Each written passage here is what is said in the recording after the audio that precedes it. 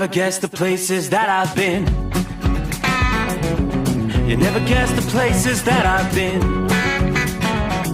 'Cause everything is like a dream, yeah, but only in that dream that I live in. I'm never gonna let the day begin. Never gonna let the day begin. 'Cause everything is like a dream, yeah, but only in that dream that I live in. Oh, don't wake me up before you go, and I'll just make this bed my home. Oh, darling, please just let me sleep. Give me my dreams.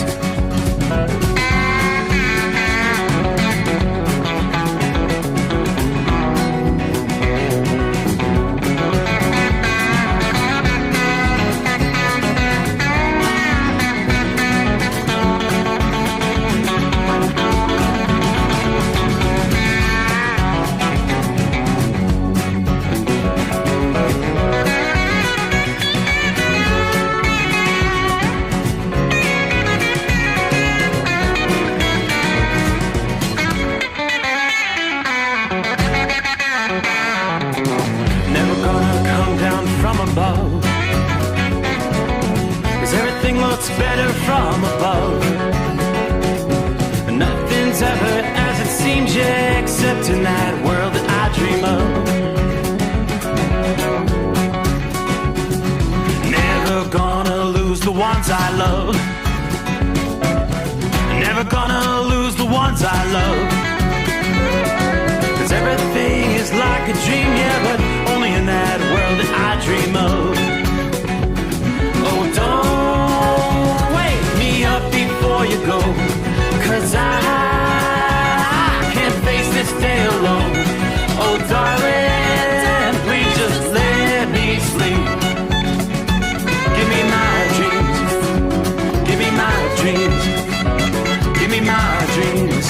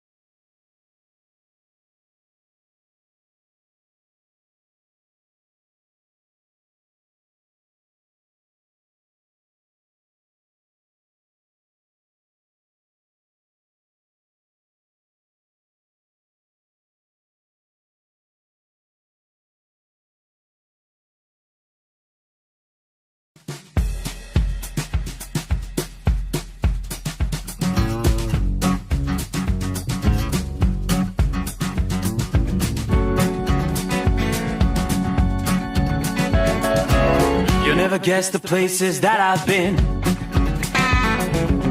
You never guess the places that I've been.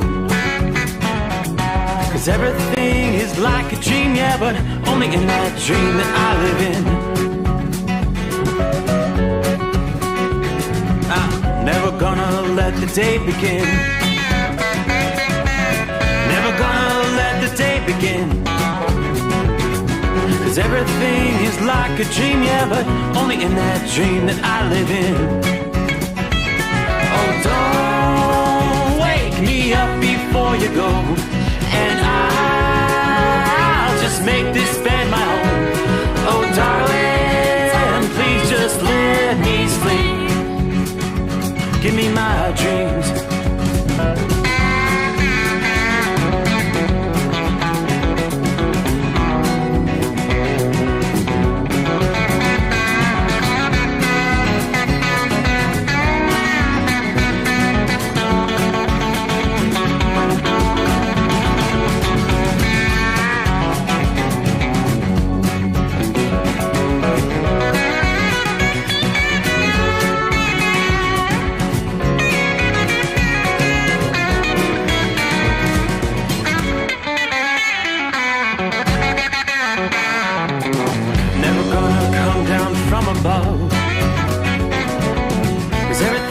Better from above. Nothing's ever as it seems, yeah, except in that world that I dream of.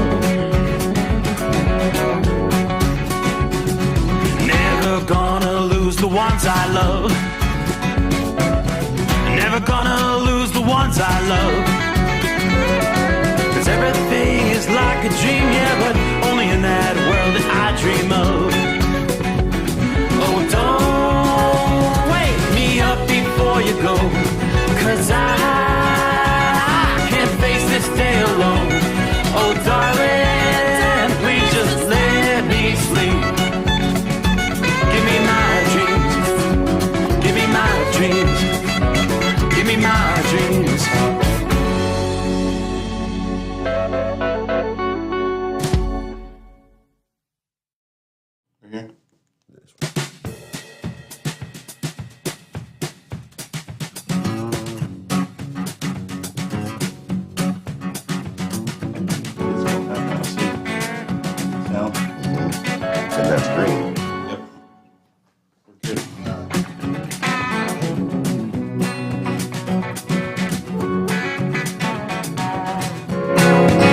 There you go, take two.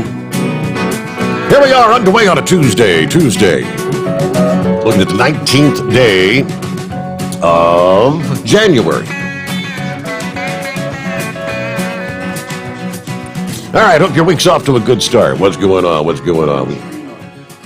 Oh, now you can hear me now, but can you see me now?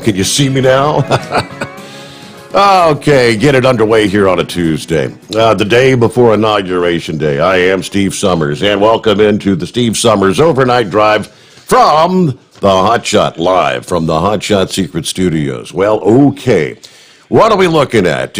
We see, yes, indeed, Monday in the books. Things always better when you close out a Monday. We'll get things underway with a look at our travelers' weather. Industry headlines will be coming up momentarily, and phones are up and running. As always, it's 844-844-3388. And I actually got some messages this past day. I guess maybe some of the listeners that caught us like via the podcast, where you can call that toll-free number. And if you want to zip out of it, you can send me a text message, and it pops right up on the screen. And I can share that with our listening audience. So under the traveler's weather, what do we see here? We're looking at an unusual combination of weather systems that will result in kind of a 1-2 punch of wind events for much of California, including the Los Angeles region, which, you know, they're normally kind of sheltered from the Santa Ana wind events that frequently howl across southern portions of California. But forecasters are right now warning winds could reach, this happened last week, as you'll recall, further to the north in parts of Montana and Wyoming. They're now saying we could see winds reaching 120 miles per hour, the equivalent of a Category 3 hurricane. Meanwhile, persistent winds, less potent but still dangerous, will be howling across much of the Golden State, resulting in an elevated risk for extreme wildfire danger. Because things have been very, very dry. There is maybe some rain in the offing in the coming days, but the utility companies had been talking about shutting down power, kind of preemptive moves, which we saw that several times during the summer months. It's kind of unusual to see those kind of maneuvers taking place this time of year.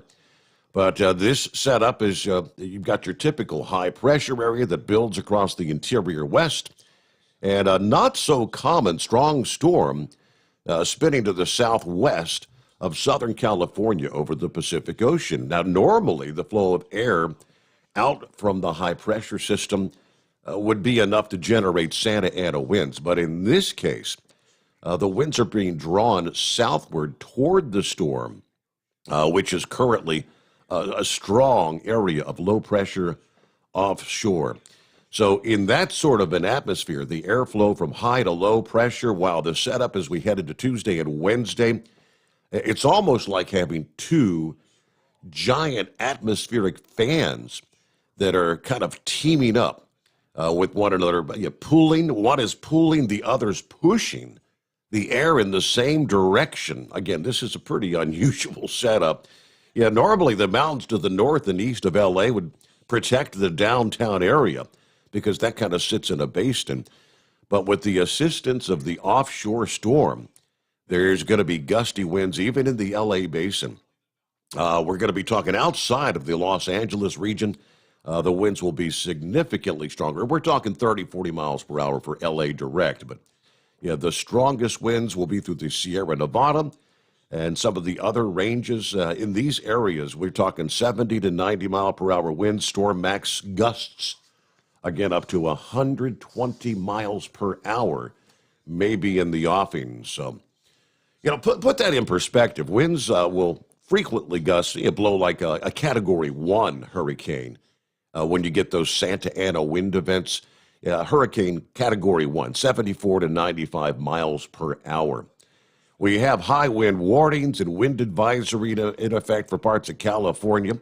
National Weather Service is warning that conditions will be favorable for extreme fire behavior, adding people need to use extreme caution. Southern Cal Edison has reported over 277,000 customers may see their power cut as a safety precaution. Now, this is going to be ramping up as we head into the day, Tuesday into Wednesday. You just saw a bit of a warm-up on Monday. Yeah, highs within a few degrees of 80 degrees in many locations there in Southern California. It's almost been summer-like. Temperatures to challenge some record highs around San Francisco, upper 60s. Temperatures forecast to begin trending downward by midweek. By the time we get to Wednesday, highs will be in the lower 60s for San Francisco. And by Thursday, you're probably going to see a high peaking out maybe close to 70 in Los Angeles. This storm's going to begin pumping some moisture into the southwest. We'll see some spotty shower activity for parts of Southern California by midweek and more general rain and higher elevation snow over the interior southwestern USA. There's some hope for rain in much of California by the end of the month. Some may miss out with this particular round, but the weather pattern is setting up to allow several different storm systems to push through in Southern California. One of those is going to drop in later this week. That has the potential to bring at least some lower elevation rain showers and higher elevation snow showers to much of California. 1 to 3 additional storms that may behave in a similar manner. Every 2, 3, 4 days, you're going to have one system after another kind of rolling through. So that would be beneficial news for those looking for some precip there in Southern California in particular. I pulled up the map and I'm looking and say, well, I hadn't heard anything about snow in our area, but yeah, there are some winter weather advisories in place tonight. I don't know how you can draw a line for, you've got Ohio and Kentucky. We border in southwest Ohio. Yeah, pretty much all the counties in southeast Indiana and everything right along the Ohio River to the south of Cincinnati, down to Maysville, on over into Huntington, West Virginia, all under winter weather advisories as we head through the overnight hours. Let me click on a couple of the links here. So obviously, snow does not know the boundary lines, and areas to the north of the winter weather advisories, you'll probably see a few flakes, but the bulk of the accumulation, just south of the Ohio River, they're talking areas like Lawrenceburg, Aurora, Rising Sun over in Indiana, on down into northern Kentucky, from Covington to Florence to Independence and all those areas. It's a winter weather advisory in effect until the noon hour today, Tuesday. Total accumulation's about an inch. Could be a few higher amounts possible in some areas. And again, that winter weather advisory kicked in at the midnight hour here just a few minutes ago. You get a little bit further to the south, you'll see some of the heavier snow band, 1 to 2 inches for southeastern portions of Ohio, northeastern Kentucky, out over into central and southern portions of West Virginia. So again, you've got winter weather advisories kicking in from the midnight hour to 1 o'clock on Tuesday.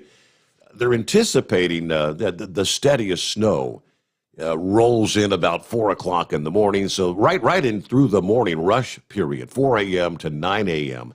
Going to see some slippery road conditions. Then on a little bit further south from the Weather Service office down in Louisville, again, the heaviest band essentially going to set up between, say, that path from between Cincinnati and Louisville on down to Louisville. It's going to be a wet snow accumulations up to maybe an inch there. And advisories, in effect, started at 9 o'clock this past evening and goes till 10 o'clock later on this morning. Again, winter weather advisories, not a big to-do. They call that kind of a nuisance snow, a line that stretches all the way back into southwestern Indiana. So just a little swath of snow moving through parts of the Ohio Valley tonight. Otherwise, you've got to get out into about the northern half of New Mexico, where there are some fairly widespread winter weather advisories and even some winter storm warnings in place. And we're looking at, let's pull up from like Los Alamos to Las Vegas. Really? When's that going to be moving in? The combination of a strong backdoor cold front and a developing storm system out west is going to bring some snow to much of northern and west central New Mexico through most of the day Tuesday. The northern mountains and the adjacent eastern slopes are favored for some heavy snow accumulation with a few to several inches across the western and central mountains, the plateaus. With this update, we're adding the west central plateau, which would include Gallup, New Mexico, to that winter weather advisory. But on down to the winter storm warnings. Now, this is the higher elevations, all right? The Sangre de Cristo Mountains, the northern, the southern, the east slopes of the Sangre de Cristo, the upper Rio Grande Valley and those surrounding areas. Heavy snow. Total accumulations 5 to 12 inches with locally higher amounts along the eastern slopes. So that kicks in 5 o'clock in the afternoon on Monday and goes to 5 o'clock in the afternoon on Tuesday. So I bet if I pull up the radar, I'll flip over there, we should be seeing some snow as we speak in that part of the country, and indeed we do. Looks like you got a band of snow stretching from the Texas Panhandle, the Texas-Oklahoma Panhandle region, right across northern portions of New Mexico. Yeah, the heaviest just to the north of Santa Fe. We see some spotty snow showers on back into the easternmost reaches of Arizona as well there. So there's a look at some of our travelers' weather around the country as we get things underway on a Tuesday. Shall we jump over to our industry headlines? Had some interesting tidbits developing over the past day. And kind of interesting. We had talked about the possibility of protests and disruptions to travel. I'm beginning to think the media had really hyped a lot of this stuff up unnecessarily. All last week, how many times did we say, the FBI says we could see protests at our capitals all over the country, all 50 states. FBI's warning this, warning that. And it's all these Trump supporters that are going to be kicking this violence in. We didn't really see anything. We saw a handful of protests in a few states, and none of them turned violent. So what's the deal? Now we've got 25,000 National Guard troops stationed in our nation's capital. An incredible scene. Of course, the inauguration going to be taking place on Wednesday. I'm not seeing. It's almost like they're trying to. Are they brainwashing us to think these Trump supporters are all going to go bat crap crazy because Donald Trump lost the election? If you had been paying attention, they probably aren't talking about it on the likes of CNN or MSNBC. But Fox News was kind of highlighting that one of our representatives is actually trying to raise concerns about National Guard members that were supporters of Donald Trump. I remember 24 hours ago they were talking about, we're concerned about an insider attack. They've screened. If we went back 4 years ago, and you or I were to accuse any, say, Hillary Clinton supporters that they're going to turn on their own. They're going to start shooting things up because they're distraught that Hillary didn't win the election. Well, that would have been preposterous to accuse the Democrats of doing something like that. That's exactly what they're doing right now, trying to accuse. He went as far as to say, what was it, like 80% or 90% of the personnel in the National Guard are white males. And whatever the percentage of white males that voted for Donald Trump, and they're all distraught, and they're going to be hell-bent on causing some sort of violence. That's preposterous, if you ask me. All right, on to the industry headlines, as I mentioned. We're looking at, in Washington, the Department of Transportation and the Federal Motor Carrier Safety Administration. If you weren't with us, I think we briefly touched on this Friday morning, but they're announcing a new pilot program for commercial motor vehicle drivers, looking at making some changes, additional flexibility that you've been asking for years and years for the split sleeper berth, maybe a 6 and 4 split. Or how many of you, especially when you do the team thing, used to do the 5 and 5? You drive 5, especially the husband-wife teams and whatnot. The wife drives 5 and back and forth, and you get better rest. And the many drivers that I spoke to that loved the ability to do that split. The statement from the deputy administrator, the acting administrator, Wiley Deck, says, we continue to explore ways to provide flexibility for drivers while we maintain safety on the roadways. This proposed pilot program will get some needed data and will get some feedback for the agency to use not only now but in the future. We encourage everyone to review this proposal and provide their public comments. So either way, during the pilot program, participating drivers, you'd have the option to split your 10 hours of sleeper berth into 2 periods, as long as each of those 2 periods is at least 4 hours, and the combined time of the 2 equals 10. So there's your 5 and 5 or your 6 and 4 split. If you are participating in the program, you'd also be free to choose whether or not to operate under the exemption based on your schedule. Carriers and drivers desiring to participate will need to apply with the Federal Motor Carrier Safety Administration for acceptance into the pilot program. But as part of the rulemaking process for the hours of service, the FMCSA asks for public input regarding potential split periods, 6-4, 5-5. as they want to gather some data on those two options.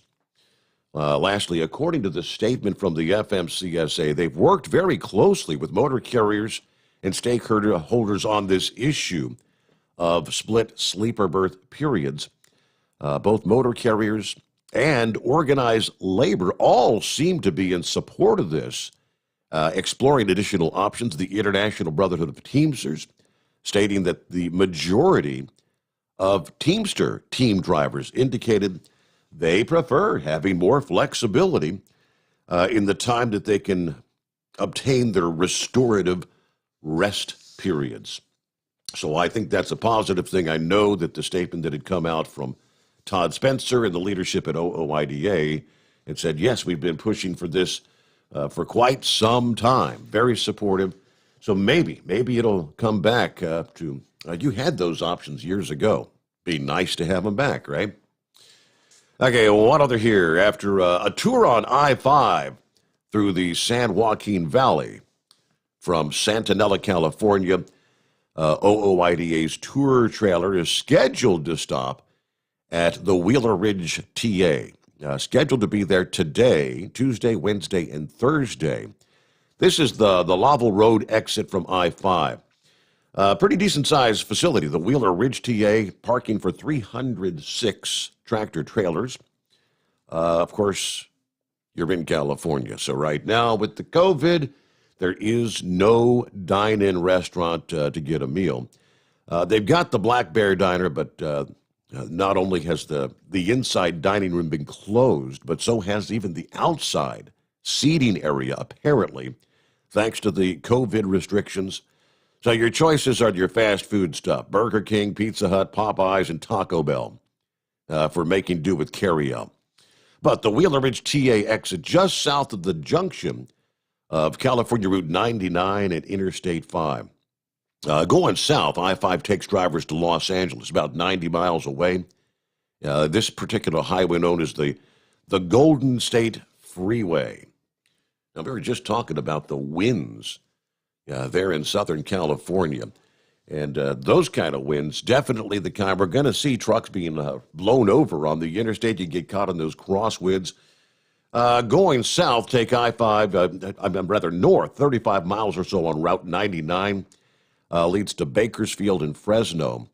That's also part of the Golden State Freeway. I-5 going north toward San Francisco is called the West Side Freeway. There's a distribution center, several big distribution centers out there. You got the Dollar General Distribution Center, and there's an IKEA not far from the Wheeler Ridge TA there. Several more distribution centers on Highway 99. They got a Men's Warehouse, a Target, Amazon, Walmart distribution centers. In the past, drivers knew California Route 99 as US 99. But it actually became a state highway back in 1964. The Wheeler Ridge TA actually has an Arvin, California address because Wheeler Ridge itself is what they call an unincorporated community. The Wheeler Ridge community takes its name from the Wheeler Ridge land from where the San Joaquin Valley meets the mountains. Now, to get to the Wheeler Ridge TA from the east, you do have to navigate what they call the Grapevine, a stretch of road that winds through Tejon Pass. Before it was an interstate, when it was US 99, the road actually wound around like a grapevine, a section that's known as Dead Man's Curve, which they shared some photos on the story. Yeah, many of the loops and curves are gone, but there's still a steep grade to I-5. And there is an unincorporated community named Grapevine right there at the foot of the incline. So John's going to be there Tuesday, Wednesday, Thursday. He actually gets the privilege, oh joy, of navigating the Grapevine, going up to Tejon Pass on the way to the stop after the Wheeler Ridge, because after Wheeler Ridge, next stop is, I believe, Barstow, California. All right, around the country, our number is 844-844-4200. 3388. Sent a message out to Lone Ranger this past day, and he said if he could get a nap in today, he'll try to give us a call tonight. I said we need your top 10 list of things you're going to hear on Inauguration Day. Now, I can only imagine what he might be able to come up with, so hopefully he'll be jumping on board with us here as we make our way into the early hours of a Tuesday. First out of the box, I believe, if our little call screener's got it right, Jay should be on the line. What's going on this morning? Not much, Steve. Thanks for taking my call. How you been? Doing well. Is this my cruising friend Jay, or is this? I'm sorry. Is this the Jay that went with me on the cruises in the past, or a different Jay? No. This is JR. But anyhow, I was going to ask you a stupid question. I know you're on YouTube, but how do we listen to you live, other than calling in on your phone number there? Okay, if you're on YouTube, right now you go to the Hot Shot Secret YouTube page, and you'll see the links there to and you can watch the live stream on the Hot Shot Secret page. And if we can get enough people, we've been telling people the last few nights that the Steve Sommers Overnight Drive, you can only catch the replays there until we get 1,000 subscribers on that. So, yeah, but go to the Hot Shot Secret. Okay, sounds good. Like I say, missed you while you were off the air, but like I say, I found you over the weekend there, and I was like, hey, there he is. What are you, pickle? That's good. I'm glad you found us. But anyhow. Well, make sure you share that with everybody else. Yep. All right, Steve. Have a great morning, and how late you on till? We do the midnight to 5 Eastern time, so in your respective time zone, 12 to, just like we used to do for all those years, midnight to 5 Eastern time. All right. Well, thanks a lot, Steve. You have a great morning. Good talking at you. All right. Thanks for dialing us up. There you go. That'll take care of that. All right. Let me see. I had a couple. I mentioned I got a few messages this past day. And first of all, it's the perfect stranger. He says, I'm still alive, but not driving much anymore. Glad you're back. I've been listening to you every morning before going to work at the 5 o'clock hour. So thank you for listening in after he gets up in the early morning hours. Let me see here. Congrats on your new show. It's better than ever. My friends who turned me on to you, who lives in the Marietta, Ohio area, they don't have a computer or a smartphone. They used to be able to call in and listen to you. Do you think that you ever have a phone number to call in to be able just to listen to the show? Well, not really, because we only have 5 lines available, first of all. And we're paying like by the minute, so. But next up on the list, what do we have? Steve, this is Scott. I'm a Holland driver going from Toledo, Ohio to Chicago, Illinois. Glad to hear Dean Michael came along with you and still supports the show. Great memory years ago when you had Larry the Cable Guy on your show. And I was also listening to you and your dad way back when the whole DC sniper got caught. So thank you so much. Keep up the good work, he says. There you go. All right. Well, it's 844-844-3388. We will get a quick break in here and get back to your calls as we get settled in, rolling into a Tuesday morning. The Steve Sommers Overnight Drive live from the Hot Shot Secret Studios. Shot Secret Studios. Call Steve now. 844-844-3388. That's 844-844-3388. Attention all truckers, Dean Michael, the tax doctor here. I want to talk to you about those dreaded tax problems. I know you want to keep on trucking and not even think about them. Well, let's face it, they're not going away all on their own. You need professional help. I've been helping truckers put their tax problems in the rearview mirror for years. I can help you too. Call me for a free consultation at 888-632-4506 or go to mytaxhelpmd.com. It's like I always say, keep your eyes on the road, I'll keep mine on the IRS. 888-632-4506. Pure Flow Air Dog, your leader in fuel air separation system technology. Our systems filter out water, particulates down to 2 micron, and remove all of the air out of your diesel fuel. This allows for nothing but pure, clean diesel fuel to reach the expensive injection system equipped in your vehicle. Not only do our fuel systems protect, they also come in a variety of flow rates to meet your performance needs.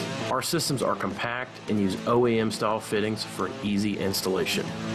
Learn more about our product at www.pureflowairdog.com and be sure to follow us on Facebook and Instagram. Protect your investment with Pure Flow Air Dog.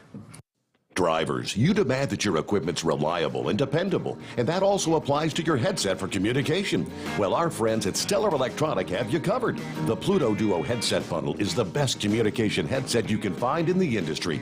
No matter the challenging environment you're driving in, the Pluto headset will make you sound crystal clear all the time thanks to their 99% noise cancellation.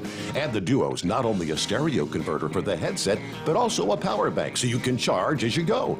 Learn more at StellarElectronic.com or visit them on Facebook.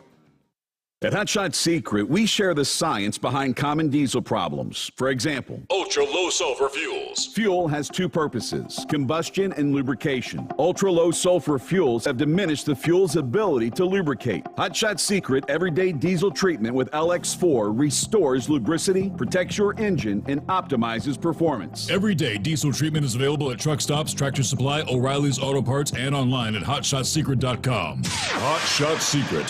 Powered by science. And now, back to the Steve Sommers Overnight Drive. Live from the Hot Shot Secret Studios.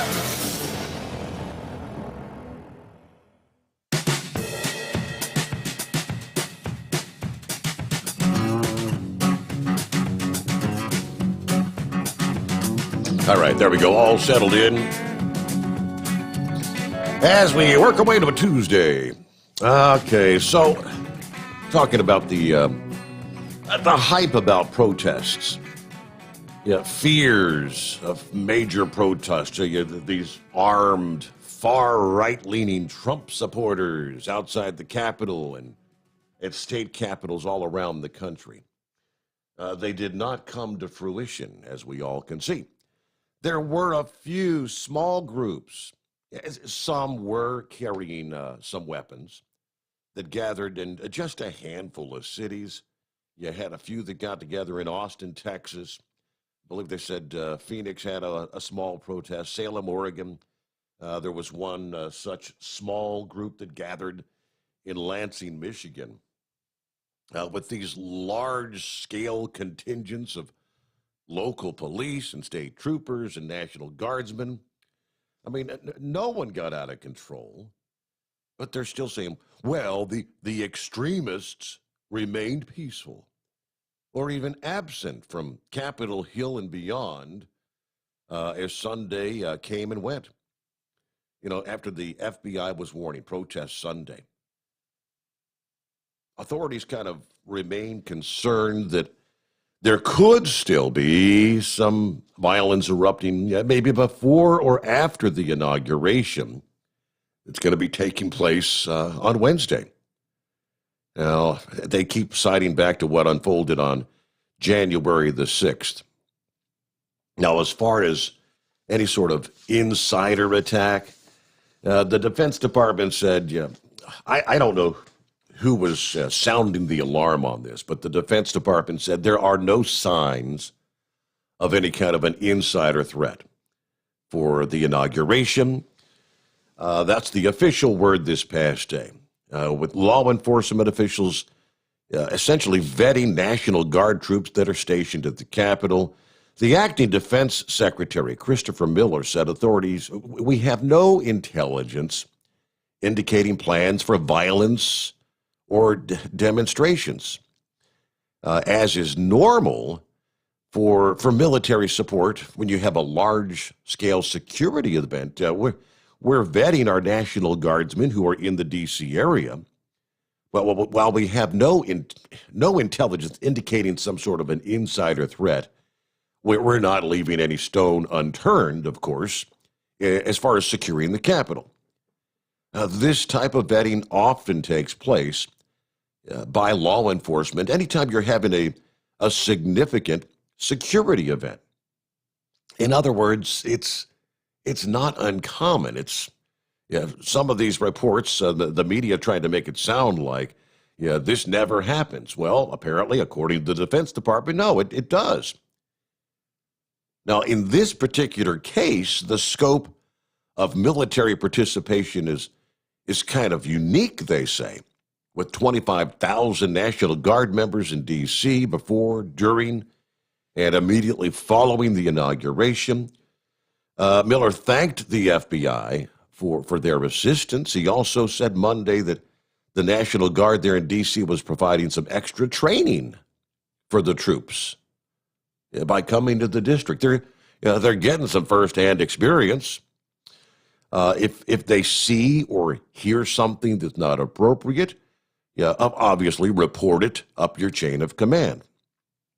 Everybody's on high alert since you had a handful of protesters out of the tens of thousands that were in our nation's capital supporting Donald Trump on January the 6th.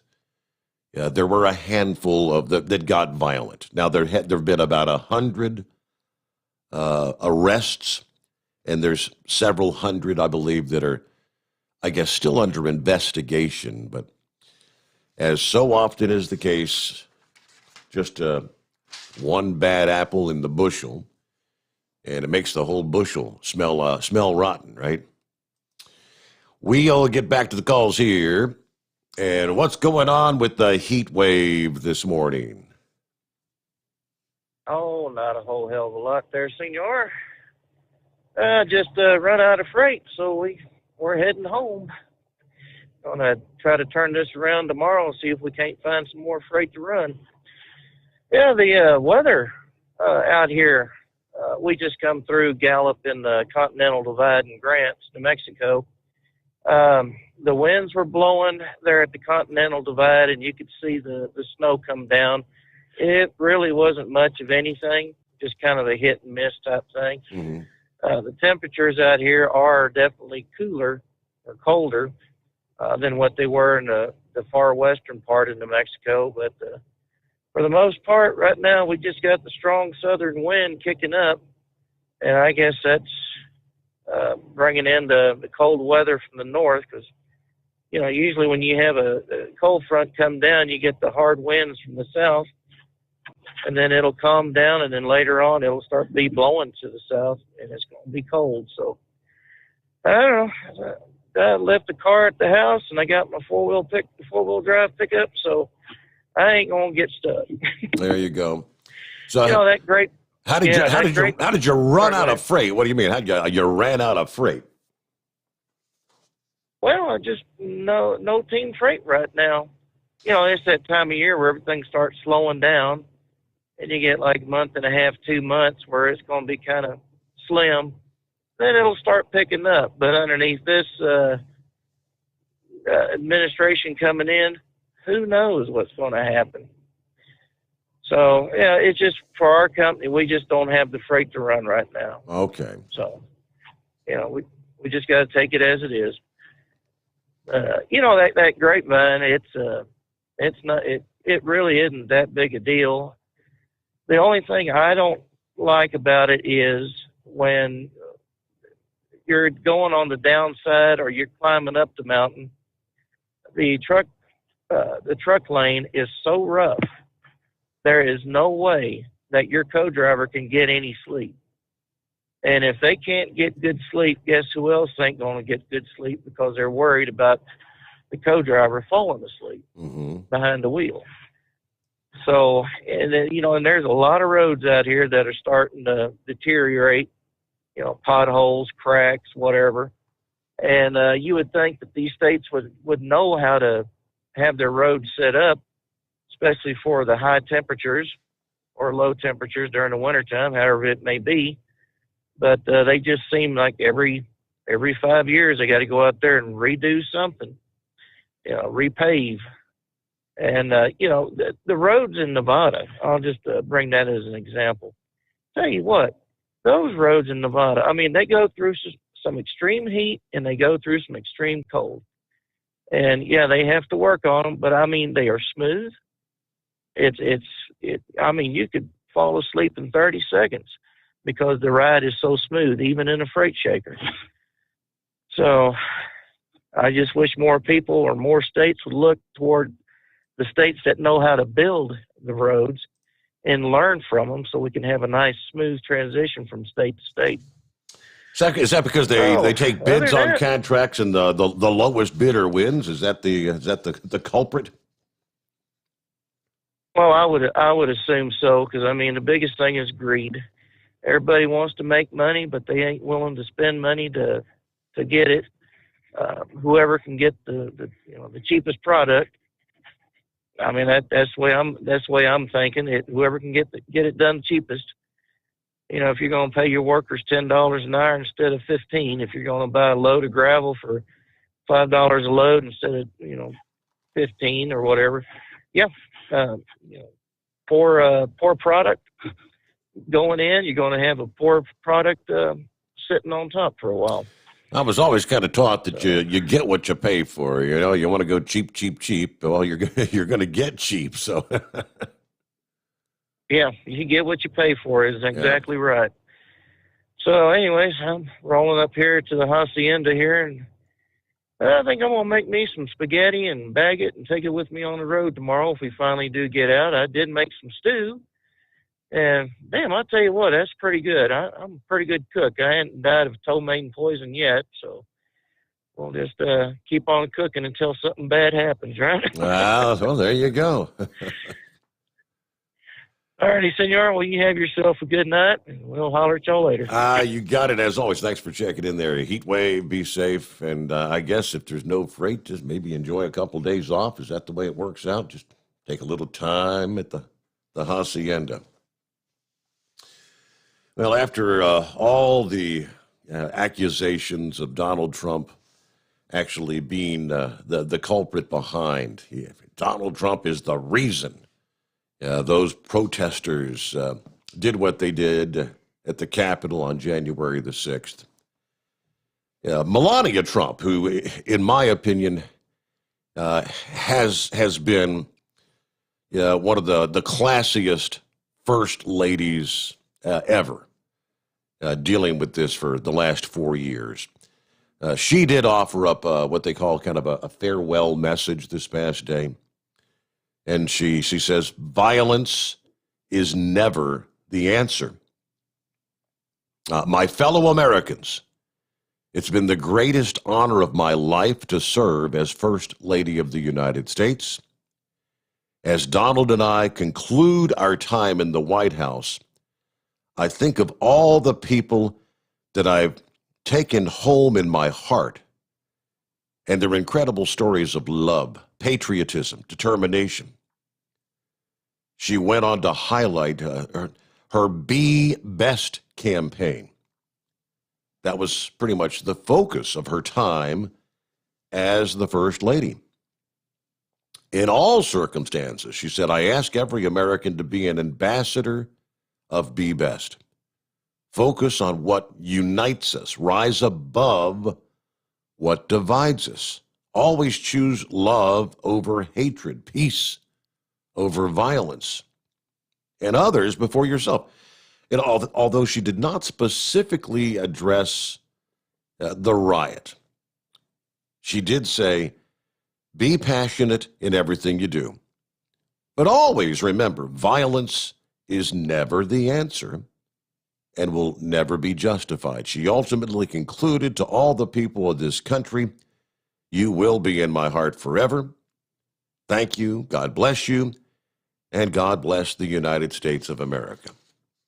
I saw they said that the moving vans are rolling up at Mar-a-Lago. So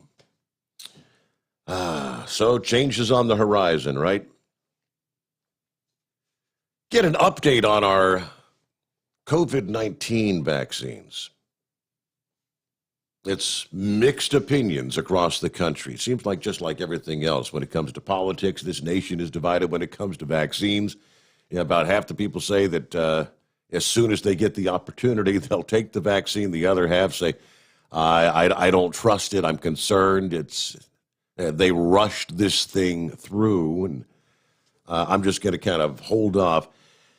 In California, they've actually paused administering doses, at least from one lot of the Moderna vaccine. Several people had allergic reactions at one California clinic. So they told health providers across the state to pause administering doses from that particular lot out of an abundance of caution.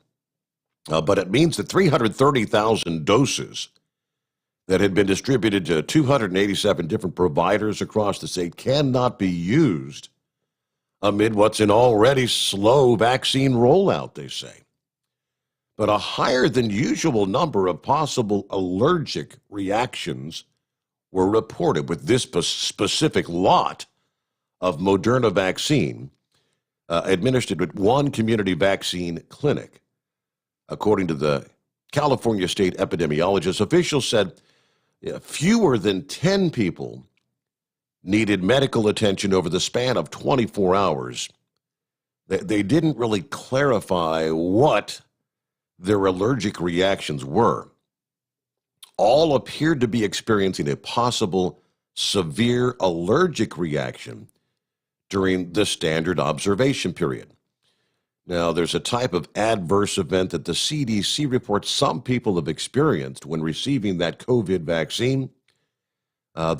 These reactions are all under investigation right now. Meanwhile, providers were told to use the doses of other available vaccine inventory till they complete their investigation. So the pause only applies to this particular lot that came from Moderna, and not all the vaccine doses, not all the vaccine doses from Moderna. But this is 330,000 doses in this particular lot that arrived in California between January 5th and the 12th. And again, they had been distributed already throughout the state. Health officials remind people that don't let yourself get overly concerned, they say, by a few people having an allergic reaction, because the risk of a serious adverse reaction to the COVID vaccine is very small. Anaphylaxis is one of the reactions people may encounter, where your throat starts to swell up, you can't breathe. It's the odds are like 1 in 100,000. All right, the odds are pretty darn low, but you don't want to be the 1 in 100,000, right? Around the country, lines wide open here on a Tuesday. Our number is 844-844-3388. 844-844-3388.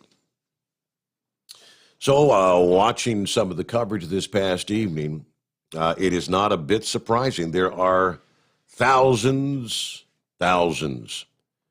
making their way, marching through Mexico, headed to the United States of America, because the word is spreading like wildfire. There's a new sheriff in town, or should I say president. And the new sheriff has kind of an open arms, come on in kind of policy. That takes us to our next scenario where, yes, Joe Biden proposes major changes to the immigration laws on Wednesday. Well, I thought that was Inauguration Day. Well, it is. Yeah, he's got this all planned right out of the box, including an 8-year pathway to citizenship for immigrants who are not legally in the country right now, an expansion of refugee admissions into the country, alongside an enforcement plan, they say, that deploys technology to patrol the border. Biden's legislative proposal, which is expected to be sent to Congress on Wednesday, also includes a heavy focus on addressing the root causes of migration from Central America.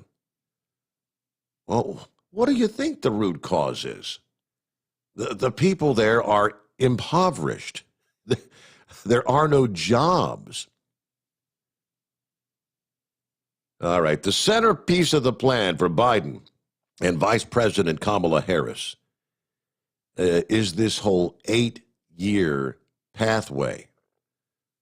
Well, yeah, no surprise that they picked an 8-year pathway, because their anticipation is as long as Joe Biden keeps on a-kicking between now and 4 years, they anticipate winning the next election as well. And before Joe Biden, again, if he can survive 8 years, is out of office, it'll be a done deal, which would put millions of qualifying immigrants in a temporary status for 5 years, and then they'd get a green card. Once they meet several requirements, a background check and payment of taxes, then they would be able to apply for citizenship 3 years later. To qualify, immigrants must have been in the United States as of January 1. Well, that's supposed to blunt any rush to the border. Well, riddle me this. If 10,000 cross the border in the next 10 days, who's going to know? How are you going to know they weren't here? Yeah, they're all going to say, I've been here for 3 years. Beneficiaries of the Deferred Action for Childhood Arrivals. That's the one that granted key protections. Remember the Dreamers? And the Temporary Protected Status Program for migrants from some of the disaster-ravaged nations. They could apply for green cards immediately. Details being described by transition officials who were speaking anonymously because they're not authorized to speak about it. Either way, the president-elect's plan has received, obviously, he's receiving accolades and praise from the pro-immigration advocates and Democrat lawmakers who've toiled to change the immigration system for decades. I mean, just think. If Joe Biden can successfully grant legal status to how many? As many as 11 million was the number up at the top there? Whatever it was, 8 million, 11 million, whatever it's going to be. Doesn't that, for the most part, when the time comes, once they become citizens, solidify 11 million votes for the Democrat Party? That's the way I would see it. But that leads us to, yes, the word is out. Guatemalan police and soldiers, yes, on Monday, this past day, breaking up hundreds of migrants who had spent the last 2 nights at a roadblock on a rural highway there. Some migrants throwing rocks while authorities launched tear gas and pushed the migrants with their shields, the riot shields, back down the highway. Now, they say the migrants with children were more gently pushed back the way they had come. The year's first migrant caravan had, for the most part, stalled 2 days before Joe Biden's inauguration. Of course, Joe has promised to take a different approach to immigration. And even though immediate changes at the border are not expected, it's created this hope, this dream for Central America. Now, a steep mountain and a big wall flanked the highway. That's what allowed the guardsmen to kind of bottle this group up.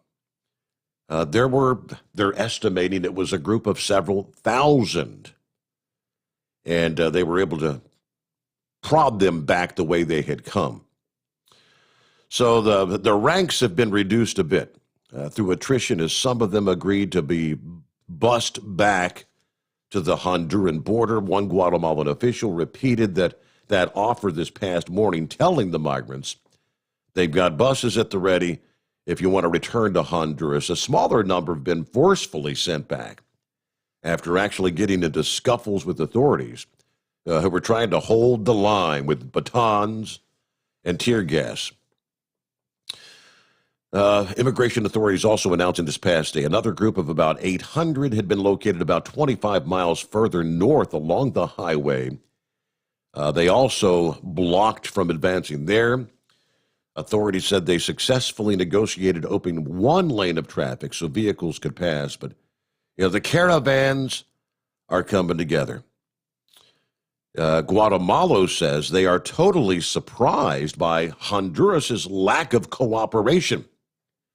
Supposedly, Honduras president had promised to put a large contingent of security forces to dissuade these migrants from reaching Guatemala's border.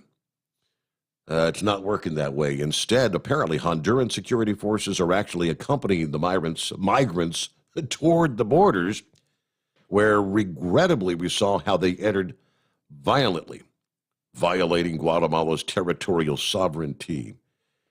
Now, here's another point to ponder.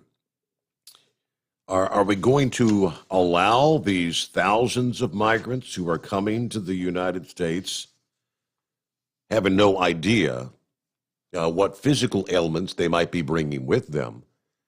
They have not been vaccinated for COVID-19, and we see in these caravans, these thousands of people marching so closely together, in many cases not wearing masks. But mask or no mask, does that even matter? You've got California essentially, shut down, on lockdown. Business is struggling. Unemployment is off the charts due to the COVID. You want to allow these thousands and thousands to just come across the border?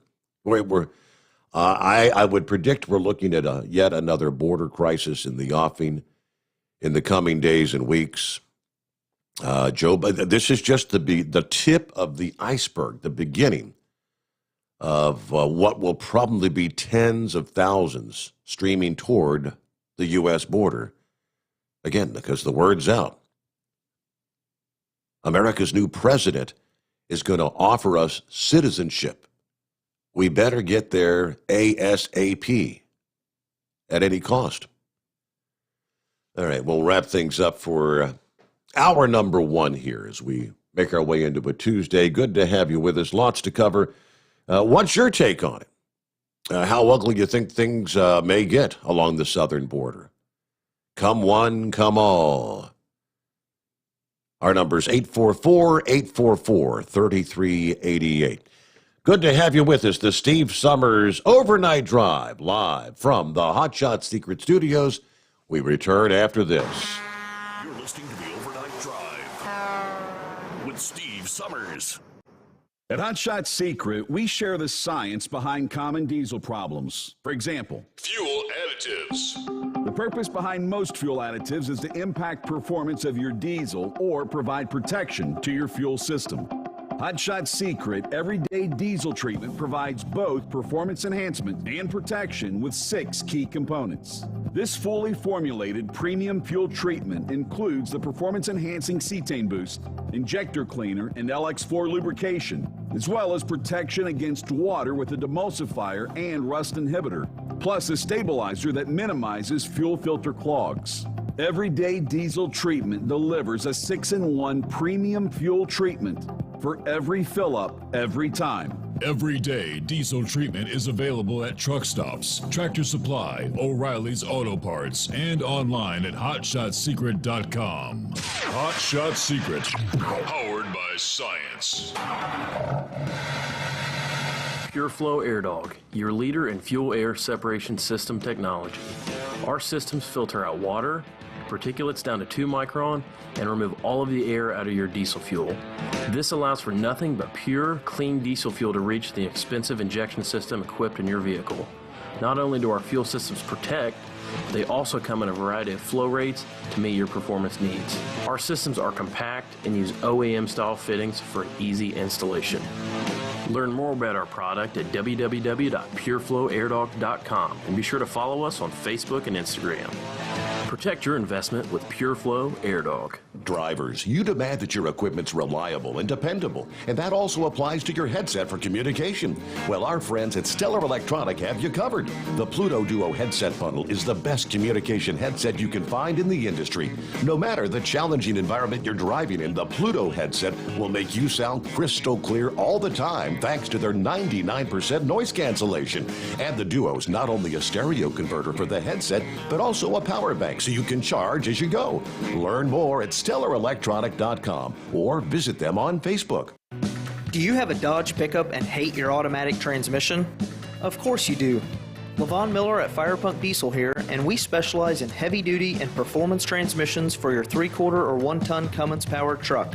So if you're interested in turning your stock slush box into a towing monster, call us today at 614-733-3744 or visit us online at shop.firepunk.com.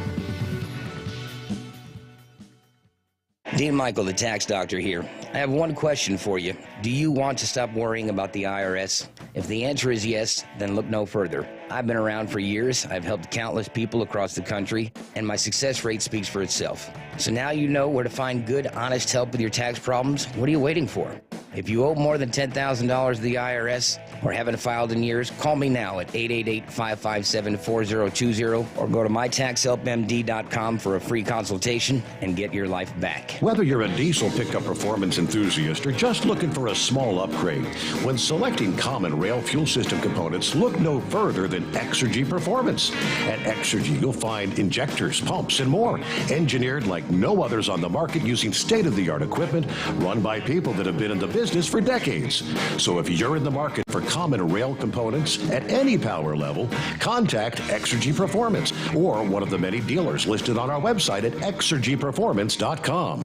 At Hot Shot Secret, we share the science behind common diesel problems and their solutions. For example, Ultra-low sulfur fuels. the primary function of diesel fuel is combustibility. One of the little-known aspects of fuel is its role as a lubricant to metal-on-metal moving parts. The introduction of ultra-low sulfur fuels diminishes the fuel's ability to lubricate because sulfur, which has been mostly removed, has lubricating properties. Hot Shot Secret Everyday Diesel Treatment with LX4 delivers unmatched lubricity. Third-party testing confirms that it takes 3 times the amount of leading fuel treatment to match the lubrication benefit of 1 dose of Hot Shot Secret. Everyday Diesel Treatment is a fully formulated 6-in-1 premium fuel treatment for every fill-up, every time. Everyday diesel treatment is available at truck stops, Tractor Supply, O'Reilly's Auto Parts, and online at HotShotSecret.com. Hot Shot Secret, powered by science. Live from the Hot Shot Secret Studios, the Steve Sommers Overnight Drive.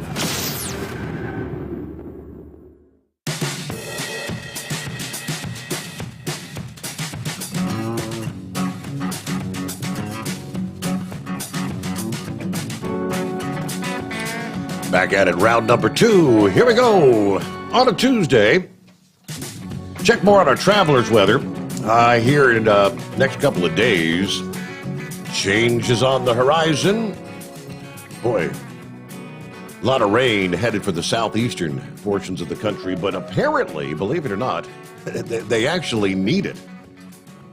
They're coming off the year 2020, all the hurricane activity and all. I thought, man, they've had an abundance of rain in parts of the southeast, but others were left high and dry. So we got a energy from that big storm that's bringing rain to the southwest. It's going to slide eastward as the week progresses, and it's going to bring a wet end of the work week in the southeast. Plus, a cold front's going to dip southward during the second half of the week. Storm systems like to follow temperature differences, apparently. So this boundary is going to kind of serve as a path to the energy that's coming out of the southwest to kind of move along. Rain breaks out starting probably Thursday into Thursday night. We start from eastern Texas to parts of the Carolinas. Many of the same areas are going to be pretty gloomy and damp as we head into the first part of the weekend.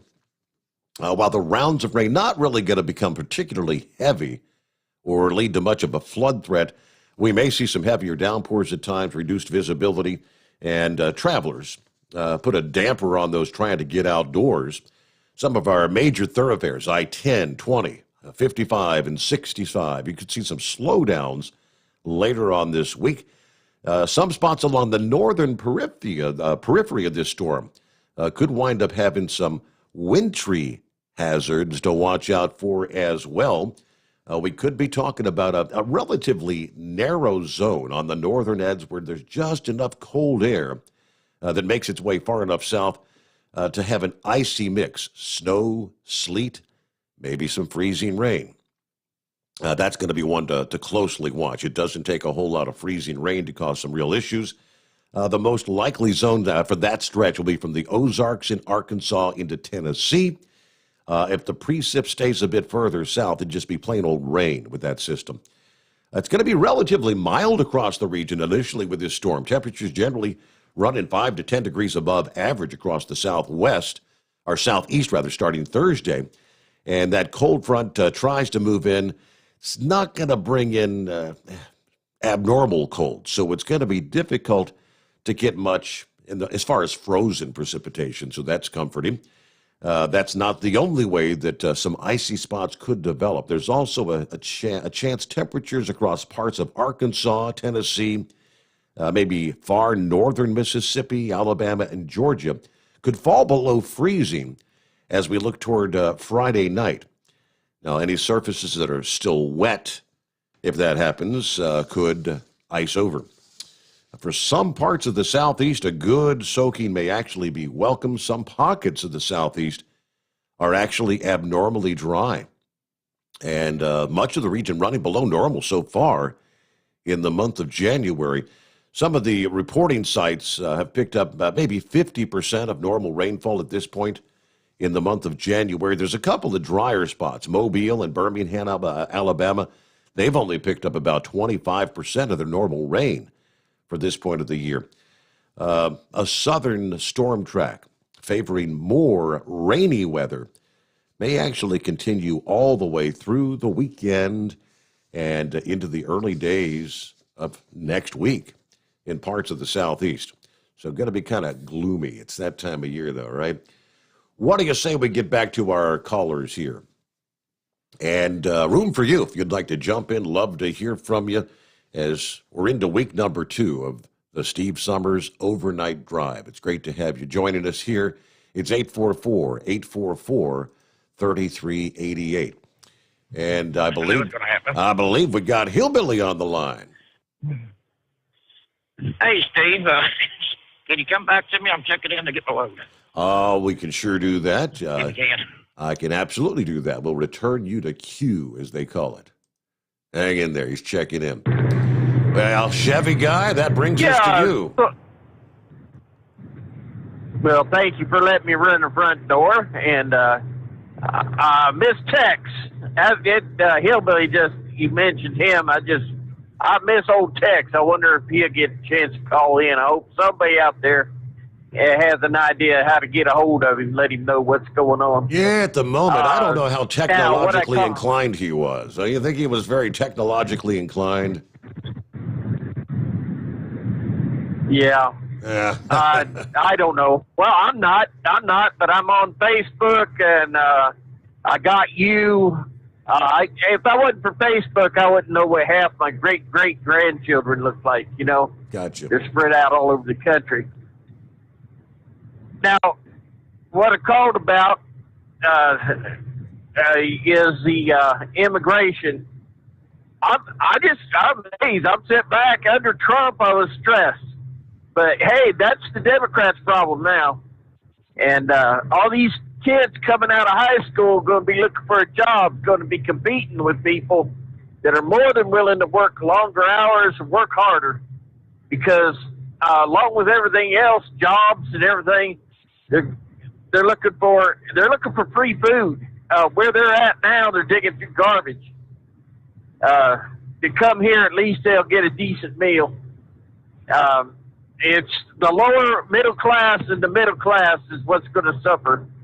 So they played the open borders game. I guess they're going to have to put up or shut up. What do you think? Right. Yep. It just, something in me. I'm sort of numb to it right now. And hey, I've always had an attitude like, you come across our border, you get a Social Security card. See, down here in South Carolina, a van load of workers will show up. The guy driving the van might be the one to speak English. You don't know what those guys are getting paid, or if they're getting an honest wage, and they work these fields. And I guarantee you, all of a sudden overnight, they're legal. They're not going to work the fields. They're going to start heading to, where are they all going to head to? They're going to head to our towns and our cities. Sure. And in most part, who controls those? Democrats. Well, they're all in lockdown. I don't see anything good happening. I can see, I just don't, I just don't see, I'm just sitting back. I mean, hey, they decided to, in my opinion, to steal the election. Now they've got to have to try to keep this country going. The Keystone Pipeline, shutting it down. That oil ain't coming here, so it's going straight to China. All these other things they're coming up with that's going to hurt the lower middle class and the middle class. So we're just going to sit back and wait and see what they do. Yeah. It's amazing to me. I make mention on that Jim Clyburn's page.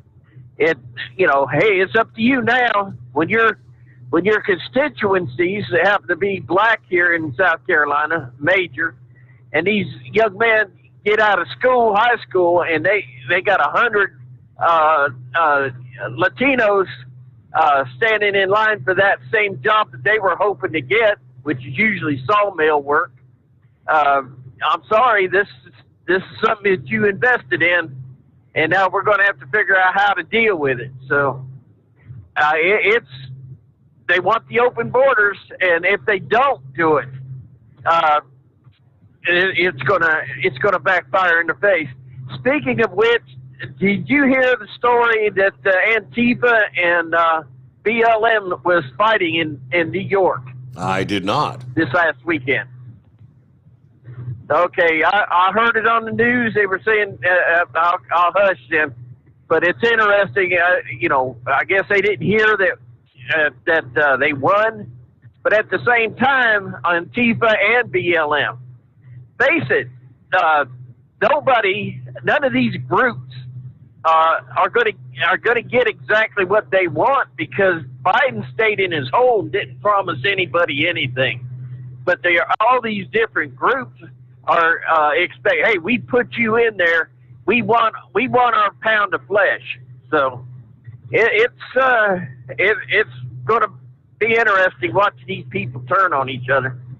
And other than that, I'm going to slide back, get back in the rocking chair, and copy the mail, Tim, for. All right. Very good. Thanks for checking in, Chevy Guy. Be safe out there. Have a good morning. And there you go. That frees up another line. It's 844-844-3388. It's been a few years back. It was an enjoyable film. Tom Hanks, I think it was called Terminal. Remember when the guy that comes into the United States, I forget from what country, but like war breaks out, and he's not allowed to leave the airport. He's stuck. and he just essentially lives in the airport. It's supposedly based on a true story, I believe. Well, this is a true story out of Chicago, where this guy, a man who's been living inside the O'Hare International Airport for 3 months, they able to escape detection for 3 months, according to prosecutors. 36-year-old Aditya Singh is charged with felony criminal trespass to a restricted area of an airport and misdemeanor theft. Police say Singh claimed he was too afraid to fly home to California because of the COVID-19. According to the Chicago Tribune, Singh arrived at O'Hare from Los Angeles on October 19th, and he's lived in the airport's security zone ever since. Over the weekend, Cook County Judge Suzanne Ortiz reacted incredulously after a prosecutor detailed the allegations. She says, "So if I understand you correctly, you're telling me that an unauthorized, non-employee individual was allegedly living within a secure part of the O'Hare Airport terminal from October 19th of 2020 to January 16th of 2021, and he wasn't detected?" I want to understand this correctly. Yep, prosecutors say 2 United Airlines employees asked him for credentials over the weekend. He allegedly showed a badge that an operations manager had reported missing in October, oddly enough. The employees called 911. Singh was taken into custody a little after 11 o'clock Saturday morning. Isn't that something? Airport employees. I mean, I guess you could move around to different parts of the terminal and whatnot, but 3 months living at Chicago O'Hare International Airport. I'm sure there are going to be some questions asked as far as, what about security, the guards, that are walking around trying to keep an eye on things, security at the airport. In this day and age, that's hard to imagine that he did that. He pulled it off. But too afraid to fly because of COVID-19. Okay, I'd rather live in the airport terminal than actually get on the plane. It just makes me kind of wonder. Let's do a take 2. Hillbilly, did you get checked in? You all set? Yes, sir. Just fixing to bump the dock. There you go. How you doing, Steve? Not half bad. How about yourself? Pretty good. Your answering service threw me for a loop. I was expecting a actual person like the old ways, but I wasn't expecting a recording. It kind of threw me. I was like, huh? Or so, are you playing producer and host, or? No, it's modern technology. Yeah, it's kind of a like they call an automated answering system. So yeah, for maybe I haven't explained that since the first night. For those who haven't called before, you'll get an automated. I mean, the message is, thank you for calling the Steve Sommers Overnight Drive. In like 15 seconds or less, give your name and what you'd like to talk about.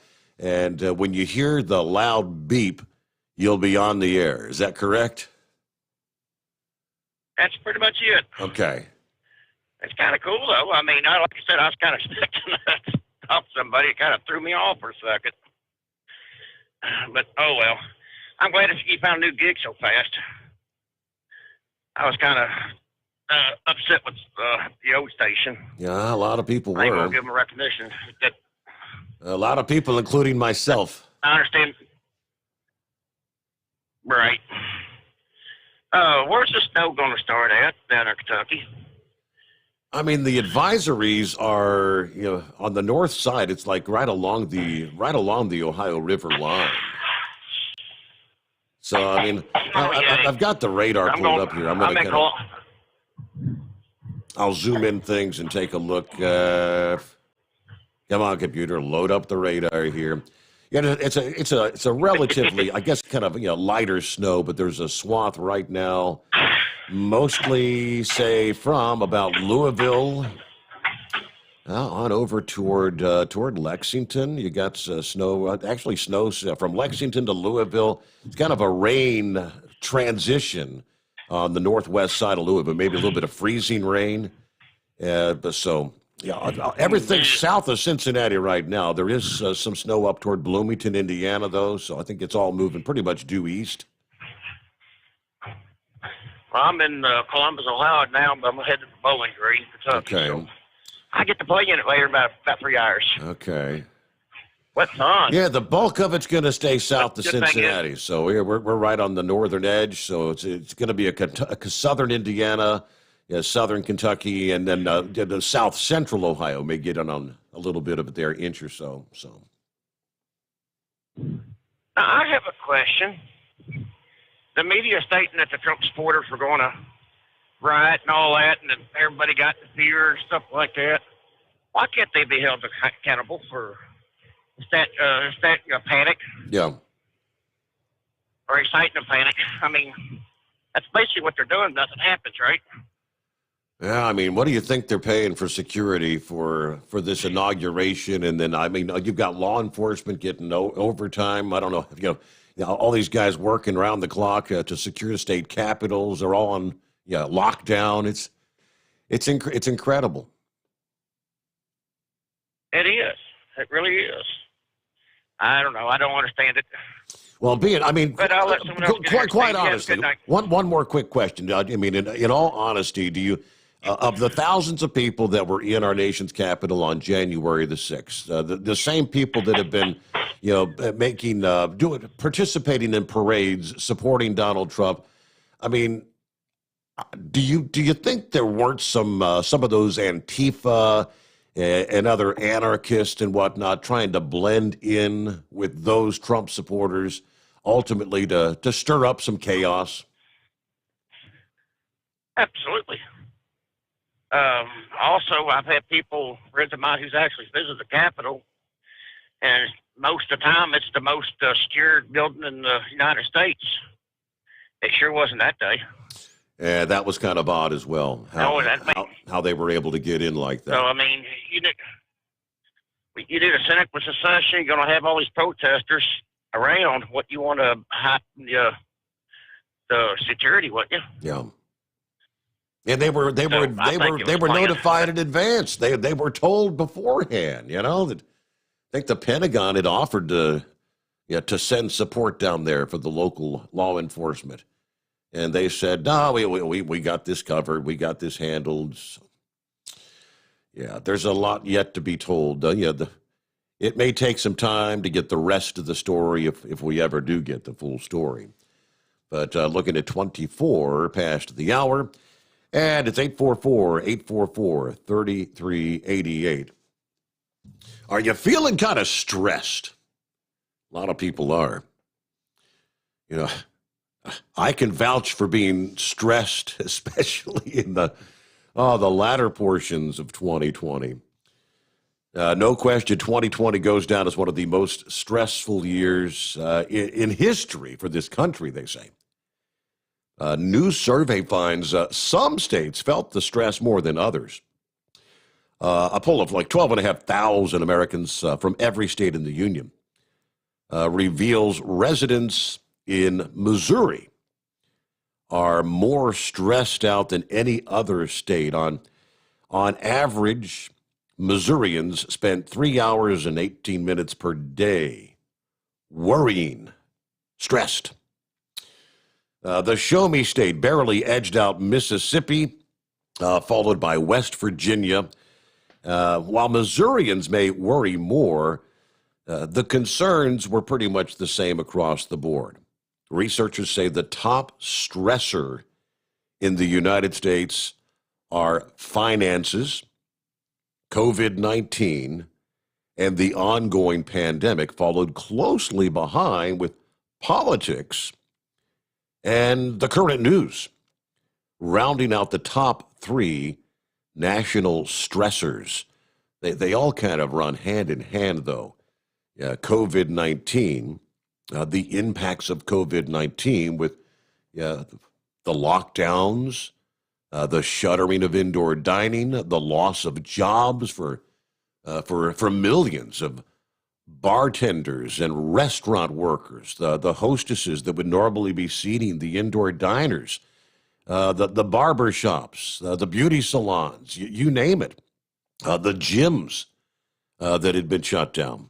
We saw the millions and millions of people having to go on unemployment. Some have returned to work, others still out of work. Many business owners wondering how long are they going to be able to survive before they have to shutter down permanently. The power of unprecedented times. 72% of Americans believe 2020 is the most stressful year they've ever lived through. But that did be right up toward the top of my list. Another 57% are more stressed now than they have ever been before. Anxiety also on the rise. 56% of those polled say they're more anxious than ever before. Unfortunately, that additional stress and anxiety is here to stay for a while. The average respondents say that they don't believe their stress and anxiety levels will go back to normal for at least 6 months. 12% believe their stress and anxiety will never return to normal. Wow, never. It is 28 past the hour. Let me get to... it says, hello, hand. What's the name, actually? It's Slow Hand again. I caught you last week, Steve. All right, Slow Hand. So what's happening this morning? Well, I just want to give my perspective about this immigration topic that you brought up. Before I do, I want to concur with you that Melania Trump is probably the classiest first lady that we've had in my lifetime. Yes, anyway. yes, I concur. She's amazing. Yep. I have a lot of admiration for her. But anyway, I wanted to just to kind of give you a perspective on this immigration because I am a legal immigrant to the United States and immigrated from Canada in 1991 and was able to do so because my great-grandparents actually immigrated to Canada from the U.S. and my father was a dual citizen. So that gave me an opportunity to immigrate. However, at the time, I had to go through an extensive background check, which, makes sense. I had to get a health scan and x-rays done of my chest and my body, and doctors got to sign off that I'm healthy. I had 3 different interviews to go through at various times before the process was complete and I was approved to immigrate here. And then that was on a green card. I wasn't just offered citizenship. And in addition to that, I had to have a sponsor in the U.S., someone that could vouch for me. Mm-hmm. And luckily, I had an uncle that lived here that was a citizen, and he sponsored my immigration. If it wasn't for those things being in play, I would have never qualified for immigration. So all these years later, I've lived here since 91, pay my taxes. I am self-employed. I have run my own truck under my own authority for, since 94. And hardworking, nobody's ever given me a dime, which I'm actually proud of that fact. I don't want a handout. I want to make it on my own and be self-reliant, independent, and I believe in personal responsibility. And so to see so many that want to come to this country and just come across the border without any credentials at all is kind of a slap in the face to the immigrants who went through the process. Millions and of paid millions money. of people There were, like you know, yourself. Absolutely. That was going to be my question, but I didn't even have to ask. It is. It's a slap in the face. Yeah. You know, and so it's really unfair. And where I was vetted, I mean, the background check took about, I think it took about 6 months before I heard back on that, before I could even go to interviews. So now people are coming across the border, and I have friends, my liberal friends, say, well, you know, they're just looking for a better life. Well, I agree. So was I.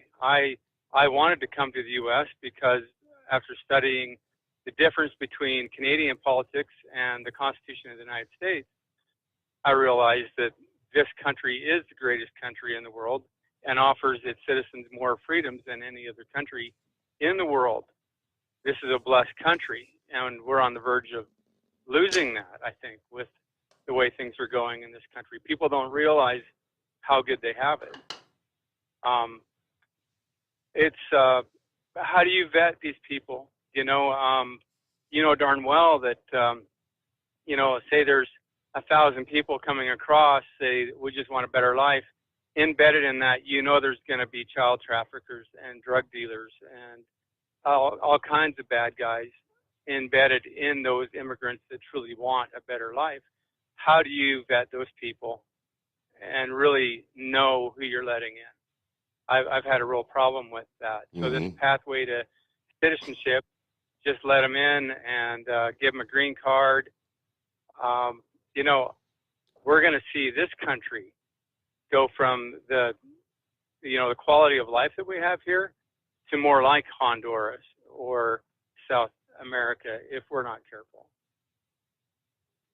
I think we're headed down a path. The example I would use is Venezuela.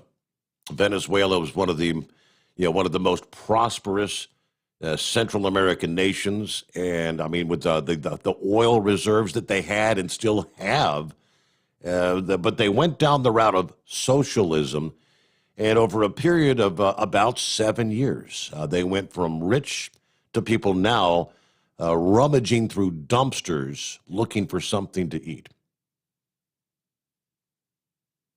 Yes. Yeah, it's incredibly sad. And you would think that people in this country could take an honest look at that. But, you know, the liberal media and these college professors, universities, they're painting a picture of this socialism that's not true. And the young people are just drinking it up. They like it. It's like, well, look at all the free stuff we're going to get. You know, I like that. You know, my college tuition's going to be paid for. Mm-hmm. We'll have gas cards and, you know, food stamps, all of it. Somebody has to pay for it. They don't realize it's going to be them at some point. No two ways about it. Well, thank you so much for chiming in this morning. Slow hand, it's great to hear from you. And right along that line, mentioning what's going on in our schools. From high school through the colleges, there was a commission actually formed by President Trump to promote patriotic education. They issued their final report this past day, and it's not a bit surprising to me, criticizing how American students are taught about our country's formation, as well as the history of slavery and racial discrimination.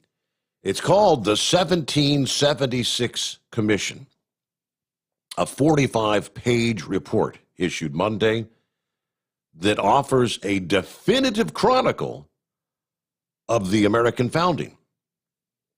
According to the White House, states and school districts should reject any curriculum that promotes one-sided partisan opinions, activist propaganda, or factional ideologies that demean America's heritage, dishonors our heroes, denies our principles. New York Post ran a report on this. It's quite interesting, but we are reaping what we have sowed. For years, what is being fed into the minds, the brains of our children, future generations, this is the repercussions of what's been taking place there. That's very interesting. Again, I'll give you more on the 1776 Commission report released this past day. And it ultimately points out what we're seeing, the divisiveness in this country, the hatred from one party toward the other. This is directly where the seeds are planted in our schools, the educational systems. But with that, get a quick break in. It's 844-844-3388. The Steve Sommers Overnight Drive, live from the Hot Shot Secret Studios. The Overnight Drive with Steve Sommers, live from the Hot Shot Secret Studios. Call Steve now, 844-844-3388. That's 844-844-3388.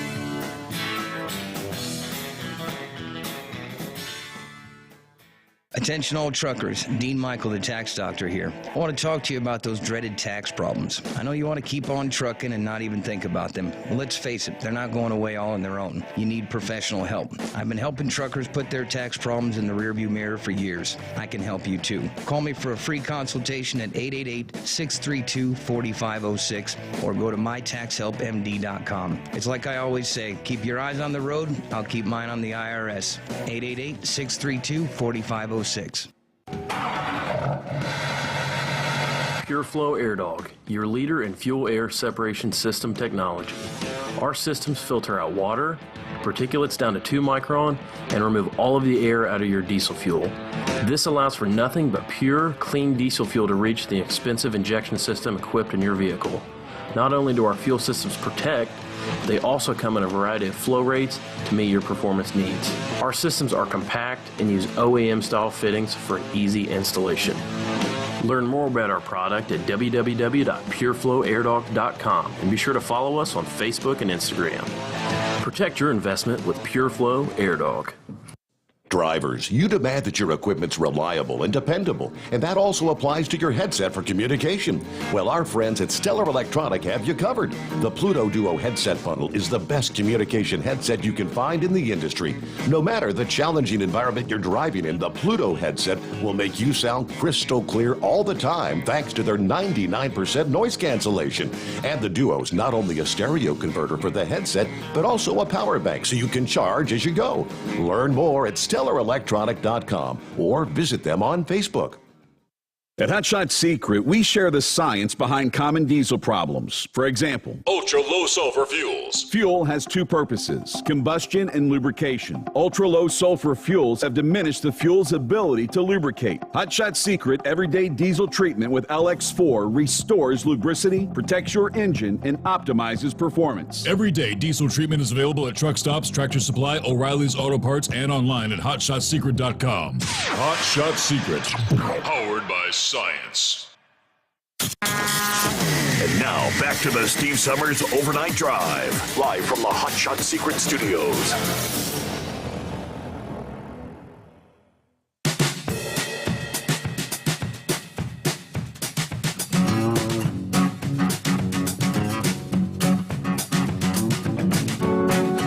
Okay, we'll get back to your calls here momentarily. I look at the screener here.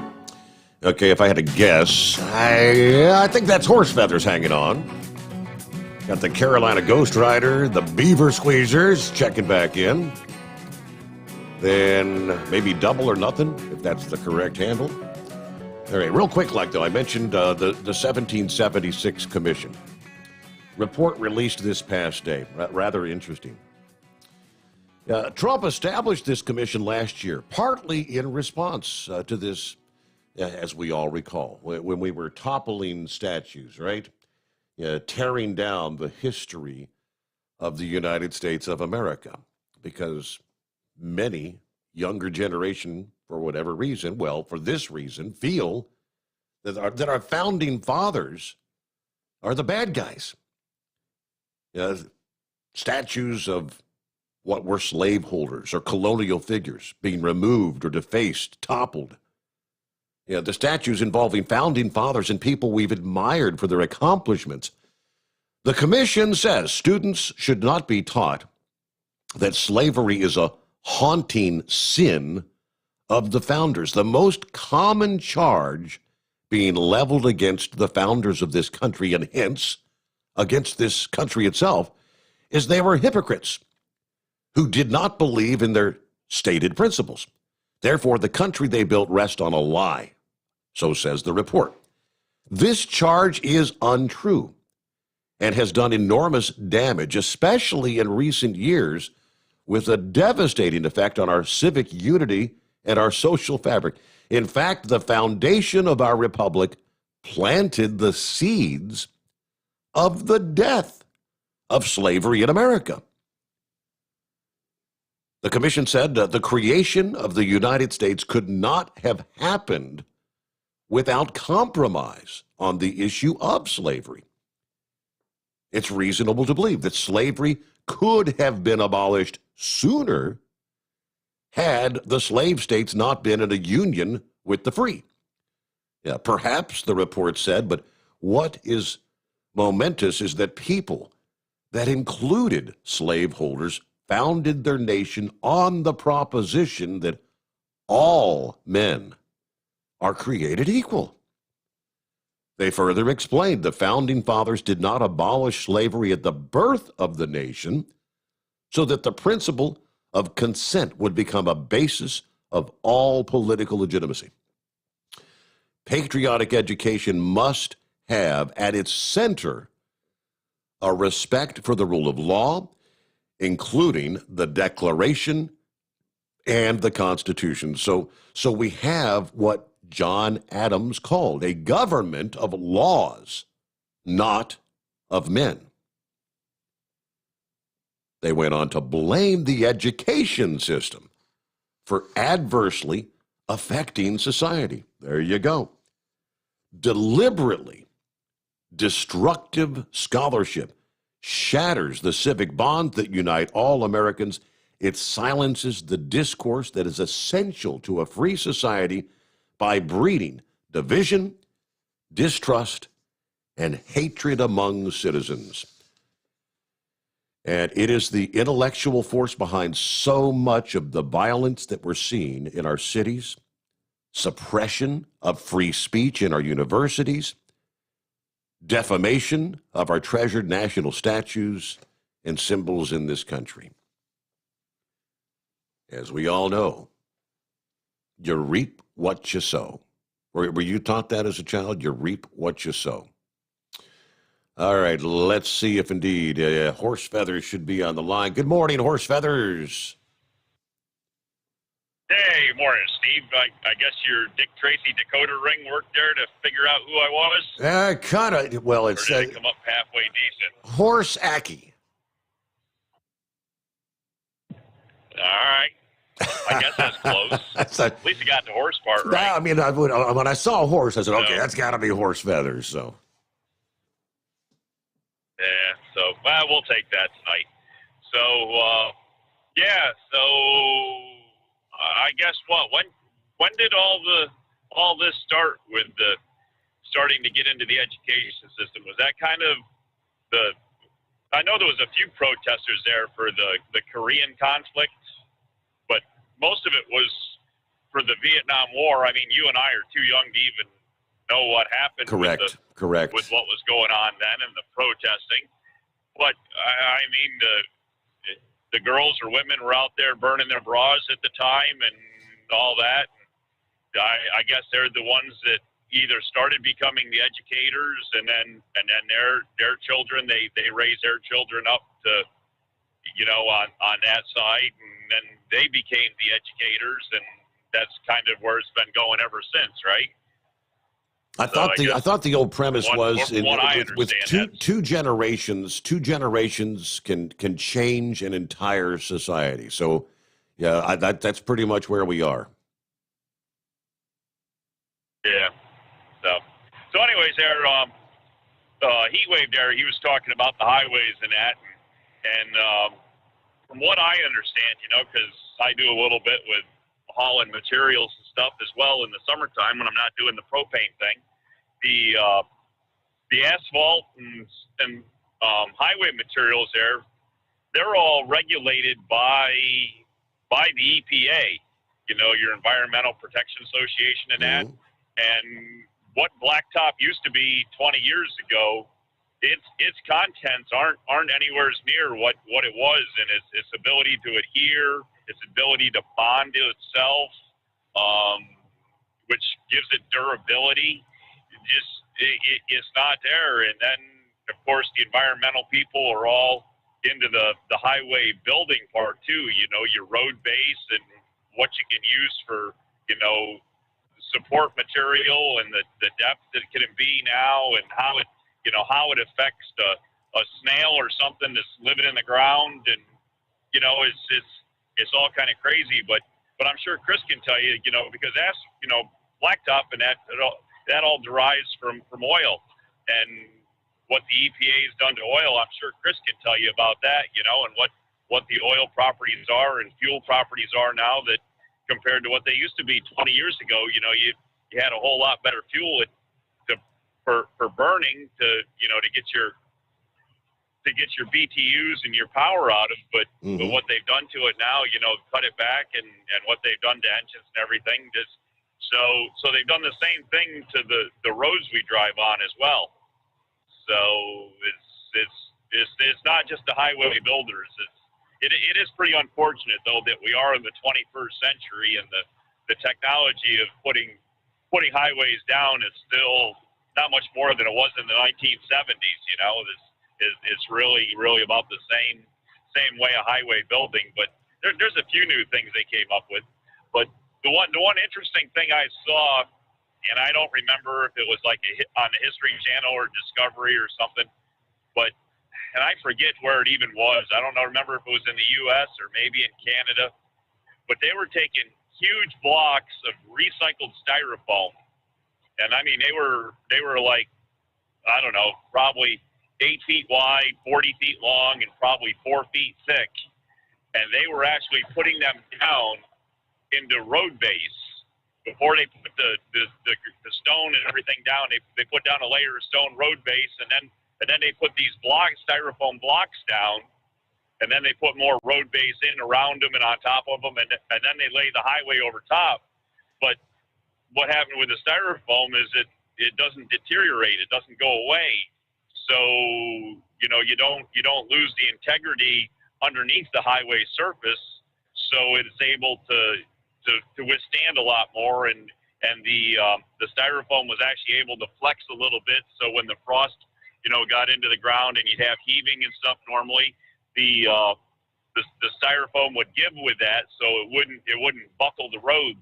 So I don't know, it's kind of interesting. So I don't know if any more has ever developed to that or not, and if anybody else has heard of that, I don't know. But as I say, I either saw it one time on TV, or as Spaceman would say, it might have been in a dream or something. But anyways, and hey, speaking of Spaceman, I subscribe to your channel there, the Overnight Drive, Steve Summers Overnight Drive, whichever way that goes. I don't know, at some point I'll get, I always had that problem on the other show there with that one sponsor you had there, we support, thank you for your support and all that. And I always had the problem with that. But anyways, when I was subscribing there the 4 times for your channel, I realized I had a subscription to another person out there, and I think a Spaceman has a channel out there that I subscribe to. Do you remember back a few years ago? Must have been quite a few years ago now. The Spaceman had something on his thing, and you had to go to his YouTube page. Can't remember what it was. I can't remember what it was. That I don't remember what it was that we were supposed to go there to look at, but I see he's got a woman driving a Jeep on a beach, which seemed to be a pretty interesting video. It kind of captured my attention for a while. So I don't remember. I didn't know if you were still subscribed to his page or not, and if that was his page. I remember seeing it that one night that he had called the show. I pulled it up, but I'm not right now. I have no recollection of what that was. Yeah. Anyways, but other than that, I don't know. That's about all we got for you there. So everything else is still pretty normal, and so I guess everything's going pretty good. And the AccuWeather gods are treating us fine tonight. I don't know. Can we see stars? I don't know. I guess I can't see stars. But it's not raining, it's not snowing. We're all pretty good here. So, anyways, the weather deal that you guys got going out there, do you guys have like river effect snow from the Ohio River? Is that what your weather advisory is? No, it's a little disturbance, a little clipper pushing through. Okay, I didn't know if you guys were getting river effect snow instead of the lake effect snow down there. No. If your river gave you some big storm or something. So, anyways, all right. Well, with that nonsense there, I guess we'll let you get back to more intelligent callers. All right, we'll call it a day. Be safe out there. Thanks for checking in. And what are we looking at? About 8 before the hour. Let's head on down to the Carolina Ghost Rider this morning. Hello, Ghost Rider. What's going on? Oh, just riding down the road, Steve. Really enjoying the show. Like the flow of the show, as opposed to when it was on the AM station. You know, you get to decide when you're going to take the breaks.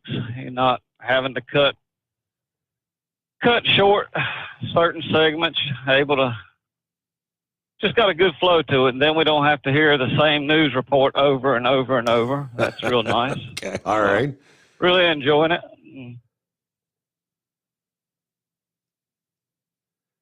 Yeah, we're still looking to get a news source, and once we get back on terrestrial, it will kind of change the flow a little bit, because you'll actually have what they call hard breaks at like the top and the bottom of the hour, so you can get into the news on time. But everything else that it can float, as they say, floating breaks. Yeah, it is. Everybody always raves about your weather forecast. I'm getting the privilege of carrying my grandson down to Disney this Thursday through next Tuesday, and thought maybe you might could look into your weather materials there and see what we're going to be looking at. Starting this Thursday through when? Thursday through next Tuesday? Yes, sir. Okay. I can pull that up. And, absolutely. All right, be listening for that. And also, for everybody that's listening, particularly those that are a part of the Steve Sommers Overnight Drive fan page on Facebook, we got an announcement at the top of the page. It's a direct link to Steve's YouTube channel, so that you can just click straight to there and click straight on subscribe. Let's help him get to that 1,000 subscription mark.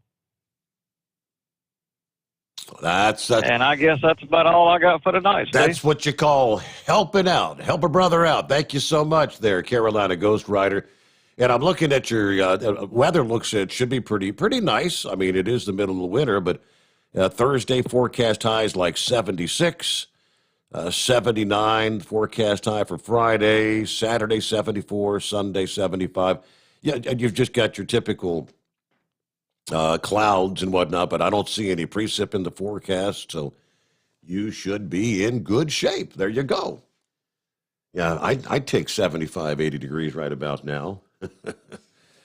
One thing I sure as hell would not want is the weather. These people, how can people actually live in a place like, it's cold in Siberia, right? Somebody tells you it's cold outside, say you ain't seen nothing. If you're not a fan of cold weather, chances are you're not going to be taking any trips to Russia, the city of Yakutsk, anytime soon. The city is currently in the midst of an abnormally long period of harsh sub-zero cold. that's considered unusual even for Siberian standards. The temperature in portions of the Yakutia region in eastern Russia, where it's located, dropped below 40 degrees below zero back in the middle of December, and it hasn't climbed above that level since. One of the longest stretches of sub-zero cold in at least 14 years. I would imagine there is no talk of global warming in Siberia. Outside of what was a brief warm-up where they hit 24 below zero for the first couple days here in January. I mean, we're talking an area located just south of the Arctic Circle. They've recorded both high and low temperatures 30 below zero since December the 8th, never getting above 30 below. Even colder air has settled into a small district about 500 miles to the northeast of Yakutia. This past morning, January the 18th, the low temperature was 73 degrees Fahrenheit below zero, minus 73.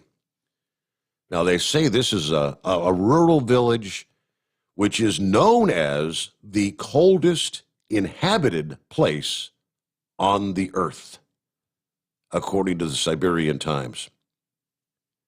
And by the way, the lowest officially recorded temperature was 89.9 degrees below zero that was recorded there in 1933. And these are all Fahrenheit, 89.9 Fahrenheit below zero. How do you survive?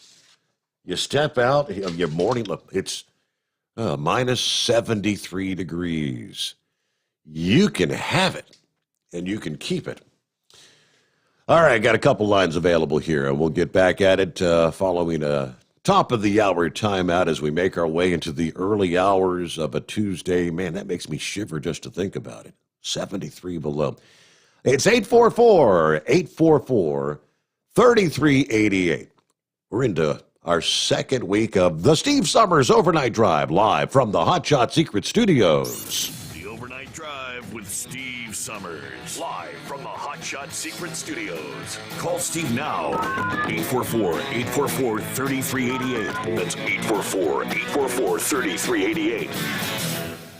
At Hot Shot Secret, we share the science behind common diesel problems and their solutions. For example, ultra-low sulfur fuels. The primary function of diesel fuel is combustibility. One of the little-known aspects of fuel is its role as a lubricant to metal-on-metal moving parts. The introduction of ultra-low sulfur fuels diminishes the fuel's ability to lubricate because sulfur, which has been mostly removed, has lubricating properties. Hot Shot Secret Everyday Diesel Treatment with LX4 delivers unmatched lubricity. Third-party testing confirms that it takes 3 times the amount of leading fuel treatment to match the lubrication benefit of 1 dose of Hot Shot Secret. Everyday Diesel Treatment is a fully formulated 6-in-1 premium fuel treatment for every fill-up, every time. Everyday Diesel Treatment is available at truck stops, Tractor Supply, O'Reilly's Auto Parts, and online at hotshotsecret.com. Hot Shot Secret, powered by science. Dean Michael, the tax doctor here. Are you one of those truck drivers that came home after a long haul and found the only thing waiting for you was a stack of IRS letters? Your significant other was gone, but your newfound IRS problem is still there. I've heard this story many times over the years. While I can't help you with your broken heart, I can fix your tax problems. If you owe more than $10,000 to the IRS or haven't filed for many years, call me for a free consultation at 888-557-4020 or go to mytaxhelpmd.com. Like I always say, you keep your eyes on the road, I'll keep mine on the IRS. Whether you're a diesel pickup performance enthusiast or just looking for a small upgrade, when selecting common rail fuel system components, look no further than Exergy Performance. At Exergy, you'll find injectors, pumps, and more, engineered like no others on the market using state-of-the-art equipment run by people that have been in the business for decades. So if you're in the market for common rail components at any power level, contact Exergy Performance or one of the many dealers listed on our website at exergyperformance.com. Do you have a Dodge pickup and hate your automatic transmission? Of course you do. Levon Miller at Firepunk Diesel here, and we specialize in heavy-duty and performance transmissions for your 3-quarter or 1-ton Cummins-powered truck. So if you're interested in turning your stock slush box into a towing monster, call us today at 614-733-3744 or visit us online at shop.firepunk.com. Getting a good night's sleep while on that long haul can be quite the challenge. That's why Commercial Vehicle Group has partnered with Serta Mattress to bring you the Bostrom plus Serta mattress for the best night's sleep possible while you're on the road. The Bostrom plus Serta mattress, manufactured with Serta's patented Cool Gel memory foam, acts to dissipate body heat and eliminate pressure points, which reduces the tossing and turning that can be so disruptive to your sleep.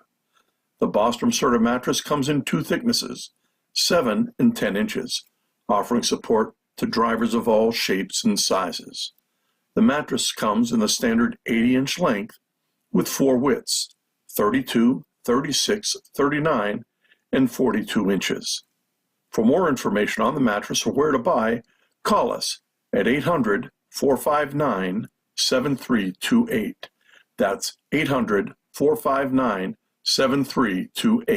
At Hot Shot Secret, we share the science behind common diesel problems and their solutions. For example, Hot Shot Secret Stiction Eliminator. Stiction, that sticky friction, undermines the performance of diesel engines and is difficult to remove from the oil system. Hot Shot Secret Stiction Eliminator is a powerful synthetic cleaner that targets stiction, contains no harmful solvents, and is formulated to be left in the engine to safely dissolve stiction for thousands of miles. It works as you drive. Our proprietary carbon nano lubricant is blended with Stiction Eliminator, filling in microscopic irregularities inside your engine, providing a smoother surface for enhanced lubricity, reducing friction and wear. Third-party ASTM testing verifies that Stiction Eliminator removes 2 times as much stiction than any alternative on the retail shelf. Use Stiction Eliminator to solve an existing problem or as a preventative maintenance. Hot Shot Secret Stiction Eliminator, available at truck stops, Tractor Supply, O'Reilly's Auto Parts, and online at hotshotsecret.com. Hot Shot Secret, powered by science. And now, back to the Steve Summers Overnight Drive.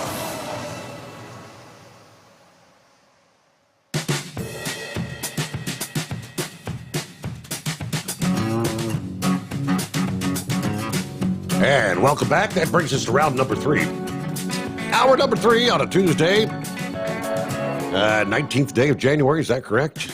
Yeah, that would be right. Because Wednesday, 20th day of January. Yeah, changes taking place.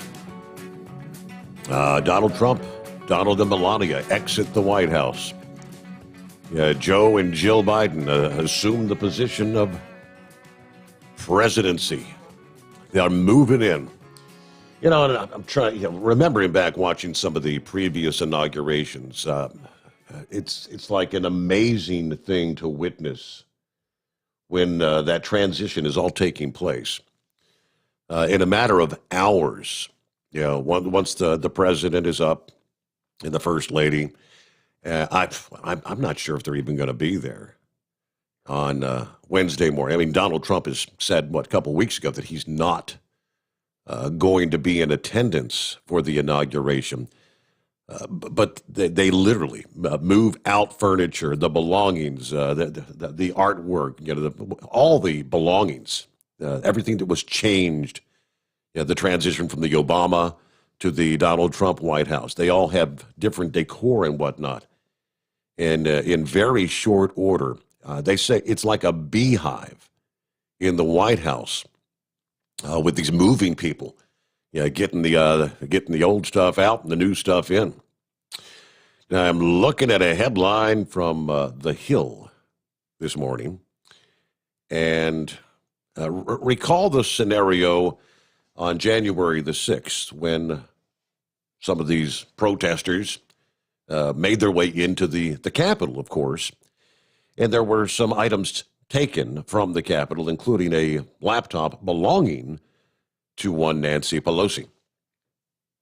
A woman who the FBI says took a laptop from Nancy Pelosi on that date at the U.S. Capitol and apparently tried to sell it to the Russians. They have arrested Riley June Williams this past day in the Middle District of Pennsylvania, according to a listing on the Justice Department's website tracking arrests that have been made in connection with that date. Williams is charged with knowingly entering or remaining in any restricted building or grounds without lawful authority, as well as violent entry and disorderly conduct on Capitol grounds. Now, the FBI, in a court filing on Sunday, said a witness identifying himself as a former romantic partner told the Bureau that Williams intended to sell the computer device to a friend in Russia, who then planned to sell the device to SBR, Russia's Foreign Intelligence Service. The transfer fell through for unknown reasons. Williams either still has the computer or destroyed it. Witness also showed the FBI video of Williams apparently stealing the laptop. Now, her arrest is one of over 100 that have been made thus far in connection with the riot on that day. Pelosi's office was accessed as rioters stormed the Capitol. Her deputy chief of staff, Drew Hamill, said after the riot, yes, they confirmed a laptop was stolen. A laptop, they say, that was just used for presentations. Still unclear whether that was actually the laptop authorities say Williams took. Kind of an interesting development there.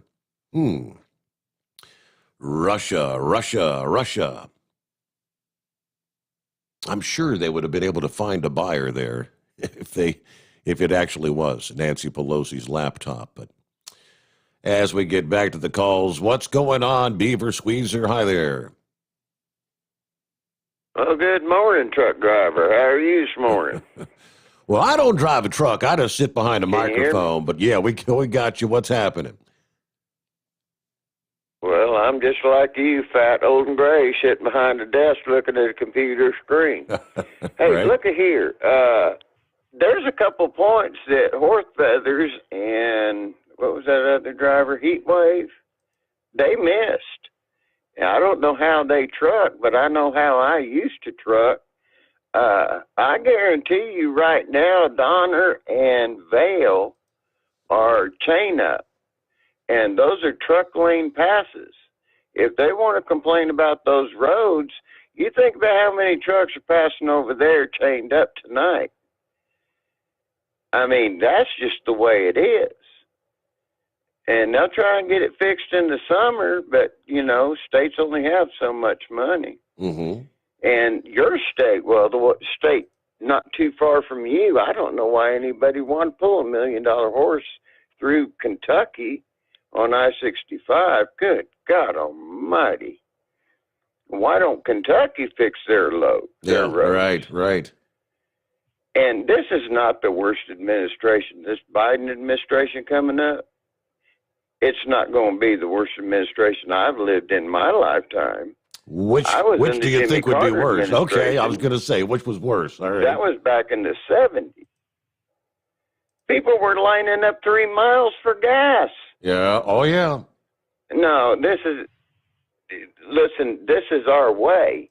You know, we only have to do it for 4 years. If we don't like it, get rid of them. What our problem is we got Nancy Pelosi and Chuck Schumer. And now we got AOC. And let me tell you something. You don't think AOC is going to take presidential bid. You know, she's too young now, but she's coming up. And she's getting a lot. Them New Yorkers, and especially Californians, I absolutely refused to truck California the last 10 years of my life. My boss would call me and say, hey, here's your choice of loads. Yeah, okay, I'll go to Phoenix, but you're going to get me back to El Paso, and from El Paso, you're going to get me home. I'm not going to California. Yeah. Well, as much as I'd like to say, and I got 10 acres right next.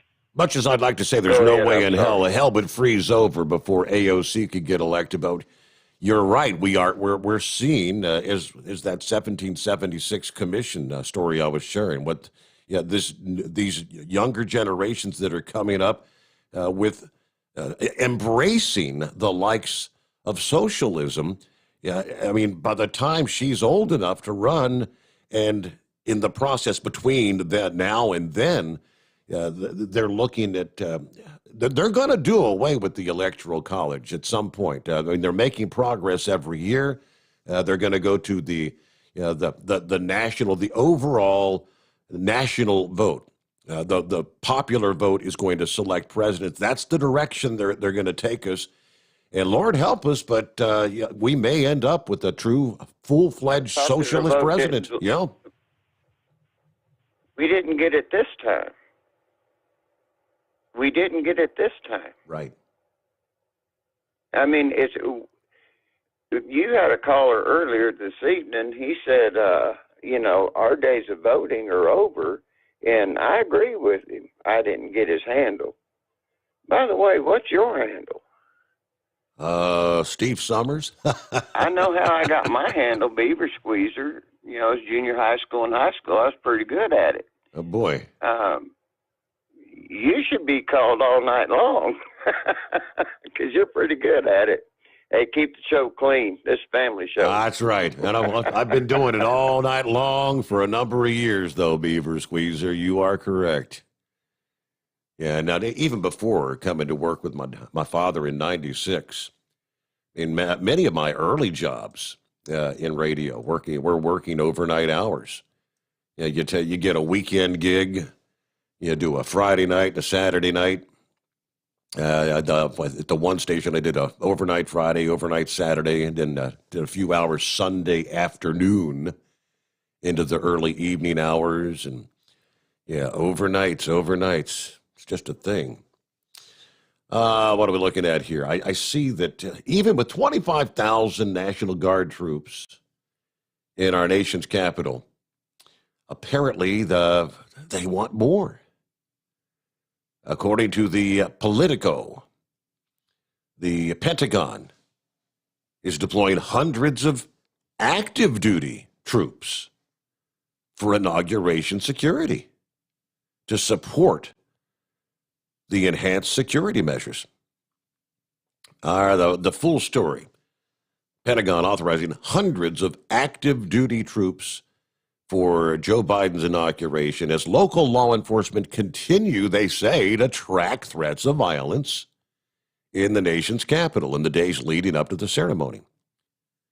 According to two defense officials, we're talking 750 active duty personnel deployed this week, including service members with expertise in handling chemical, biological, nuclear, radiological, and explosive weapons, as well as explosive ordnance disposal and medical teams skilled in trauma response, according to one official. Department of Defense also authorized active duty personnel to coordinate with FEMA medical personnel to conduct COVID-19 testing in support of the attending physician of Congress and additional management and support personnel. This, as authorities are in a heightened state of alert. Scrambling Monday morning, well, it was kind of a false alarm. There was a fire in the general area of the Capitol. It turned out to be at a homeless camp, and someone had lit their tent on fire or something. And then a propane tank subsequently exploded. But while the fire was ongoing, the Capitol was briefly placed on lockdown. They were actually doing a rehearsal for an inauguration. although the Pentagon has authorized roughly 2,750 active duty personnel. The bulk of those, about 2,000, are actually for ceremonial support, such as the band. But national security leaders around the country have ordered an unprecedented show of force this week. So you've got the active duty teams that will join the roughly 21,500 National Guard at the Capitol, and it could be 25,000 guardsmen, many of whom are protecting the Capitol. They are armed with lethal weapons. They're not using rubber bullets, and they've got the riot gear, so.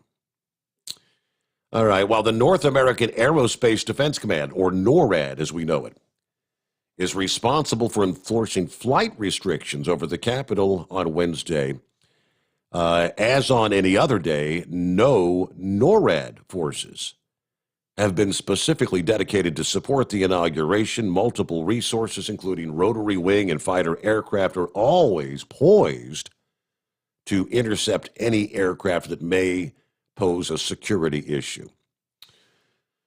I guess it would be a sight to behold, an inauguration like none we've ever seen before in this country, coming up on Wednesday. All right, it's 844-3388. That's our number, the Steve Sommers Overnight Drive, live from the Hot Shot Secret Studio. And Buster is up next here. Morning, Buster. What's going on? Well, Steve, it's been a long time, 2 months. After you got canned, I went back to archives on the podcast. And, it was going on that way. And what you said, what happened in June, that you took baby steps back. You had to, because the callers wanted to ask certain civic questions.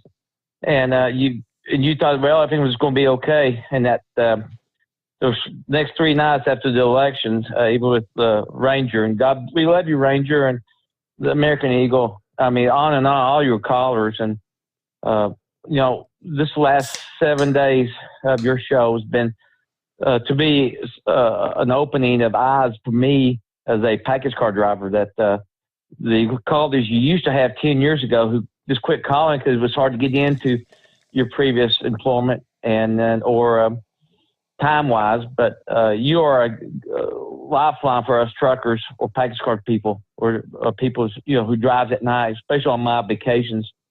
So I just want to do all I can in Tennessee to get with my feeder department, my truck drivers that I see, and tell everybody about your new gig, and want to be like an NASCAR person. I want to post a sign up in the feeder department and put something on my cooler as I walk into this guard shack, and we're going to network this like we do NASCAR, and we'll get you 1,000 plus. Martin Luther King, the January that Trump took office, they started to come out of the woodwork of hate for our president. And about that time, I discovered that Martin Luther King, back in the 60s, was asked about tearing down statues and stuff, and he asked him not to.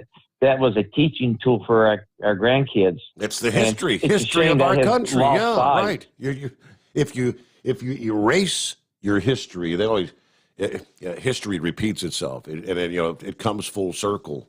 And you don't want to destroy your history. That is exactly correct. It's a teaching tool. It shows how far we've come in this country. I would like to put a word in for the weekend show. The good thing is, as a package car driver, and I have ringing of the ears over decades of the metal doors slamming that on my package car, but also loud music or steam cleaners. But I got to use this weekend to go through the archives of the shows like Wednesday, Thursday, Friday, because I do have to get to sleep, and I'm like Trump. You give me 4 to 5 hours of sleep, I'm good to go in the package division. But people like Dave Martin and that Dan Carroll guy, he really did some homework and trying to understand us truckers and the nighttime gig. And when you guys are ready to grow again, let's look at those two young men. And XM Radio, I always thought, why do we have Westwood One, the nighttime conspiracy guy on the 147, I think, channel for our truckers, when we could certainly have you guys, this show, on that as we grow. And looking forward to have you on FM or AM out west. I got a buddy that lives in Westwood, Iowa, near Sioux City, and he lives and breathes by a super radio. He's an old school farmer, and as soon as I know there's a gig, if he can listen to the show out there, I'll be letting him know to tune in on his super radio for Kansas City or Nebraska or something. So, Steve, I got your back, and have a great run with this. I wish I could turn the light off on my phone. I have to turn it upside down, and then I just fall asleep because I can't get the light to turn off on my phone. With that, so I can see the situation there. But I will get myself registered once I figure out how to do the Gmail thing, because I've never been on the social media. I like to keep I don't get cookies. I will do with the app when you get the app, and but I'm very selective who gets in my phone. But one last thing, guys and gals, Newsmax.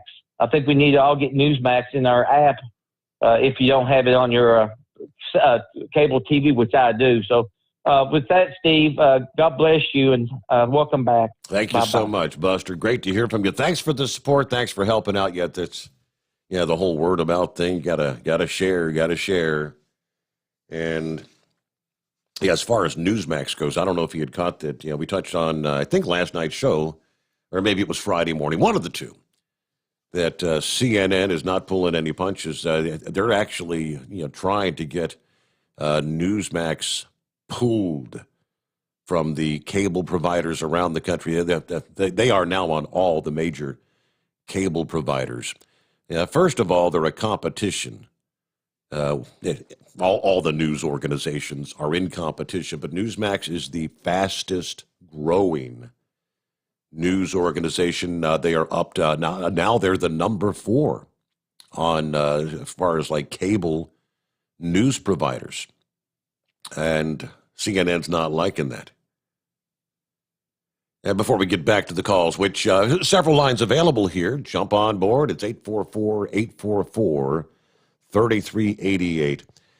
As much as I think, I'm not anticipating things kind of getting crazy like we saw last summer, where we had riots held all over the country with the violence and burning buildings, burning cars, burning police vehicles. And we witnessed it all.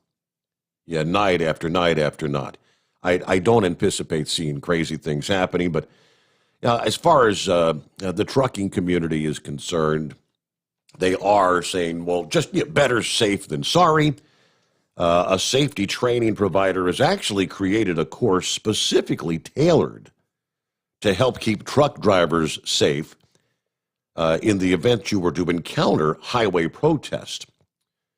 Instructional Technologies detailed the protest safety training in a blog post on January the 15th. Now, the companies say they added protest safety training information to some of the existing courses they already had, which they had the likes of road rage courses. But in the blog post, Instructional Technologies points out the best way to stay safe is, of course, avoid roadway protest altogether. Keep up to date with the news and the social media pages that give up-to-date information when and where some of these things might be taking place. In a case where it cannot be avoided, they offer the following tips to keep safe during protests. Number 1, avoid provoking or engaging with protesters. Number 2, set the parking brakes, lock all the doors and windows. Remain in the vehicle if it's safe to do so, but evacuate with your belongings if you feel that you might be at risk. Obviously, call law enforcement. They may not even know there's a problem. Use a mobile phone or a dash cam to record as much as you possibly can, but not if it provokes people. You can get some valuable safety tips. They've got a video presentation, kind of an overview of the course as well. But as we all know, over the past year, the trucking industry's been increasingly on edge about the threat of violence. We had several drivers that had run-ins with some of those protests, the George Floyd protests, the BLM protests, that ultimately resulted in serious charges, injury. Of course, in one case, the truck driver himself facing serious charges. I think that was the driver up, was it Minnesota or Wisconsin, whichever the case may be. But they ultimately charged him for proceeding, trying to drive through the... He didn't injure anyone. It was mighty close. Some people could have been killed at the speed he was trying to... And I've heard drivers, going back in time, where they would be calling in saying, "Hey, if you're going to get in the road in front of me, I ain't stopping. It's hammer down, get the hell out of the way or get run over." That's gotta be careful. Looking at 27 past the hour. Let's take another call and head on down somewhere in the Sunshine State. And it's, the world-famous Cool Breeze. What's happening, Breeze? Hey, ho, Mr. Sommers, how you doing tonight? Not too bad. How's your week starting out? Oh, it's good. It's good. I'm just hanging out at the house, still healing up from this car accident. It's gonna, the 31st of this month, it'll have been a year. I've been laying around the house here trying to heal up. But it's a good thing because I'm staying away from the coronavirus, right? Well, yeah. So what did you get? Did you get some really serious injuries, or what all happened? I fractured 4 ribs. Ooh. I fractured the C2 in my neck, which that's what I'm still dealing with. The ribs are pretty much healed up. They at first they were going to do surgery on my neck and put me back together. But they decided not to do that. They decided it was just a fracture to let it just heal up on its own, which is, unfortunately, if you have a fracture, it takes a lot longer to heal up than if they go in there and fix it, right? Okay. Which I wasn't too crazy about them operating on my neck anyway, But your Siberia story a while ago, 70 below. Yes. Oh, my God, it gives a whole new meaning. Gives a whole new meaning to being banished to Siberia, right? Mm-hmm. And for the people that are there, how in the hell did they? Why don't you move south? Get the hell out of there.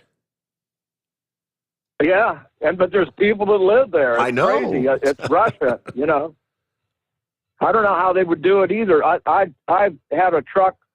I was coming down through Utah, came down through Moab, and I was taking 666 around, cutting over that little corner by Cortez, Colorado, and then I had a way I come down and come out by Shiprock, New Mexico, out there on 40, and come on with it. That's the way I used to take a shortcut coming down from potato land up there and onion land up in Oregon, Idaho line up in there, because I hauled those for a while. But I came through right after I come out of Utah, coming over into Cortez, Colorado. It was 8 or 10 feet of snow piled up on both sides of the road, a little 2-lane road, and you couldn't even see. It was just, the snow was cut through. The road was just cut out, and you had to drive down through the middle of it. And I got down there in the middle of it, and somebody had spun out with a car, and there was a cop down there trying to pull them out to open the road back up, and ended up sitting there and idling for a while. That was the bad part of it. I never got out of the truck when I was sitting there idling. But then as I went on into Cortez, Colorado, I started pulling a hill, and the truck just cut off. My fuel had froze up at that point. But then I found out after the fact it was 35 below right there. right then. Wow. And I had double fuel additives in the tanks. I mean, I did everything I could do. And it wasn't back in the days of cell phones where you could call for help. I had to walk about 3/4 of a mile back to a little gas station that I had been by before the truck locked down on me. And I was dressed for Florida. I mean, that's how I dress all the time. If I got to get out of the truck, I just stay in the truck, But my ears were froze. And then I got I went back to this little gas station, got in there and walked in and stood right over the top of a fire, a heater thing that the guy had in the little gas station. And he says, "Are you okay? Are you okay?" "Yeah, I'm frozen, but I'm okay." And then I used his phone, and then I called for help from there, and I got somebody come towed it in. They just put it inside of a garage for the night, and I went and found a hotel room. But that's all it took. That thawed it out. The fuel was freezing in the lines going up to the engine. The fuel had frozen up in the lines going up to the engine. It was old 3406 Cat, but yeah, quite an experience. Another time, 30 below on Cabbage Pass, out putting chains on the truck to go over Cabbage Pass up in Oregon, and found out later it was 30 below. Oh my God, I don't know how people live out there in that. I mean, At least I just drove in it. All the years I was driving all over the country, I just drove in it. I always came back down here to Florida and got thawed back out, right? That's all. I don't want to spend any time there. Hell, I don't like 32 degrees above, let alone 32 below.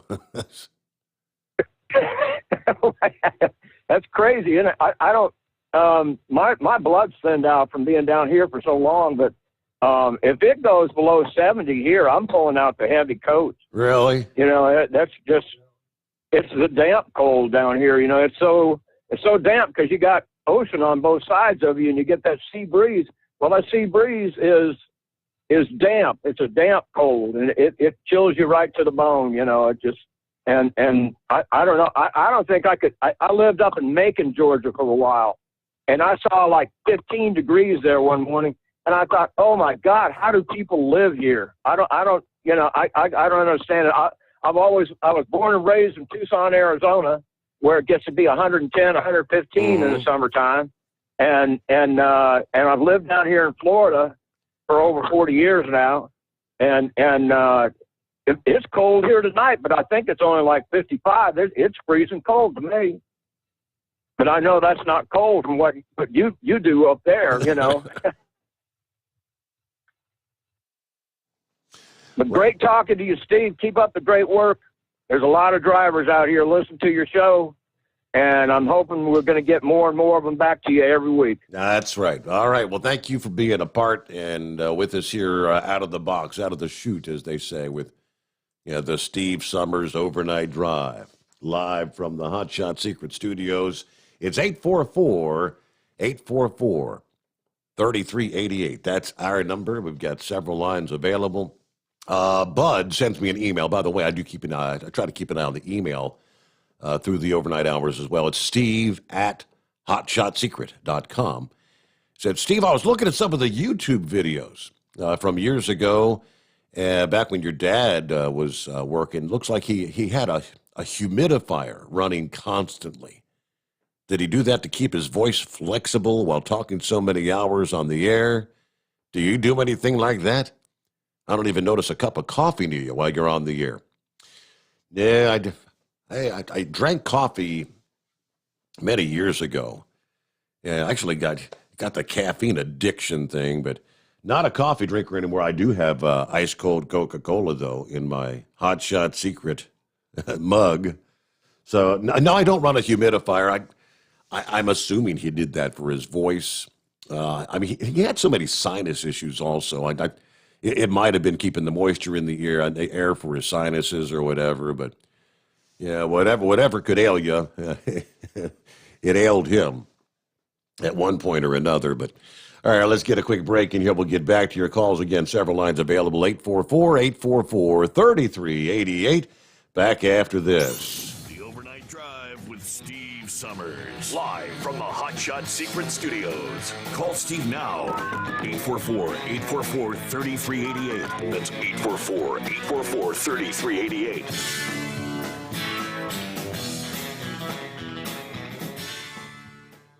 Attention all truckers, Dean Michael, the tax doctor here. I want to talk to you about those dreaded tax problems. I know you want to keep on trucking and not even think about them. Well, let's face it, they're not going away all on their own. You need professional help. I've been helping truckers put their tax problems in the rearview mirror for years. I can help you too. Call me for a free consultation at 888-632-4506 or go to mytaxhelpmd.com. It's like I always say, keep your eyes on the road, I'll keep mine on the IRS. 888-632-4506. Pure Flow Air Dog, your leader in fuel air separation system technology. Our systems filter out water, particulates down to 2 micron, and remove all of the air out of your diesel fuel. This allows for nothing but pure, clean diesel fuel to reach the expensive injection system equipped in your vehicle. Not only do our fuel systems protect, they also come in a variety of flow rates to meet your performance needs. Our systems are compact and use OEM-style fittings for easy installation. Learn more about our product at www.pureflowairdog.com and be sure to follow us on Facebook and Instagram. Protect your investment with Pure Flow Air Dog. Covered. The Pluto Duo headset bundle is the best communication headset you can find in the industry. No matter the challenging environment you're driving in, the Pluto headset will make you sound crystal clear all the time thanks to their 99% noise cancellation. And the Duo's not only a stereo converter for the headset, but also a power bank so you can charge as you go. Learn more at StellarElectronic.com or visit them on Facebook. At Hot Shot Secret, we share the science behind common diesel problems. For example, ultra-low sulfur fuels. Fuel has 2 purposes, combustion and lubrication. Ultra-low sulfur fuels have diminished the fuel's ability to lubricate. Hot Shot Secret Everyday Diesel Treatment with LX4 restores lubricity, protects your engine, and optimizes performance. Everyday diesel treatment is available at truck stops, Tractor Supply, O'Reilly's Auto Parts, and online at HotShotSecret.com. Hot Shot Secret, powered by science. And now, back to the Steve Summers Overnight Drive, live from the Hot Shot Secret Studios.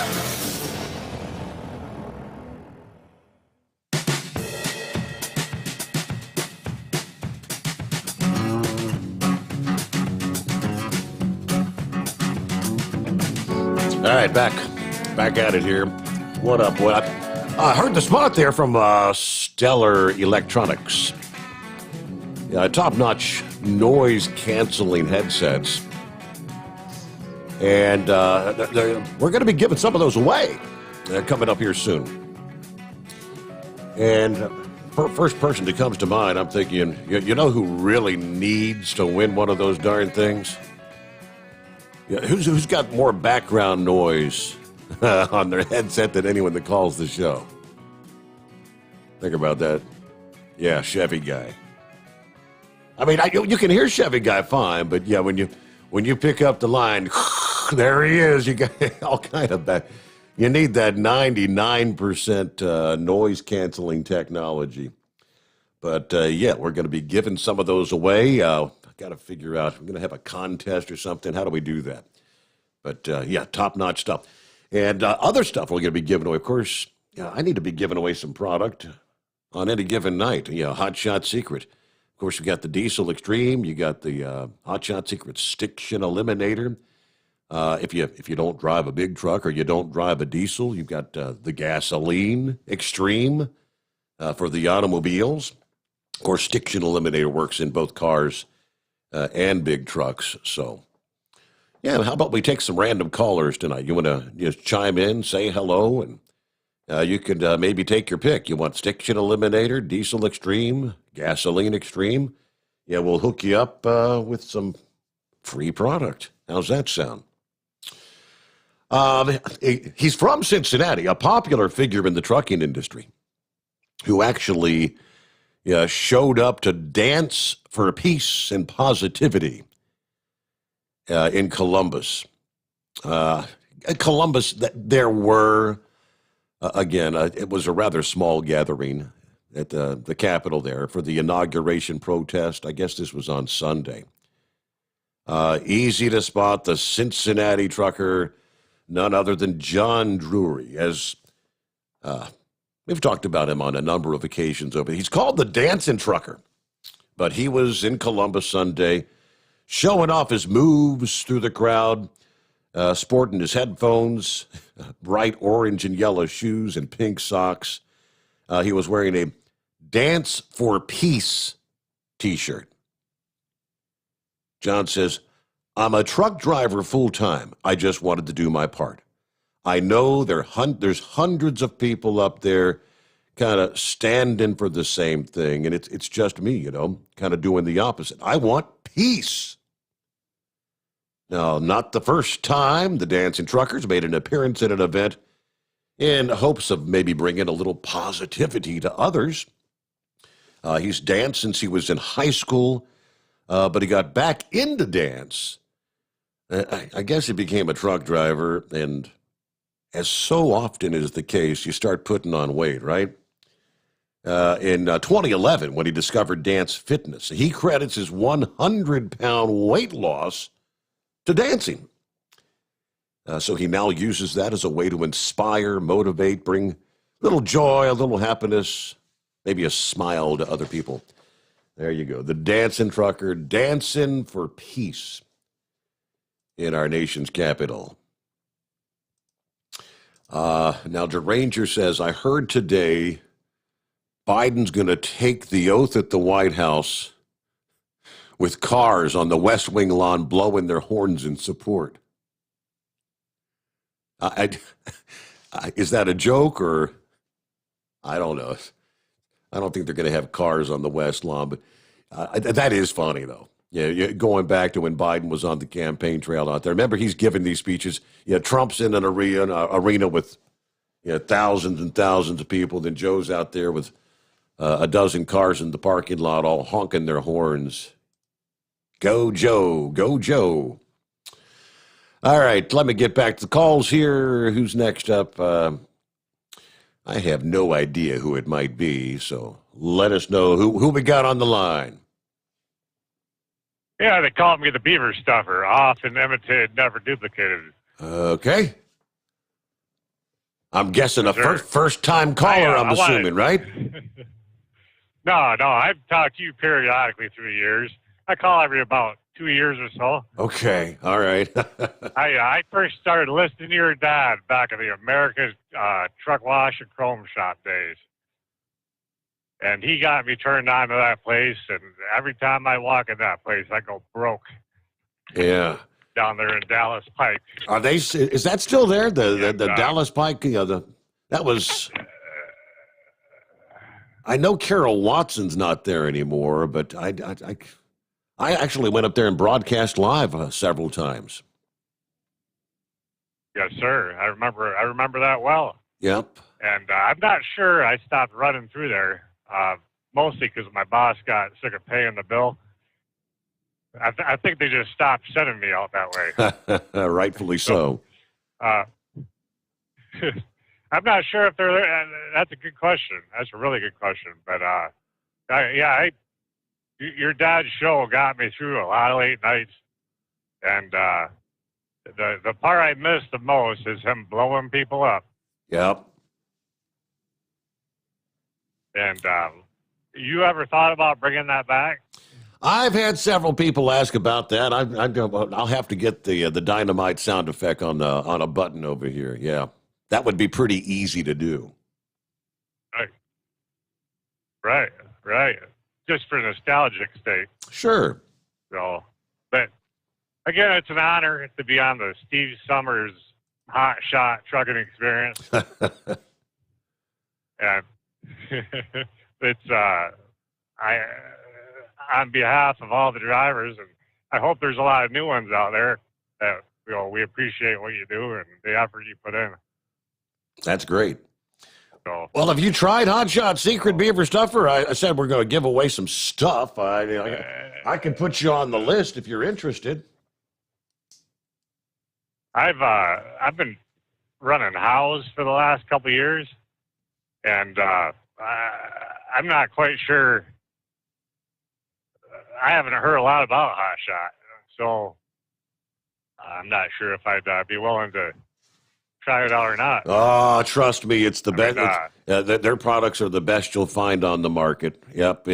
If you were to try it, you'd all of a sudden you'd be a true believer. So. Right? You can actually tell the difference when you put it in. You can tell the difference, certainly. Yep. Huh. Well, That'd be willing to try. I jotted your number down, so we'll give you a ring, and you can let us know, what you'd like, and are you typically up just overnights, or are you up during the day at all, or? That's the tough part. I'd say the toughest part about this trucking job is the change of hours. The one day you'd be running in the morning, and third shift the next day, and second shift the next day, and getting used to the different sleep patterns, I would say. Mm-hmm. But I try to do most of my trucking about this time. There's less traffic and that's correct. Easier driving. Easier driving, absolutely. Yep. Well, all righty. Well, hey, thanks for checking in. Just give it a try, and I can. You know what? If it's free, what's it going to hurt you anyway? But I'll about guarantee you'll be picking up Hot Shot Secret products off the shelf the next time, rather than the Howls. Yeah, Howls. That's a reputable name. They've been around a long time, but maybe you could check out some of the videos from like the Hot Shot Secret website. They've got the side-by-side comparisons of all those different products. Everything they make, everything Chris does. They bring those products in literally from all over the world. They bring product. Chris said they bring stuff in from China. They bring stuff in from Russia. They bring product in from Israel. Everything that you can find, and they'll break it down. They'll test their product against it, and they make sure their product is better than anything else you can find on the shelf. That's what it's all about. So I had a couple from the email bag. Let me jump back down here. Let's see. Some of these come in. Okay, Steve, great to have you back. Like others have said, it was a long couple boring months without you. I hear all these guys complaining about having to leave their phones on or lit up while listening to you on YouTube. All they have to do is sign up for the free 2-month trial of YouTube Premium, and then you're able to do other stuff on your phones or turn it off as far as like the lighting, and but you can continue to play in the background, and then hopefully before their 2-month trial is over, you will have expanded onto other platforms. Maybe that'll help out some of the drivers, but keep up the great work as always, and I'll continue to listen. Thank you so much for listening, David. Then from Chris. Steve, great to hear you on the airwaves again. I found you over the weekend while messing around on Facebook. I'm the guy that works overnights at the local grocery store chain here in the Cincinnati area. It's great to have you back with live radio and weather while working at night. And I also love that I can watch the show in the mornings while I'm kicking back if I don't get to tune in at night. A few quick things, though, on the Biden executive orders. The one I'm most worried about is the so-called removing the Muslim ban. Well, the media just presents this as you're a hater. After watching the security issues during the Capitol riots, how easy is it to burn these cities? And then the immigration situation. Now on top of that, we're going to have maybe hundreds of Al-Qaeda and ISIS soldiers trying to mix in with the regular people, flying in from the Middle Eastern countries. It's a total 180 from where we were and how we looked at these things after September 11. Chris, you are absolutely correct. Yeah, the mainstream media tried to call Trump's ban on people from certain countries as a Muslim ban. He just doesn't want Muslims coming in. No, the idea is he doesn't want people that are intent on killing Americans. All right, the school situation you were talking about. Yes, I see a lot of teenagers as they're leaving the second shift at night.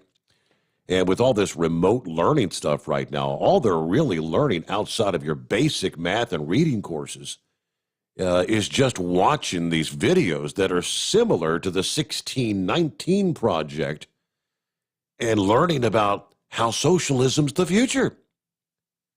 So when these kids are in their 20s and 30s, I have little hope for this country going forward. And even from the standpoint of they aren't learning jack squat and have no real social skills being in front of a screen all the time. Lastly, you and your old producer used to talk sports for a couple minutes. What do you think of the Final Four for the NFL? We've got Brady versus Aaron Rodgers in Kansas City versus the Bills. Should be exciting. Have a great day. Love hearing your catchphrases again, like, thanks for checking in. And let's take a look around the country. Yeah, some of those things, I guess I do kind of hang my hat on, my catchphrases. Well, speaking of, since you brought it up real quick, like in the sports arena, I did have the story here. Of course, I did not see when Mahomes took the hit, but he's under the concussion protocol right now. And they say that's all they can really say about his status now 5 days before the AFC Championship game. We do not know how long he'll be sidelined. We don't know if he'll be able to play Sunday. We don't know for sure if he even suffered a concussion. What we do know is that brain health was one of the major storylines of the NFL's division playoff round. Mahomes removed from the Chiefs' victory over the Browns Sunday after a hit at the end of a run that left him kind of staggering. The day before that, Ravens quarterback Lamar Jackson was ruled out of a loss to the Buffalo Bills after his head slammed the ground.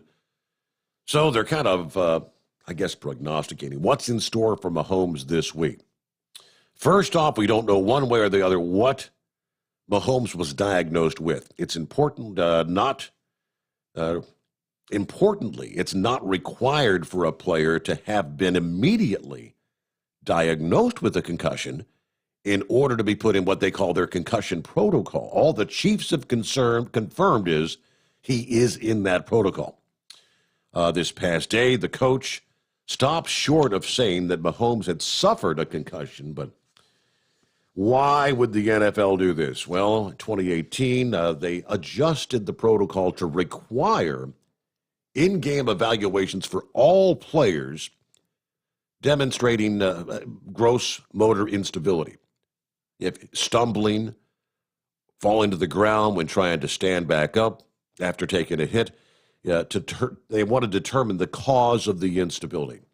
That roughly fits what happened with Mahomes on Sunday.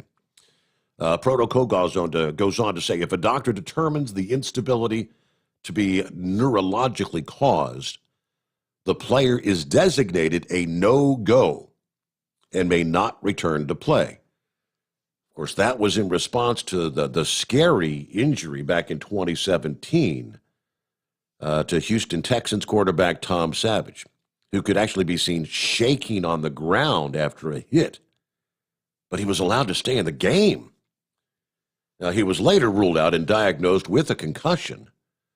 That adjustment, though, allowed doctors to rule players out of games after examining them for those symptoms.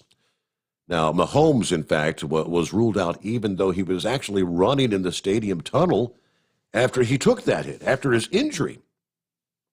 Does it matter if he actually suffered a concussion? Well, of course it does, but whether he did or didn't, he must pass through It's a 5-step process to be cleared from the concussion protocol, to be cleared to get back on the field.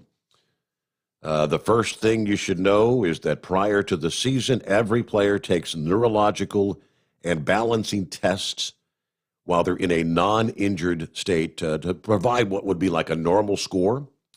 Those results can later be used to help diagnose a concussion and maybe determine when a player's neurological activity and balance has returned to the previous state following a brain injury or concussion, as they call it.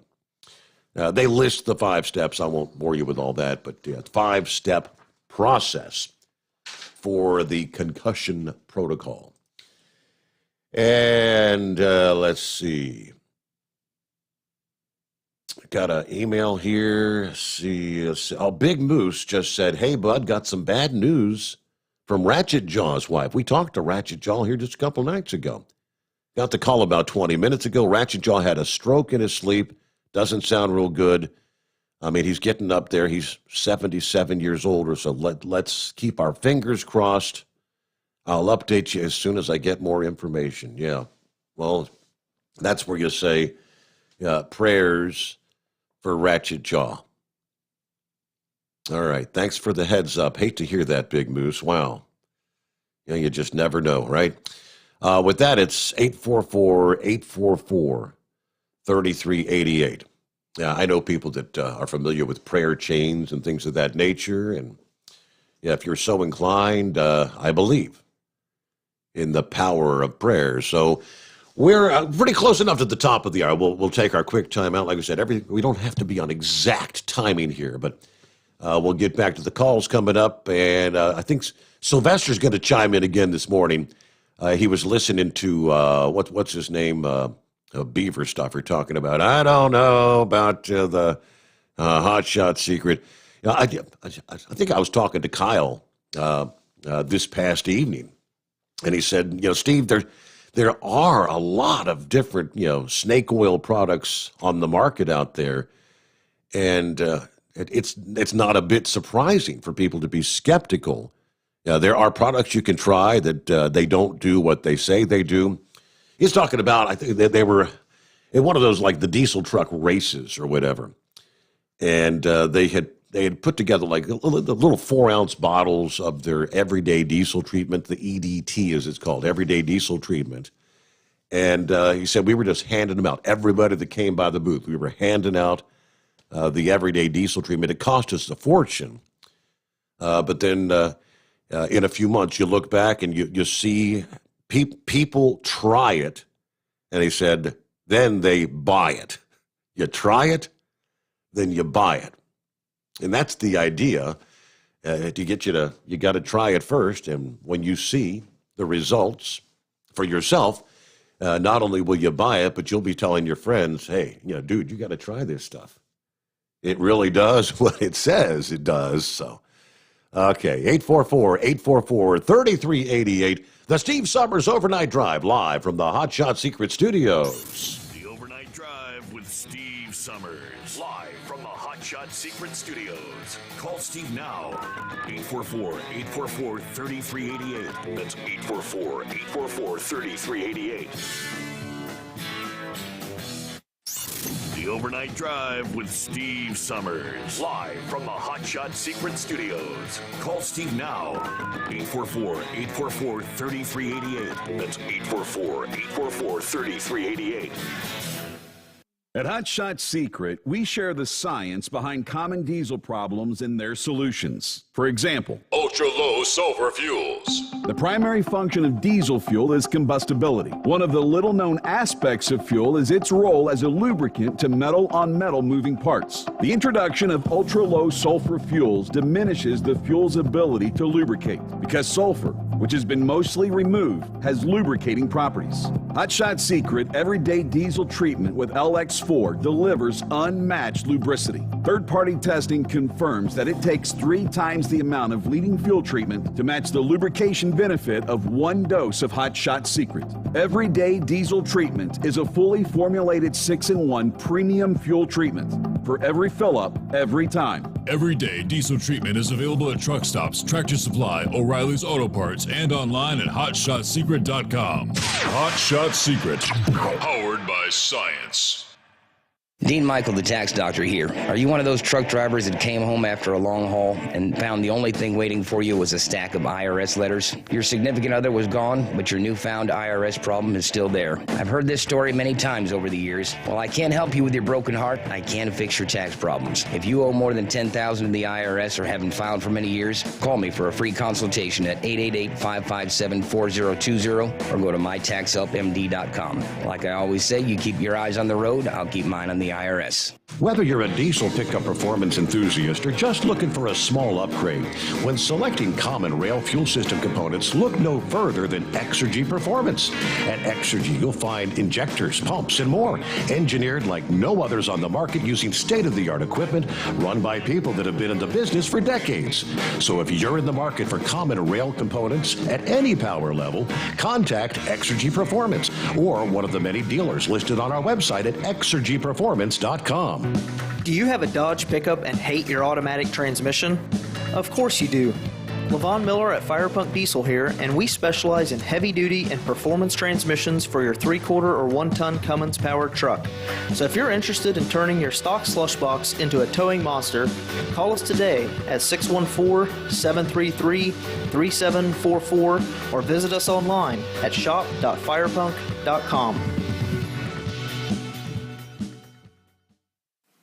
Getting a good night's sleep while on that long haul can be quite the challenge. That's why Commercial Vehicle Group has partnered with Serta Mattress to bring you the Bostrom plus Serta mattress for the best night's sleep possible while you're on the road.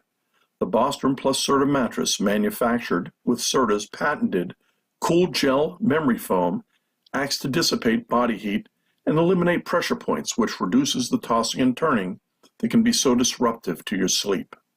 The Bostrom Serta mattress comes in 2 thicknesses, 7 and 10 inches, offering support to drivers of all shapes and sizes. The mattress comes in the standard 80-inch length with 4 widths, 32, 36, 39, and 42 inches. For more information on the mattress or where to buy, call us at 800-459-7328. That's 800-459-7328. 7328. At Hot Shot Secret, we share the science behind common diesel problems and their solutions. For example, Hot Shot Secret Stiction Eliminator. Stiction, that sticky friction, undermines the performance of diesel engines and is difficult to remove from the oil system. Hot Shot Secret Stiction Eliminator is a powerful synthetic cleaner that targets stiction, contains no harmful solvents, and is formulated to be left in the engine to safely dissolve stiction for thousands of miles. It works as you drive. Our proprietary carbon nano lubricant is blended with Stiction Eliminator, filling in microscopic irregularities inside your engine, providing a smoother surface for enhanced lubricity, reducing friction and wear. Third-party ASTM testing verifies that Stiction Eliminator removes 2 times as much stiction than any alternative on the retail shelf. Use Stiction Eliminator to solve an existing problem or as a preventative maintenance. Hot Shot Secret Stiction Eliminator, available at truck stops, Tractor Supply, O'Reilly's Auto Parts, and online at HotShotSecret.com. Hot Shot Secret, powered by science. And now, back to the Steve Sommers Overnight Drive.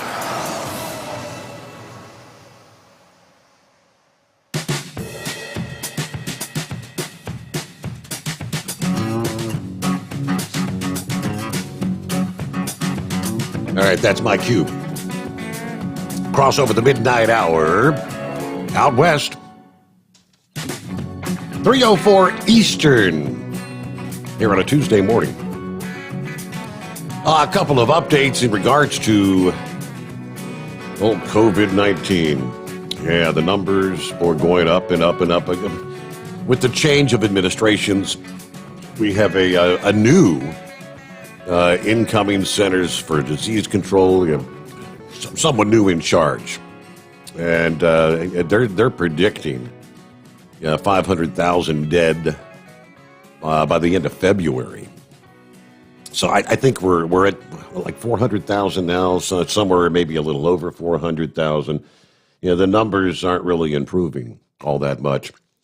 But one of the symptoms that we've known, one of the first symptoms that they were able to diagnose way back early on, was people, you lose your sense of taste and smell, oddly enough, when you come down with COVID.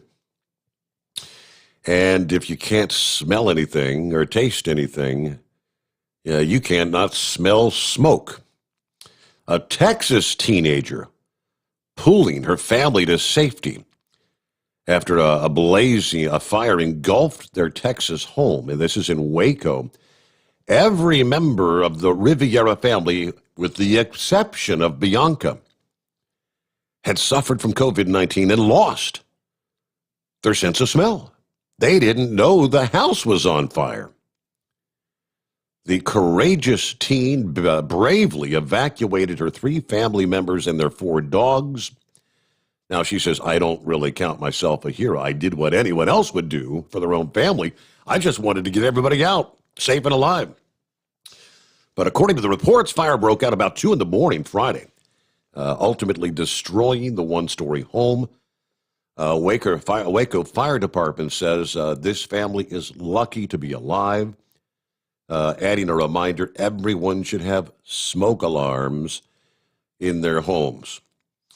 But a recent study of the olfactory dysfunction that the COVID causes, 2,500 patients taken throughout European hospitals found that 86% of people with mild cases lose their sense of smell, but they usually recover it within 6 months. Anemosia, the medical term for losing your sense of smell, that's considered to be an early warning sign of COVID-19. But Bianca woke up to the smell of plastic. After waking her family, directed them out the back door. She then went back into the blazing home to rescue the pets. She said, it didn't matter to me. If I was going to get hurt, I was going to get burned, as long as I got them out safe and sound. So, a story with a happy ending. I mean, they lost their home, but they did not lose any lives, and the pets all survived as well. Hopefully they had insurance, right? Then one other tidbit, an update also in regards to COVID, that's an interesting report. Almost 1/3 of patients who recovered from COVID-19 were readmitted to the hospital within 5 months' time, and 1 in 8 died, according to the Leicester University and the Office for National Statistics in the UK. Statistics showed out of 47,780 people who were discharged from the hospital, this is during the first wave, just shy of 30% returned to the hospital, and 12.3% died from COVID-related problems. Many survivors go on to develop serious health issues, heart problems, diabetes, chronic kidney and liver diseases. According to the study's author, this was the largest study of its kind to date, tracking recovered COVID-19 patients. People seem to be going home, getting long-term effects, coming back in, and then die. We see 30% have been readmitted, and that's a lot of people. The numbers are so large, he says. Now, they found that survivors were nearly 3.5 times more likely to be readmitted and die within 140 days than other outpatients. They said patients were readmitted with a new diagnosis, something, say, diabetes or liver disease, and said it's important that COVID-19 survivors are put on protective therapies such as statin drugs and aspirin. We don't know if it's because COVID-19 destroyed the beta cells that make insulin and you get type 1 diabetes, or whether it causes insulin resistance and you develop type 2. But we are seeing the surprising new diagnosis of diabetes. Of course, I know in this country, diabetes is already at incredible proportions, but, well, they're learning more with each passing day. But let's get back to the calls, and there we go to the land down under. What's up, Sylvester? What's up, brother? So I want to point out one thing about that statistic. It sounds grim and sounds really bad. But remember what they're saying is that's with people that were admitted to hospital, not everybody that got COVID. So if you look at that, that's actually a very low percentage of the total people that have actually gotten Good COVID. point. Good point. Yeah. That's, now, my own personal experience. My brother is currently recovering from COVID. My sister-in-law is currently was diagnosed about a week ago. She immediately lost her sense of smell. My brother was basically sick for 3 days. 3 or 4 days. He didn't get out of bed. He was really sick. But he's now has a lingering cough, but he's recovering. Okay. He actually got sick right after Christmas. So it's been a few weeks, but he is mostly recovered. He has a bit of a lingering cough. Okay. My sister-in-law, who is epileptic, first off, and she has a couple of other health issues, has had almost no symptoms whatsoever, except that she lost her sense of taste. Wow. And smell. She lost her sense of smell first, and I jokingly said to her, well, with my brother around, that's probably a good thing. And then my nephew, their youngest son, had it back in July, and he barely even showed any symptoms. My 85-year-old aunt, who got it when she fell and broke her hip, she got it in hospital and barely showed any symptoms. 85-year-old ex-smoking diabetic aunt barely showed any symptoms. That doesn't mean that everybody isn't going to everybody's going to do that well. But I'm a Christian, and I don't walk through my life in fear because I believe that the Lord will take care of me, and whatever He ends up needing from me, that's where He's going to direct me. So I'm not afraid of getting sick, but if I do get sick, I get sick. Now, the other thing is that, remember Fat Rat? Yeah. I spoke to, he called last week. He did. Yeah. Oh, did he? He did. So did he tell you about his brother? I think, his brother's sick. I believe he did, that passed away, but his mom passed away. Was it? Okay. His mom passed away. His brother has COVID. Now, we talked about prayer chain. Prayer works.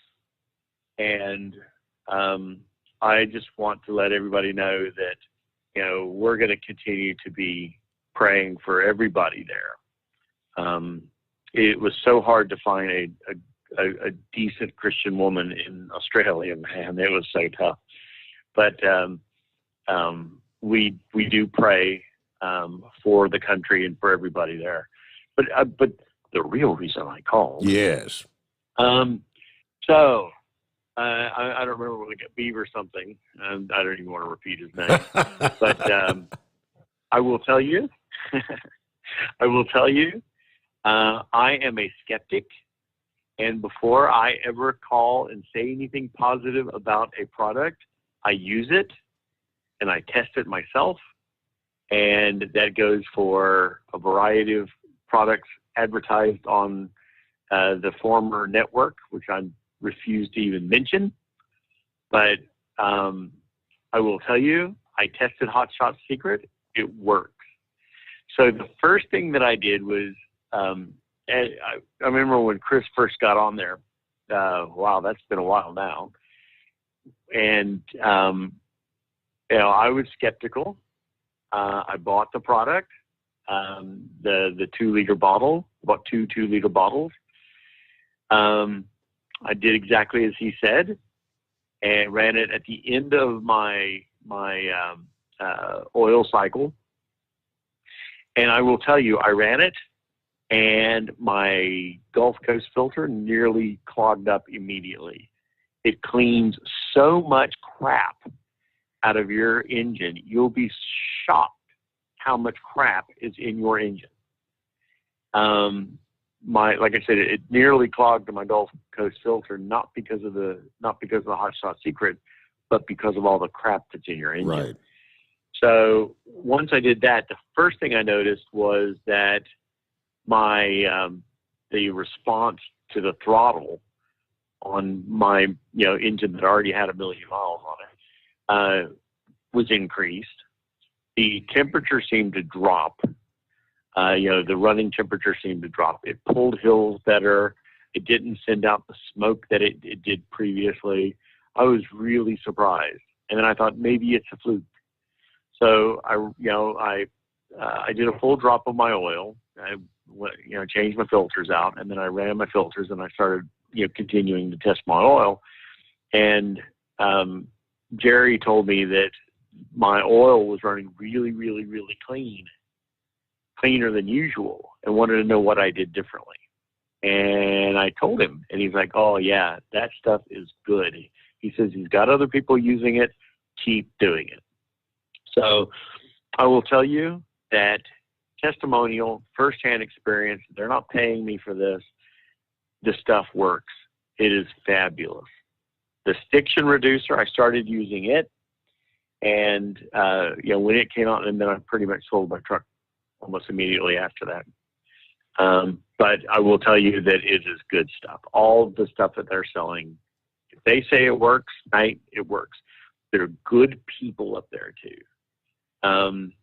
I will tell you, there's a lot of integrity up there at the company that puts together Hot Shot Secret Grill Chicken. Mount Gilead, Ohio. Yep.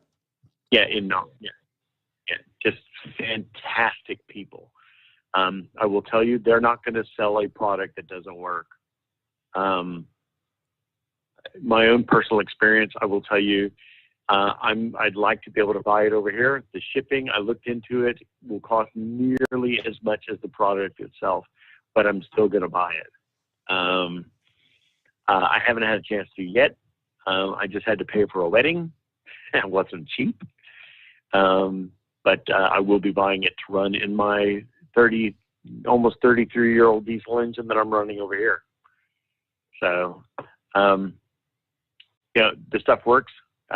And I want to tell you too, that they had the integrity to step in and make sure this show had a chance to be on, and Steve had a voice, and all the other drivers can have a voice where your voice was taken away from you.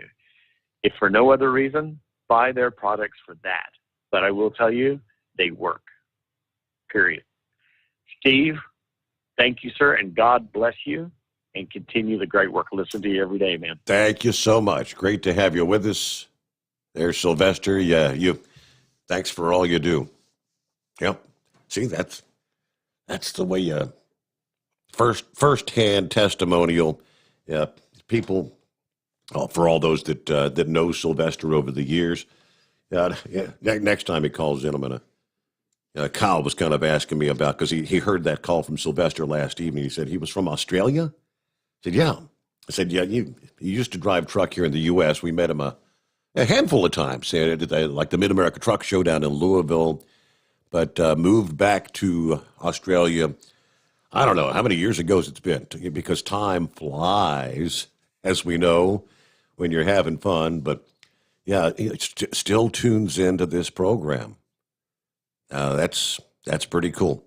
All right, looking at 20 past the hour. So gearing up for Inauguration Day. Again, mainstream media, just pounding the drum, expecting some sort of violent protests from story from CNN. They're talking about the LA Times Washington bureau chief was looking at getting some notebooks as gifts for her staff. A couple of weeks later, she was procuring goods of a decidedly different kind, a.k.a. gas masks, helmets, and body armor for LA Times staff members that are going to be attending the inauguration. Really? So is that what the media is going to be decked out in? Gas mask, helmets, and body armor? Newsrooms like the LA Times have distributed protective equipment and held safety training to prepare reporters for Inauguration Day. Protests and demonstrations around the ceremony in Washington, D.C. are typical, but after the riots on January 6th, journalists are preparing for another violent outbreak. Kelly says, I quickly saw my role as a person who had to adapt. My goal is to protect my staff, protect my reporters, and make sure everybody's taken care of.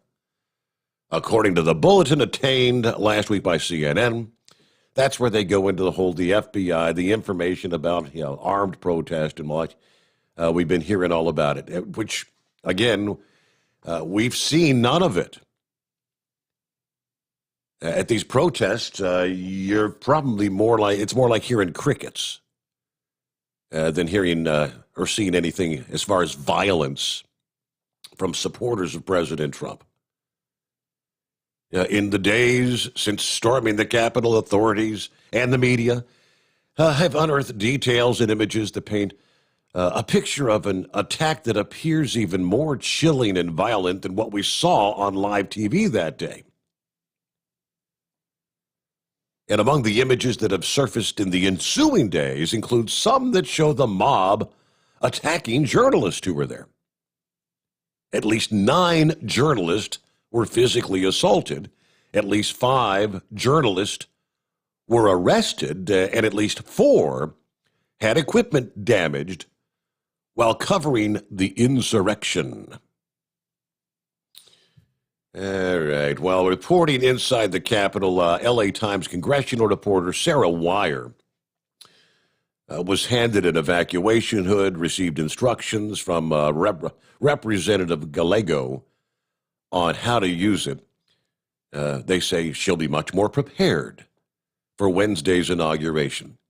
The LA Times sent her a bulletproof vest, helmet, goggles, gas mask, all of which she said she's never worn in the field before. So she's going to be kind of decked out more like she was reporting live from downtown Baghdad versus a presidential inauguration in the United States. All right, let's get back to the calls here, and let's see who we got up next here. Yeah, this is Eagle. What's going on, Eagle? Hello? Yes, sir. Nothing much. I'm out here working, still driving. I'm in your part of the country now. I'm up here in Cleveland, Ohio. Well, a little bit further from Cincinnati. Yeah, right. It's pretty cold outside here, but I'm getting ready to head back south as soon as I deliver this load in the morning. But a little bit of snow.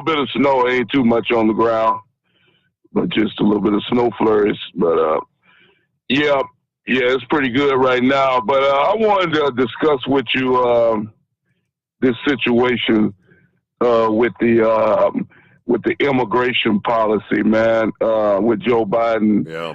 This guy here is setting us up for a disaster. I feel like somebody is turning the clock back to the Obama administration.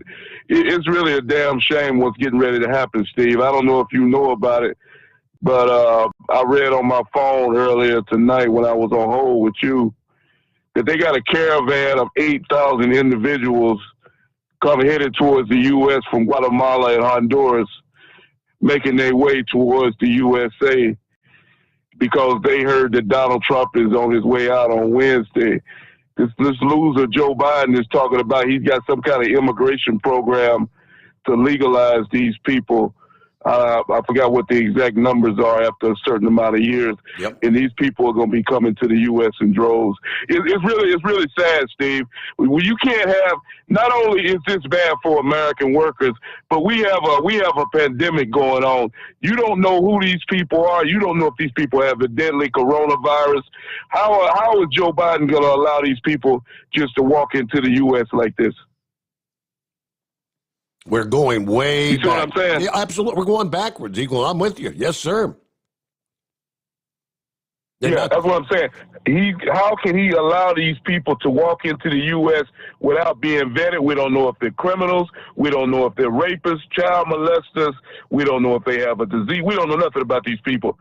They don't speak the language. They don't speak no English. I could go on and on and on and on and on. And now he's talking about withdrawing the Muslim ban. That's probably even worse than the immigration, because now you got terrorists. Now, you notice that we haven't had no terrorist attacks since Trump been in the White House. And there's a reason for that, because Donald Trump put certain countries on the list of people not invited into the U.S. Now those individuals are going to be invited into the U.S. Joe Biden ought to be ashamed of himself. He hasn't even stepped into the White House, and he's already a disaster for the United States, Steve. It's really we're taking about 5 steps backwards when this so-called president, or whatever you want to call it, bogus president, as far as I'm concerned, steps into the White House. It's really an embarrassing situation. What's about to happen to the U.S. He's going to destroy everything that Donald Trump did the last 4 years, and it sounds like. It almost sounds like he's doing it on purpose, Steve, to be honest with you. Because I hope Joe Biden is not that stupid. You can't be that shit. Almost like this guy's doing it on purpose.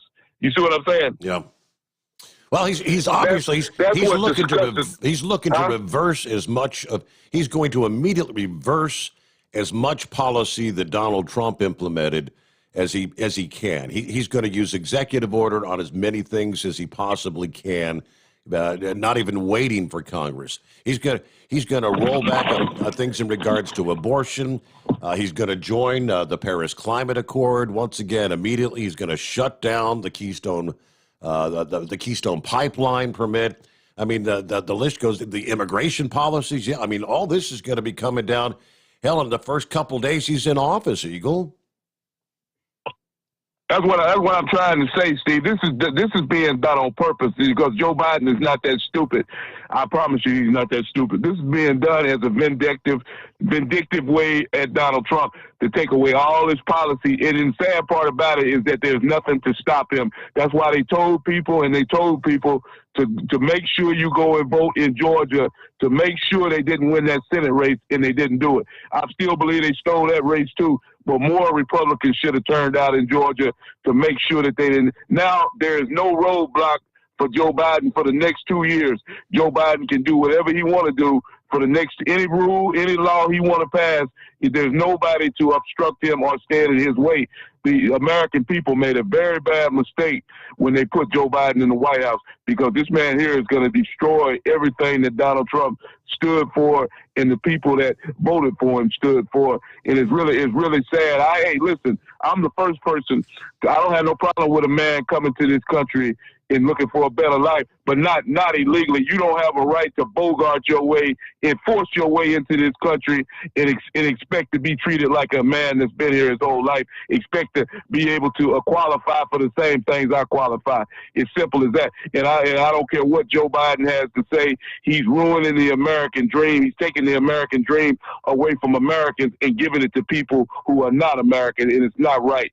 And like I said, not only did I told you last week, not only do we have that going on, now we, like you say, we got the situation with North Korea. Things was under control with Donald Trump. Now Biden's in. Now the man in North Korea is flapping his mouth now because he knows that Joe Biden is not going to do nothing about him starting up his nuclear program whatsoever. So the United States, we're in big. I mean, we're in so much trouble right now, Steve. It's unimaginable to think about what's going to transpire in the USA the next 4 years. And it didn't have to be this way. Like I said, Donald Trump, he should be sitting in the White House for the next 4 years. But they stole the election. Simple as that. I'm not going to argue with a Democrat. I'm not going to argue with a Democratic caller that calls your show. They got facts. They got proof. They didn't want to hear the facts. because they knew that that Trump would win. That's why they threw out all the cases. Simple as that. So what it basically boils down to, we're stuck with Joe Biden for the next 4 years. The main thing is, come 4 years from now, if there's a USA in 4 years, you better make sure you go out and vote, and this time get the right man in the White House, because I promise you, Joe Biden is not the right man, and I thank you for taking my call. All right. Maybe in 4 years, some people will wake up. Yeah, you'll wake up and smell the coffee. Hopefully, we can get through it. As many others have said, hey, I survived Jimmy Carter in the 70s. We lived through all the Nixon era. We survived 8 years of Barack Obama with Joe Biden. Things may be a bit different. Things are going to change, but about 4 hours ago, I'm kind of looking at some of the posts via Facebook. Vaughn says, now Garth Brooks can kiss my ass. So what's the matter? All right, Garth Brooks is going to be playing at the inauguration Wednesday. Yeah, I made the announcement on Monday during a press conference for the Presidential Inaugural Committee. Brooks confirmed he will perform after incoming First Lady Jill Biden actually called to ask him to perform. Garth says, quote, this is not a political statement. This is a statement of unity. He said it's an honor to serve his country by performing at the ceremony. Now, if you'll look back, Garth also performed at Barack Obama's first inauguration. Yeah, he'll be joining Lady Gaga and Jennifer Lopez that have all agreed to play at the ceremony coming up on Wednesday. Of course, attendance will be very limited because of the COVID. But Garth says, if it's just me and a zoom lens right here, I see them. I see their faces because I have seen them. So, again, after the ceremony, they've got a prime time special that we're all going to want to tune into Wednesday night, celebrating America. Performances by various artists such as Bruce Springsteen, Demi Lovato, Justin Timberlake, Foo Fighters, John Legend, and others. Yeah, the big parties, typically after there's inaugural balls, right? Remember that? How these big parties that are taking. In the era of COVID-19, I'll presume they're not going to have their big gala inaugural balls all over Washington, D.C. for this particular inauguration, or will they? Okay. It's 844-844-3388. And we'll be back with more here about 27 before the hour. The Steve Sommers Overnight Drive, live from the Hot Shot Secret Studios. Live from the Hot Shot Secret Studios, the Steve Sommers Overnight Drive. Dean Michael, the tax doctor here. Are you tired of those tax problems following you around like a dark cloud, always in the back of your mind, losing sleep at night? Call me now and get your life back. 888-632-4506 or go to mytaxhelpmd.com. Pretending they're not there won't make them go away. The IRS isn't going to forget. They will levy your bank account and garnish your wages. Don't wait for that to happen. I'm not telling you these things to scare you. I'm telling you so you can benefit from my years of experience. Now is the time to act. 888-632-4506. For anything diesel, take it to Shy Diesel. They provide a wide variety of services and diagnostics to determine what the problem is with the latest technology. From simple oil changes and preventative maintenance to fuel system diagnostics and repairs, engine rebuilds and cylinder head repairs, and rebuilds with our in-house machine shop. They also have on-site DPF cleaning for exhaust issues and DOT inspections. If your diesel is asking for some attention, Shy Diesel has the specialist you need for anything diesel. Located in Terre Haute and Lafayette, Indiana, and Effingham, Illinois. Shy Diesel has you covered.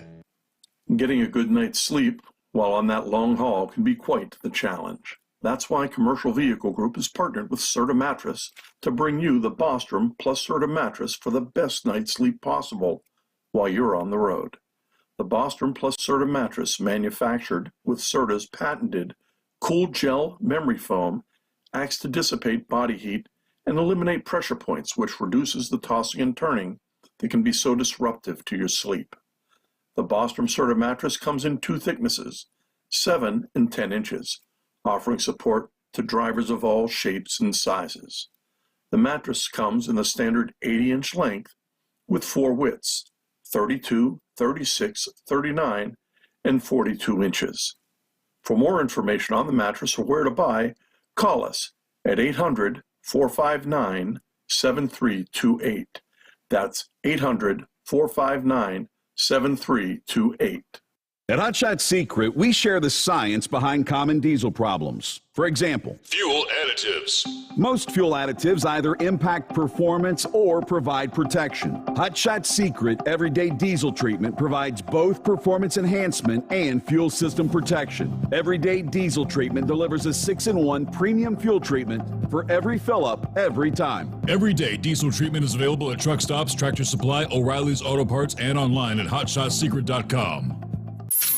Keep the bugs off your glass and the smokies off your ass. This is the Overnight Drive with Steve Summers.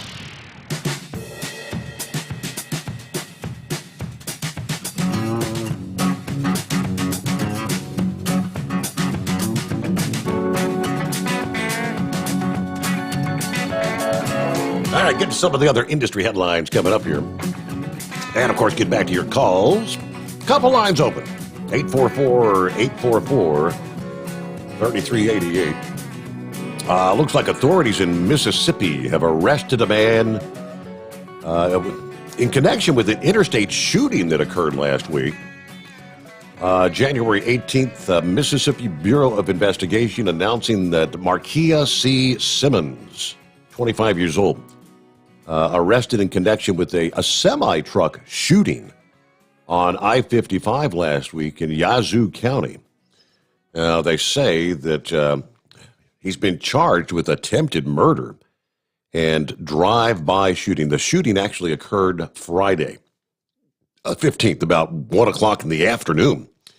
Police say that a male suspect in a blue Chevy Tahoe traveling north on I-55 shot multiple rounds into the cab of a semi-truck, also northbound on 55. Luckily, the driver was not hurt, was able to pull over onto the shoulder to call 911.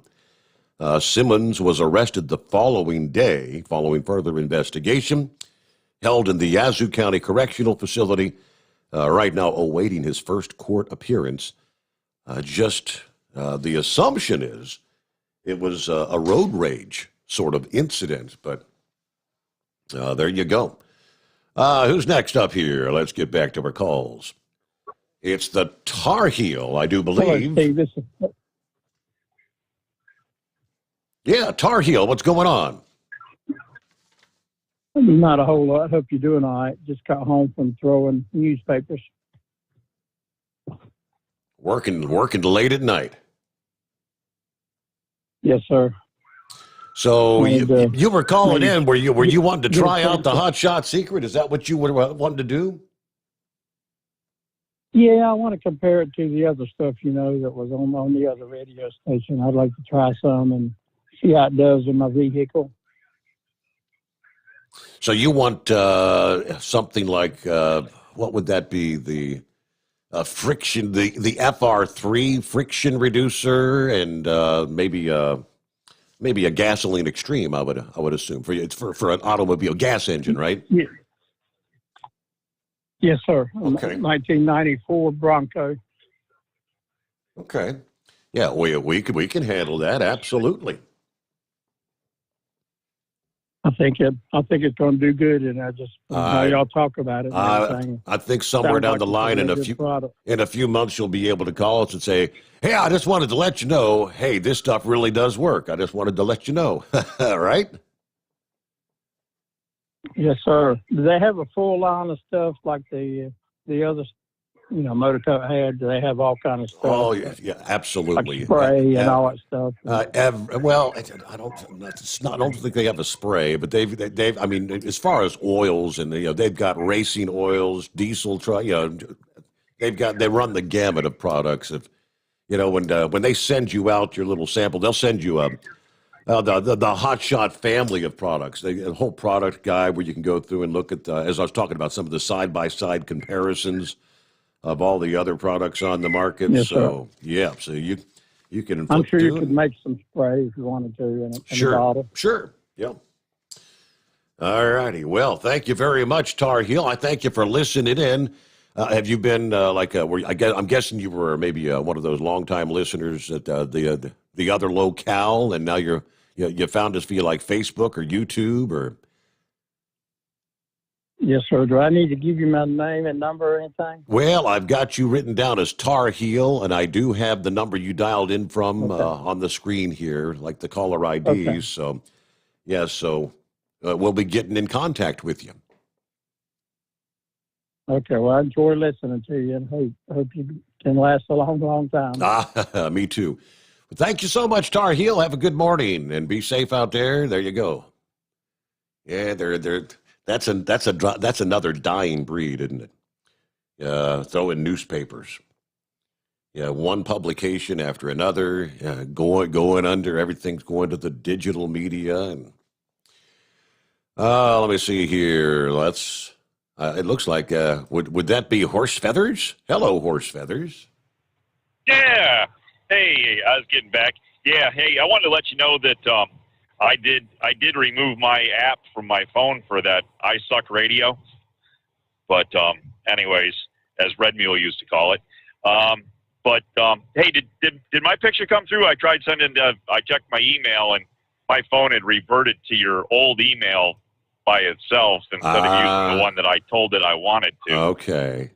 So I did resend that one, a picture for the back of the Suburban with a Hot Shot Secret sticker on the back of it. I got that. I sure did. So I didn't know if that came through or not. Chevy Suburban powered by Hot Shot Secret. There you go. There you go. That's an 03 Suburban too. It's still holding on. So we're trying to make it last until August of 23 because if it gets there, I'll have owned it for 20 years. It'll be probably one of the longest vehicles I'll guarantee it's one of the longest vehicles I ever had. And I'm almost sure that's the first new vehicle I bought as well, right? Brand new from the factory, from the dealership but that had a deal on it there back in 03. It had 0 interest. So it kind of made the wife choke a little bit with the monthly payment there, you can imagine. Mm-hmm. She's like, how do you expect to pay $700 a month for a vehicle? And I said, well, to begin with, it's not just $700 a month for the vehicle. For 5 years, you got to figure, because I was planning on keeping it for 10 at the time. So I said, that's $350 a month. And she said, well, that's a little bit better. So if we keep it for 10, it's a little more affordable. But she wasn't too much on that $700 a month payment. Who is? Who would be? Hell, that's almost a mortgage payment, Horse right? Feathers. I know you. I know you still have the Cadillac, don't you? I do. Yeah. You still nursing the Cadillac along? Yeah, old El Cheapo. Yes. So anyways, talking about my monthly payment there for the 03 Suburban, have you noticed that these people that apparently have no money for food that are going to these food pickup places are driving like Cadillac Escalades and Lexus and Mercedes, and when they're showing all these people picking up the food on the news, have you noticed that? I've seen some of that. I've had several point that out. Yeah, just how does that work? Exactly. I mean, so I don't know. When somebody smarter than me figures it out, they can let me know. But anyways, so what else did I have? I had one other thing I wanted to ask you about. Oh well, you know how it goes this time of day here. You get all these thoughts in your head, and if I don't have them all written down, but anyway, so nope. I just thought I'd check back in, and yeah, as your last caller was saying there, I think I was going to look into that FR3. Now, you were saying on a previous show, the FR3, unlike the other product that does the friction reducing, you you put it in as with your regular oil, right? So if you normally take 4 quarts of oil, you leave space for whatever amount of FR3 you're putting in. Correct. So if it's a half quart bottle, you'd only put 3.5 quarts of oil in and a half quart bottle of the FR3. Correct. You don't put it in on top, correct? Correct. Okay. Now, does that go for all engines, both diesel and gasoline, or is that one of the diesel products? The FR3. That was kind of where I was. FR3 was the gasoline engine, like the gasoline Extreme. You know what? I need to double check if the FR3 is compatible both ways. That might be, but you got the diesel Extreme, gasoline Extreme, then those are obviously go in the fuel tank. The FR3 goes in the oil. So. Yeah. No, I definitely like using all the friction reducer in all my small equipment as well. All my, I got 3 riding tractors, and I put it in all my mixed gas. I put the FR3 in all that, and all my small engines, and then of course I got my big old farm tractor there that I run. That's a diesel, an old 2-cylinder John Deere diesel, and I've always put the anti-friction in that, but the real caveat to my old 2-cylinder John Deere tractor there, it actually has a V4, a gasoline engine, 4-cylinder V4 engine that.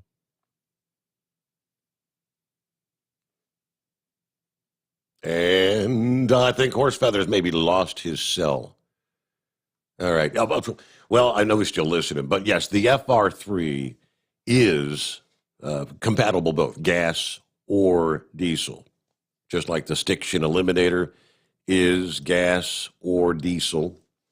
And of course, common sense. Gasoline Extreme, gas, diesel Extreme, diesel. There you go. And that's just a few of the products they've got there. Yeah, and of course, as I mentioned, they'll send you out the full Hot Shot Secret product guide anytime you place an order. So. What are we looking at? 844-3388. From the email bag, let's see. Got from an old retired listener from northwestern Florida. I'm so happy to hear your voice again. You sure helped those long nights on the road out there. And let's see. Just got one from Tom who said, Steve, just wanted to tell you I'm supporting your show by buying from your sponsors. I just purchased a Pluto Duo headset. That's cool. Thank you so much, Tom. I'm sure make sure you tell them when you place your order. You heard about them on the Steve Sommers Overnight Drive.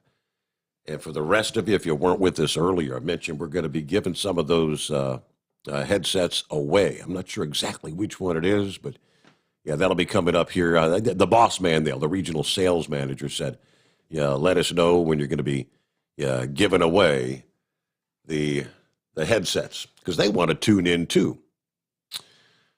All right, looks like we got to get a quick time out here because we got to do a quick phone reset. So I'll return in 3, and we'll get through the final hour and 10 minutes as we roll into the early hours of a Tuesday, day before Inauguration Day. Steve Sommers, the Steve Sommers Overnight Drive, live from the Hot Shot Secret Studios. The Overnight Drive with Steve Sommers, live from the Hot Shot Secret Studios. Call Steve now, 844-844-3388. That's 844-844-3388.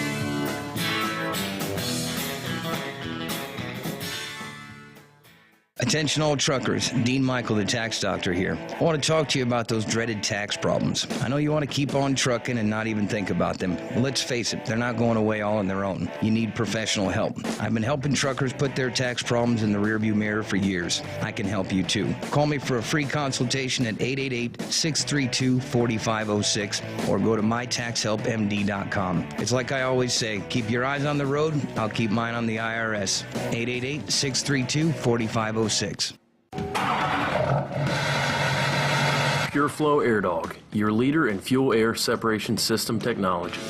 Our systems filter out water, particulates down to 2 micron, and remove all of the air out of your diesel fuel.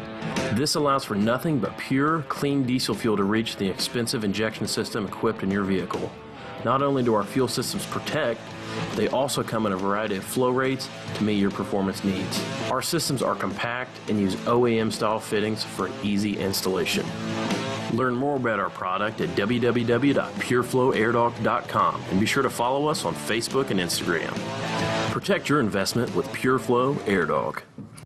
Drivers, you demand that your equipment's reliable and dependable, and that also applies to your headset for communication. Well, our friends at Stellar Electronic have you covered. The Pluto Duo headset bundle is the best communication headset you can find in the industry.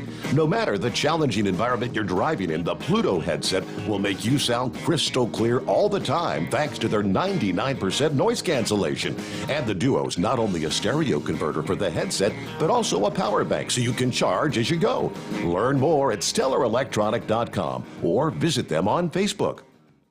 At Hotshot Secret, we share the science behind common diesel problems. For example, ultra-low sulfur fuels. Fuel has 2 purposes, combustion and lubrication. Ultra-low sulfur fuels have diminished the fuel's ability to lubricate. Hotshot Secret Everyday Diesel Treatment with LX4 restores lubricity, protects your engine, and optimizes performance. Everyday diesel treatment is available at truck stops, Tractor Supply, O'Reilly's Auto Parts, and online at HotShotSecret.com. Hotshot Secret, powered by science.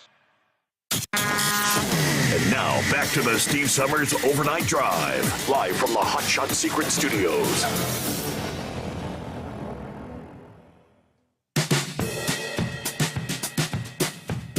Who was it that told me to put that Post-it note up there? Got to do that. I'm going to get a DA of the Week nominee. I'll do that again. All right, so the line's back up and running. We had 2-3 calls hanging in there, and we lost Horse Feathers. Yeah, he's probably still talking. Doesn't even know we disconnected. It's 844-844-3388. All right, if you're going to be rolling out west, look out. If you're in, you got an empty trailer or a lightweight load, you talk about you're going to be rocking and rolling. The strong winds have already been causing damage in California, and some of the utilities are warning customers. You may see your power shut off as kind of a preemptive measure as they look to prevent wildfires. I had a large redwood tree that fell Monday morning in Sonoma County. A tree blocked a highway in Napa County. Pacific Gas and Electric notified about 6,100 customers. That's a small portion of Fresno, Kern, Mariposa, and Tulare counties. Be prepared for possible blackouts this morning. Now, Southern California, which is already under the high wind warning, Southern California Edison says they're considering shutoffs to nearly 250,000 customers. Most of those would be in Ventura, Los Angeles, and San Bernardino counties. But the low-pressure system, partially responsible for the gusty winds, winds in excess of 60 miles per hour possible in Northern California mountains and the foothills right on through Tuesday evening. To the further south, gusts 60 to 80 possible in the mountains, the foothills, some of the valley areas of even L.A. and Ventura counties. Now, that's Tuesday and Tuesday night. That's strong enough to bring down trees and power lines and cause significant property damage. And yes, driving will obviously be dangerous for high-profile vehicles. Critical fire weather conditions are also possible in the South. CAL FIRE said fire weather warnings and red flag warnings are in place for parts of Southern California. Now, most of Southern California right now is in either moderate to exceptional drought conditions, according to the U.S. Drought Monitor. Some of the strongest Santa Anas do occur in the month of January, but normally you don't have to worry much about wildfires because typically you've seen plenty of precipitation and the fuels would be wet. But that's not the case this year for obvious reasons. So yeah, in many cases, things are currently tinderbox dry, especially there in Southern California. So look at some of our travelers' weather as we make our way into a Tuesday. Under the industry headlines, elected officials in a number of states, from North Carolina, or North Dakota, I should say, to Vermont, are pursuing revisions to some of the speed limit rules. Changes include the elimination of speed limit differentials between cars and trucks. That's always a good thing. Increased speeds for all vehicles. And in one state, there's actually legislation to slow down all traffic. Our friends at the Owner-Operator Independent Drivers Association have always advocated that the roads are safest when all vehicles are traveling the same speed. They do not advocate for, say, a specific speed limit, but if it's going to be 65, it's 65 for all. Same with 75, whatever it's going to be. Starting with the state of Indiana, a renewed effort in the State House there would do away with the speed limit differential on the state's fastest roadways. See, right now you've got cars that can go 70, but the big trucks, you can only go 65. Legislation has been introduced in at least 4 of the past 5 sessions to do away with that speed limit gap. But each of the previous attempts has failed. It's never advanced the House Roads and Transportation Committee. If it is approved, the Department of Transportation reported that 68 speed limit signs with the 65-mile-per-hour restriction would need to be changed. So we're not going to change the differential because that would be a financial hit. A fiscal impact statement notes that the expense to the state to change signs would be about $9,000.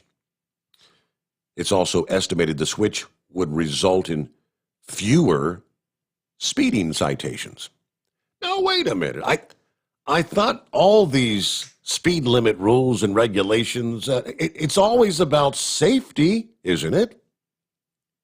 That's pretty much like blatantly coming out, hey, if we let the trucks go 70, we ain't going to get as much revenue. That's exactly what they're saying. Oh, and if all the studies, which they do, bear out the fact that differential speed limits cause more accidents. So now you've got someone out there attaching a fiscal impact statement. Yeah, what if it saves one life? I guarantee it's going to save more than one life. You're trying to say a $9,000 cost is too much to spend to save lives? Anyone bring that up to those legislators? That's outrageous. It's going to cost us $9,000.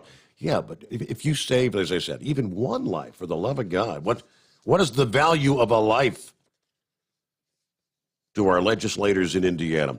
Let's move over to Maryland, where the Senate Judicial Proceedings Committee is expected to consider a bill to reduce abrupt changes in speed limits. If you're exiting or entering like Interstate 495, They've got a posted speed limit of 55.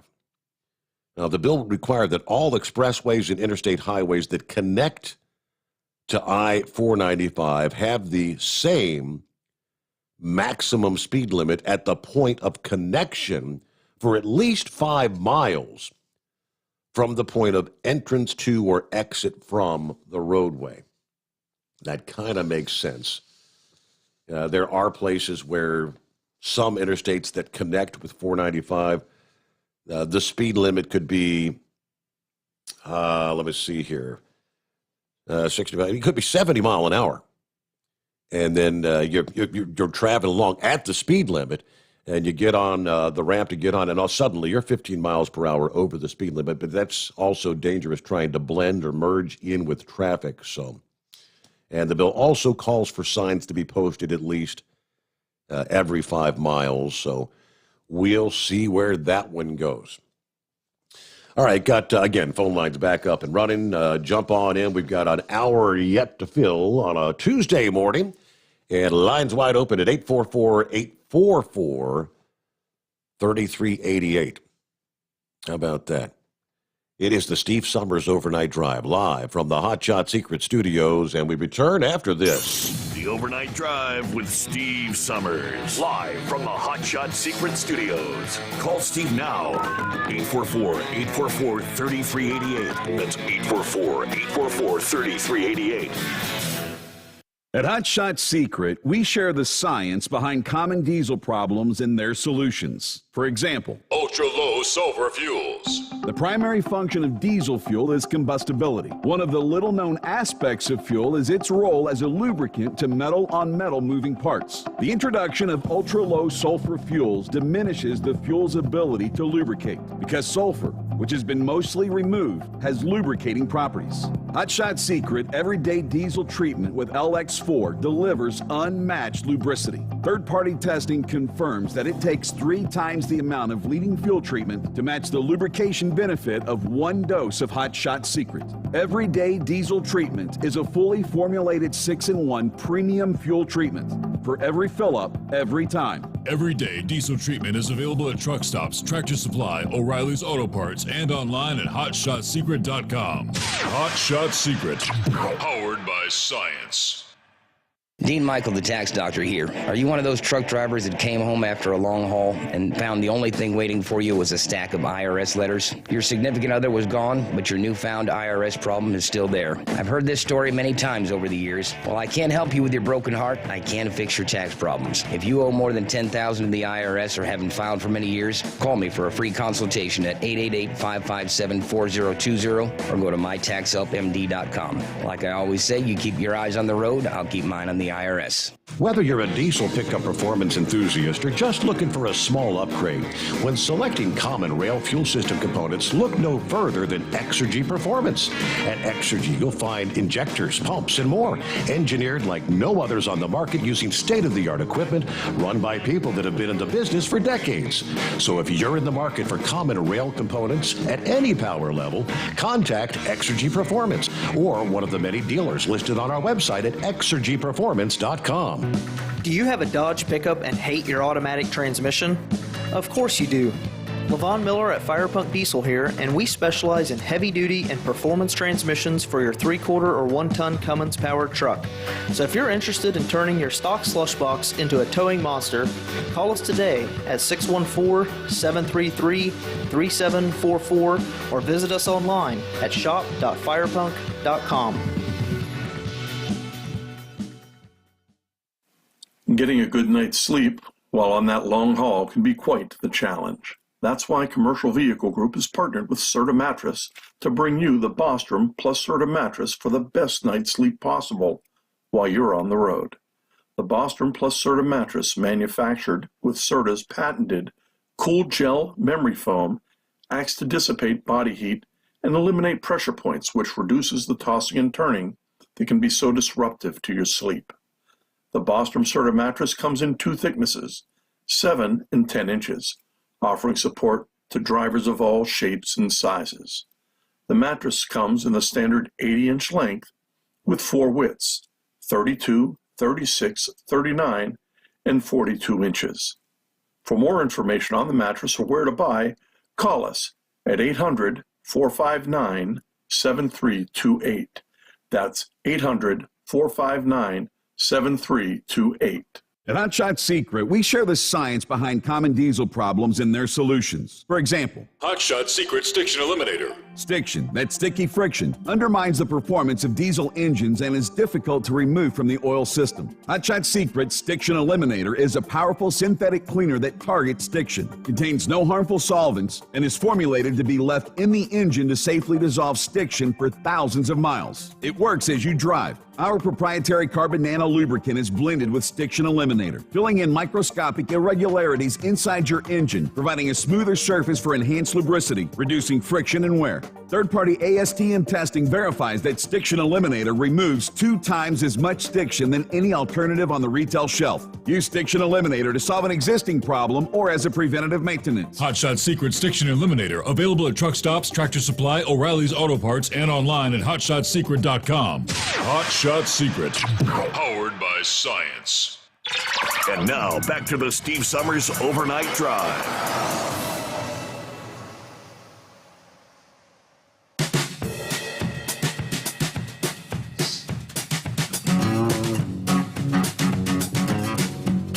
There we go, back to the final hour. One more time around here on a Tuesday.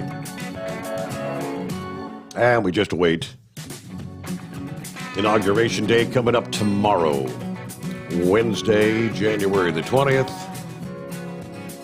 Yeah, everybody excited about tuning in. I'm sure all the networks, it'll be live wall-to-wall coverage. Our number is 844-844-3388. As we roll on through the late night, early morning hours.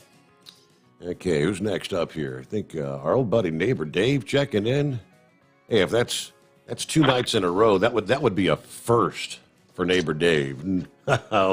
What's going on, neighbor Dave?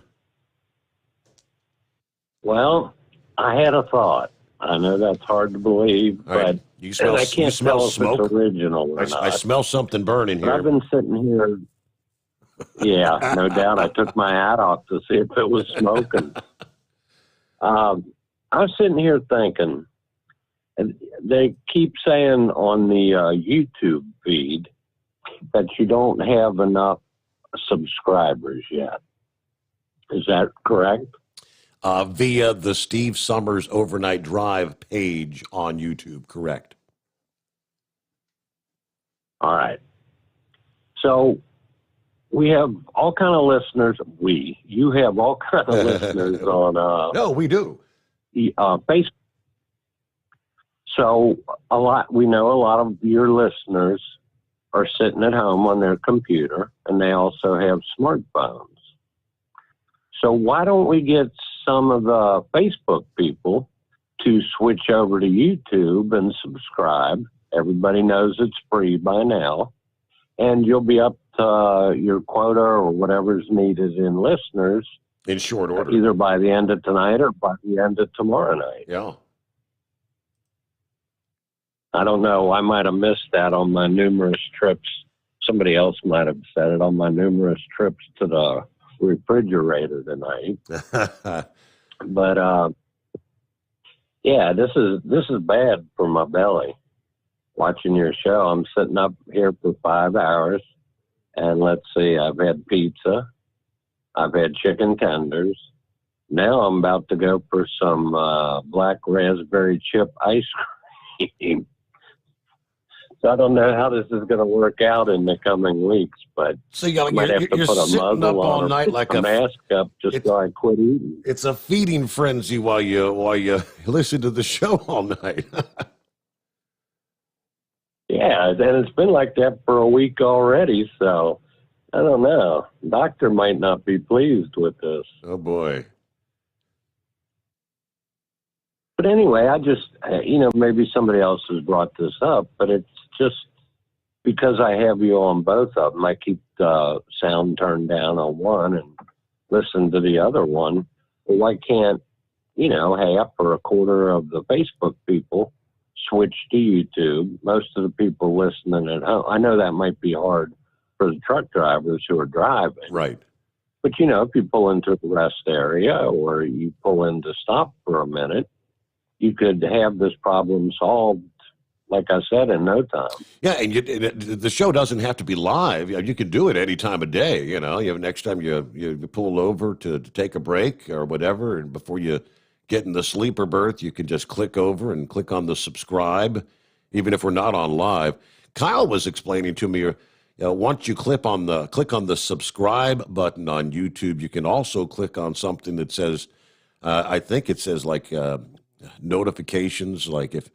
On Facebook, you can click on YouTube. It has a little bell, I think, but Facebook, they've got like if we go live at any time, your phone can be sitting there dormant, and a little screen will pop up and say, "Hey, the Steve Sommers Overnight Drive is going live," and you can tune in right then and there. What? Well, that's something I certainly didn't know. I'm trying to learn all this stuff. You learn something new every day. To you. Yeah. It's hard to talk and watch you on the screen because they're not on sync. And I think you're talking, so I stop. So I have to look away. I think there's like I don't know, it may be 10, 15 seconds differential from what you're seeing versus the actual live. So, right. And we all know how easily confused I am. So I just had to turn my chair away from the computer screen while I'm talking to you. Wow. Oh, well.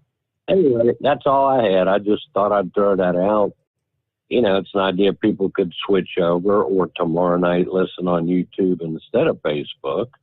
And problem solved, I think. That's the way let's do it. Sounds like a plan. All right. Well, have a good night. Talk to you soon. All right. Enjoy that ice cream. I'm an ice cream connoisseur as well. So black raspberry chip. Sounds good. I don't have time much to get anything to snack. A couple slabs of cheese. Okay, let me see here. It's 844-3388. Amazon making the news. The first U.S. union election since 2014 is scheduled to begin with the mailing of ballots here in a couple weeks, early February, and a vote count starting March 30th, according to the Labor Board, in a filing last Friday. The announcement brings employees at Amazon's fulfillment center in Alabama, Bessemer, Alabama, one step closer to deciding whether to join part of the retail, wholesale, and department store union. Now, they say a yes vote would mark the first ever for a U.S. Amazon facility. Now, I use Amazon on a regular basis. They've become one of our go-to sources when we're doing shopping, especially since the whole COVID thing started. We did 99% of our Christmas shopping, and an overwhelming majority was from Amazon this past Christmas. And I've heard and shared stories over the years where many complain about working conditions and whatnot at some of these facilities. Like they push us like they're slave drivers. We don't even have an opportunity.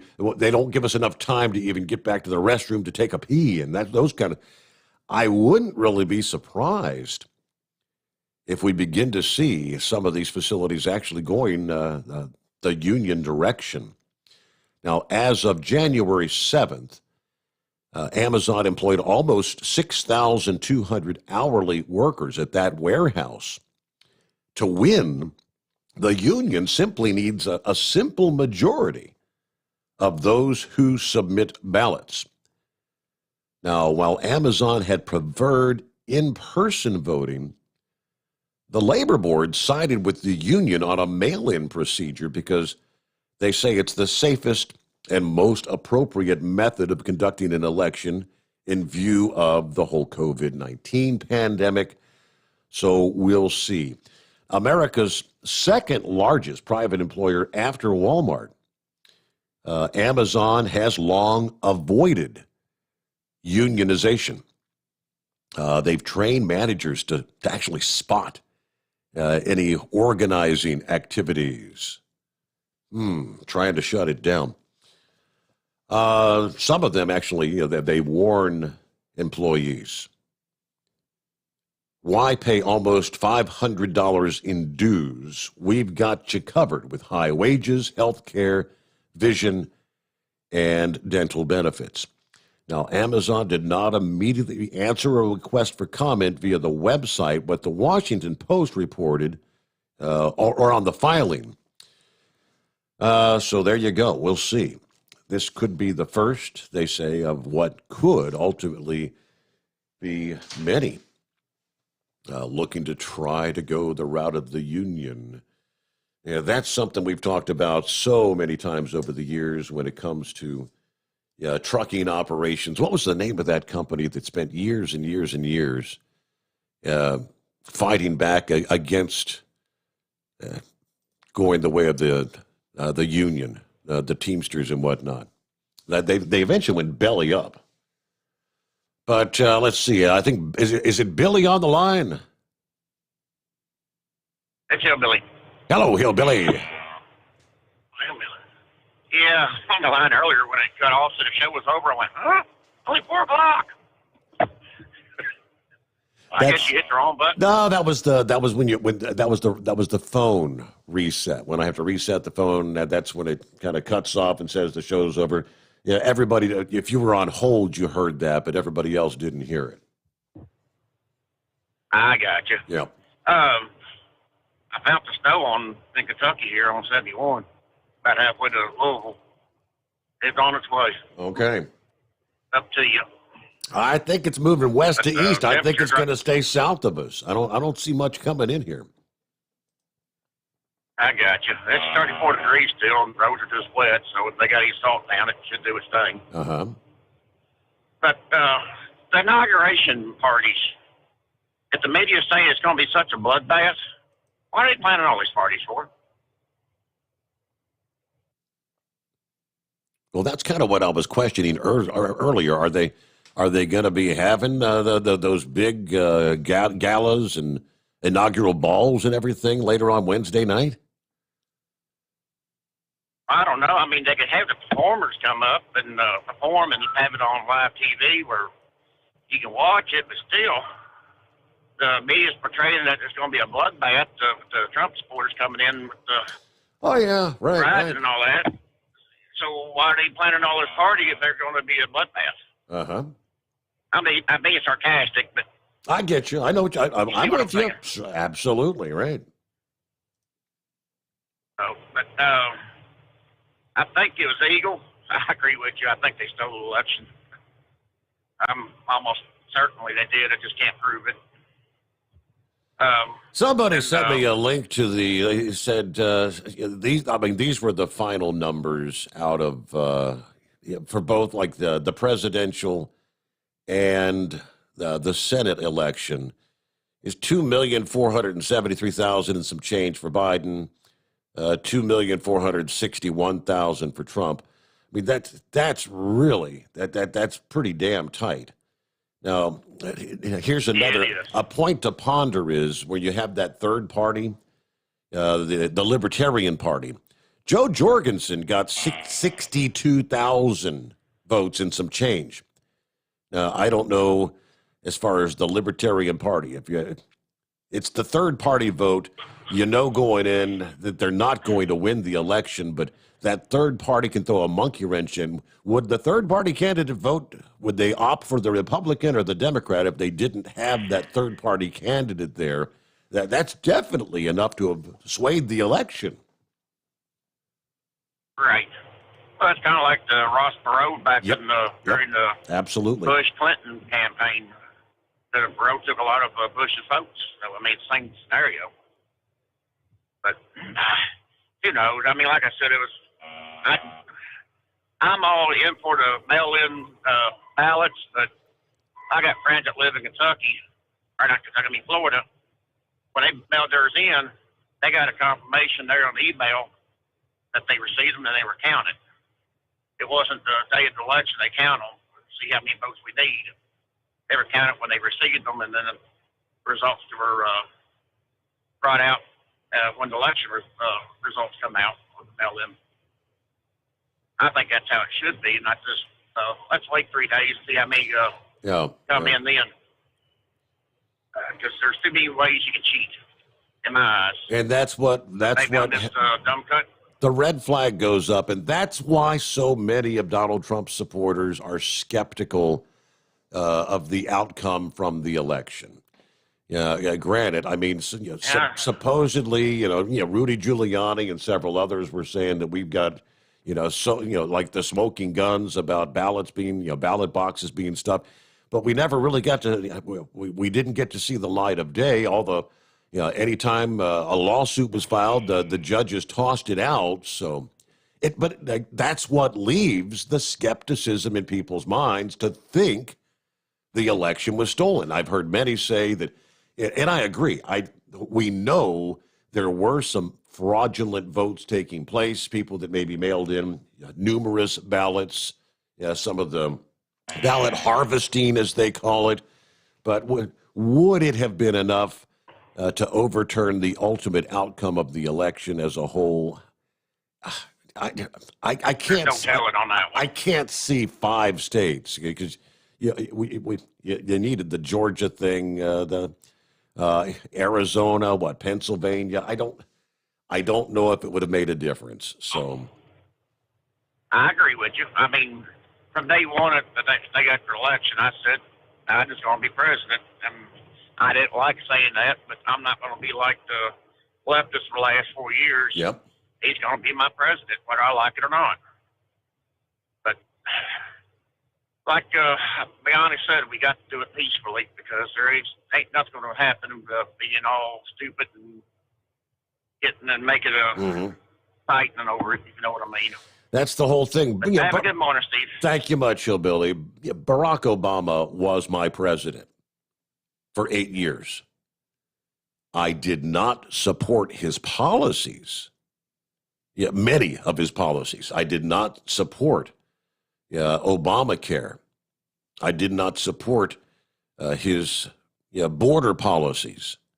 A lot of issues when it came to the whole, who gets to use the men's room, who gets to use the ladies' room, and remember that whole fracas? I mean, there was a lot of insanity.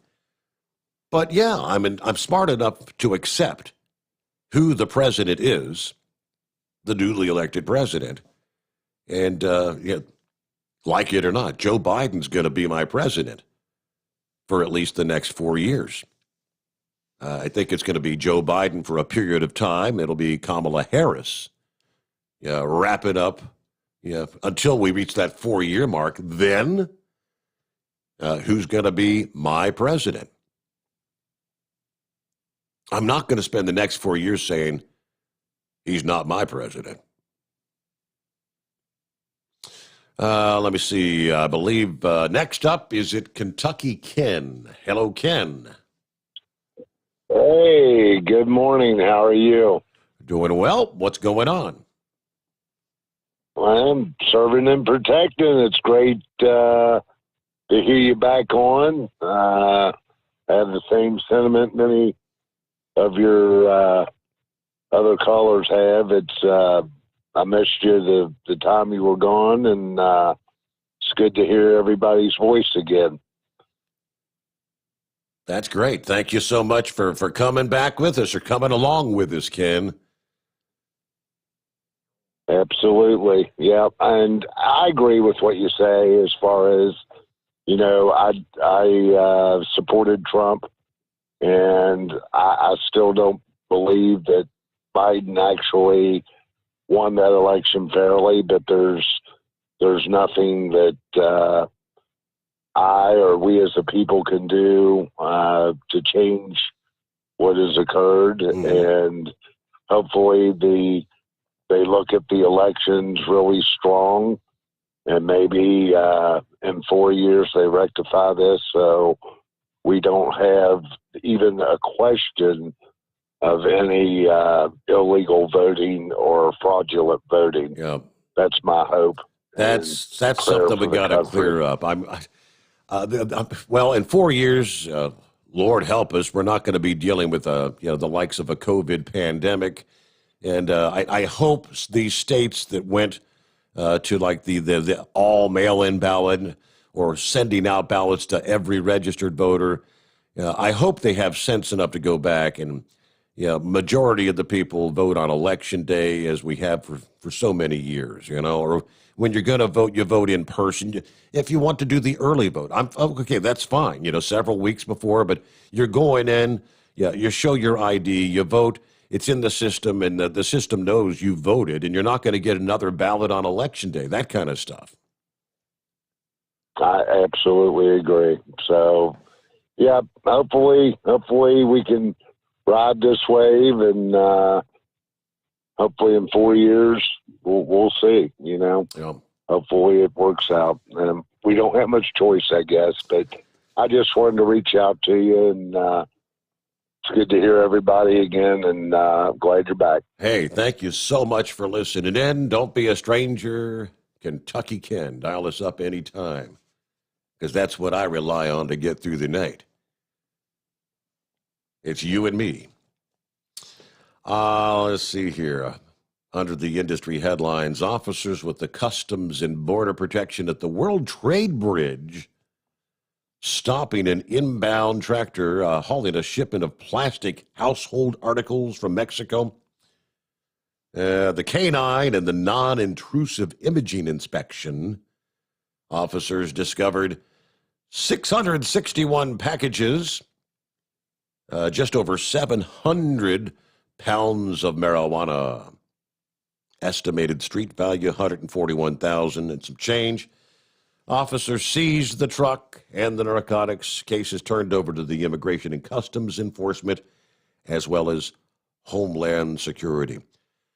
Now they say, although anti-terrorism is our primary mission, Customs and Border Protection officers continue to maintain their vigilance to ensure that commercial trucks, commercial entries are safe and free of contraband, like this narcotics seizure illustrates. Statement from the Laredo Port of Entry there. All right, let's get back to the calls here. Lines available here as we kind of head down the home stretch on a Tuesday morning. It's 844-844-3388. Is it Gilligan? Yeah, it's Gilligan. Hello, How you Gilligan. doing tonight, Steve? Well, I'm hanging with him. How about yourself? Oh, I'm doing all right. Driving up 81 here in Virginia as normal, eating grease cups. So, just, touch on, talk about the civil unrest and all this during this, the possibility of that during the inauguration and all. I think people need to be reminded of what happened in the inauguration of Donald Trump and how the left went absolutely berserk. Remember, they burned down or busted all the windows out of that Starbucks and all that. Yeah, that's true. That's true. It's crazy. It's the double standard here. Look at Nancy Pelosi. I shouldn't say it like that. Nancy Pelosi says that then that Trump was what's the word she had? He was a real president. He stole the election. That's the word I'm looking for. Yeah. It's like, and nothing was said. That's what gets me about this. The double standards blatantly off. Yeah, well, the tables were the tables were turned 4 years ago. Yes, the left was saying exactly the same thing that some Trump supporters are saying today. They used that word. He was an illegitimate president. He wasn't the duly elected president. And they started from the very get-go then. Hell, even before he was elected, they were planting the seeds, the falsities with the Russian collusion thing. They knew they were lying. here we are 4 years later, and they're trying to say, well, so many of them are saying, well, if I knew now what I knew then, I wouldn't have proceeded with the whole Russian collusion investigation and the impeachment there. But what did it garner for those that were breaking out windows and rioting and looting and burning?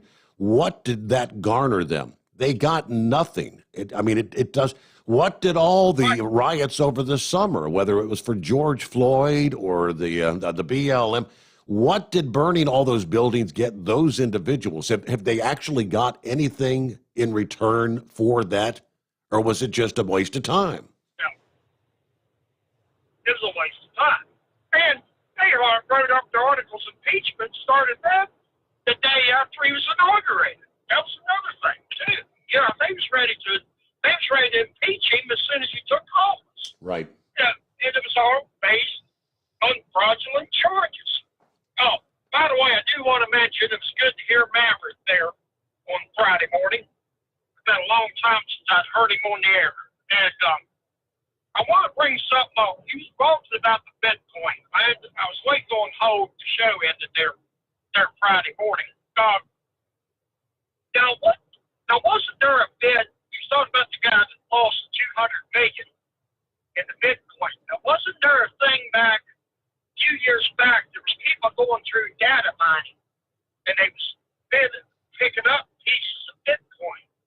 I wonder how that worked. I remember hearing several stories about that. These people were making a lot of money picking up on these Bitcoins, and people lost their password. Now, I wonder how possibly he could hire some of them people to get in there. Did I misinterpret what they was talking about? The data mining on the Bitcoin, or what? Or you know? I don't really remember I'm not grasping how you can pick up pieces of Bitcoin. I understand the whole thing about the wallets being locked and all that, but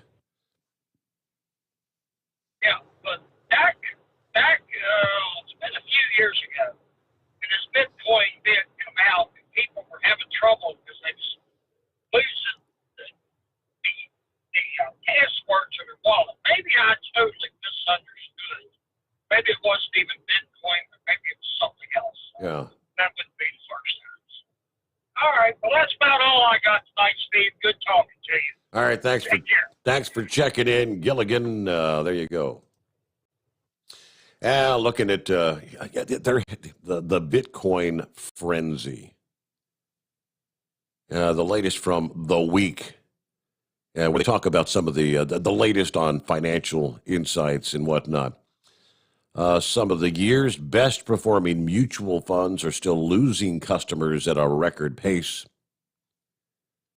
But right now, the Bitcoin frenzy, what's going on? Bitcoin continues its record surge in the first week of the new year.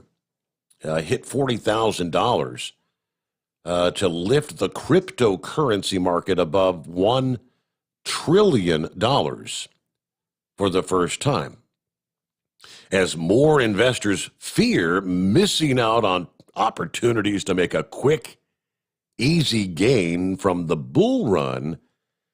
Bitcoin's value surged 40% in the last 12 months.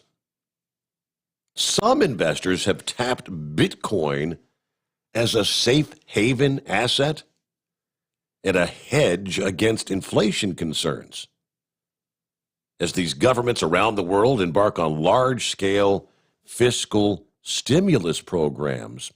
What we're seeing in the United States, we're looking at probably pretty quickly a third stimulus package that would actually send more cash money to the American people.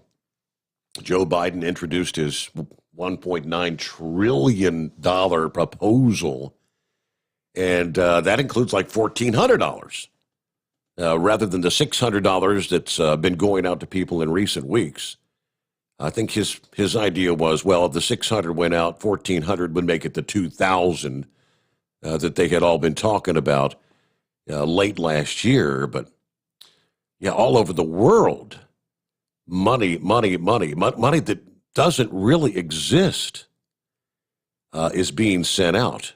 Everybody's, the deficits are growing. Recent research note from J.P. Morgan said Bitcoin could hit $146,000 in the long term as it actually competes with gold as an alternative currency. But yeah, first week of January, Bitcoin hit $40,000. Now, J.P. Morgan, you're trying to tell me that Bitcoin's value could increase another $100,000? I'm a bit skeptical, but quite honestly, I didn't think Bitcoin would even have survived as long as it has. There's a time a couple of years ago where the value was dropping, and they were saying, well, there it is, the bubble has burst. There are others right now saying that Bitcoin is the biggest bubble in the history of this country. I'd be more inclined to believe that, but we've seen bubbles burst before.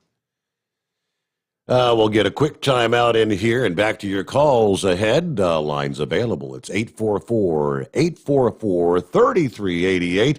The Steve Sommers Overnight Drive, live from the Hot Shot Secret Studios. The Overnight Drive with Steve Sommers, live from the Hot Shot Secret Studios. Call Steve now, 844-844-3388. That's 844-844-3388.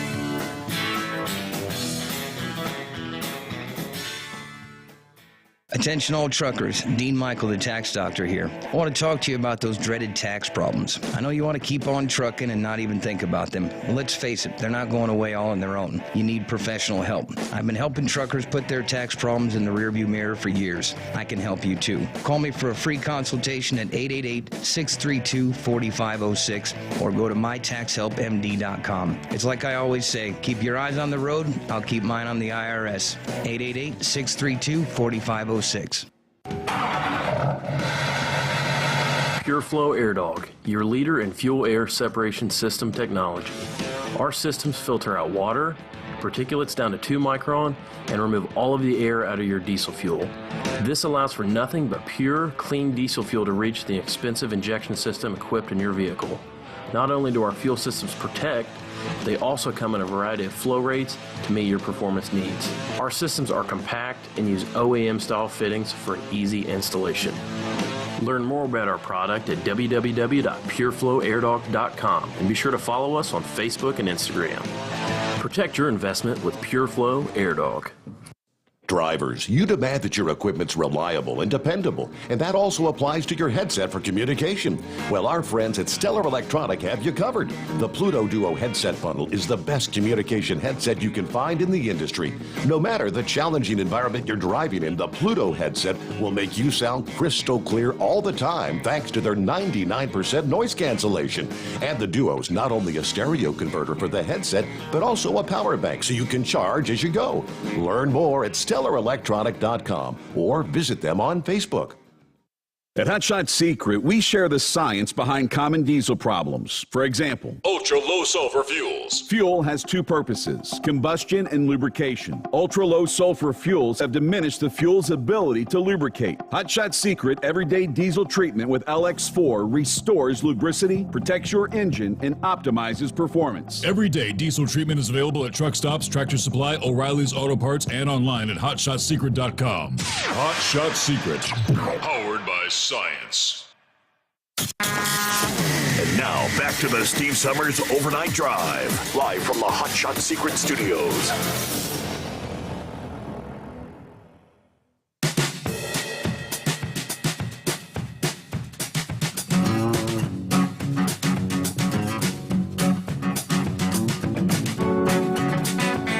Coming up, get to a couple of other industry headlines. We are, again, on the home stretch on a Tuesday morning.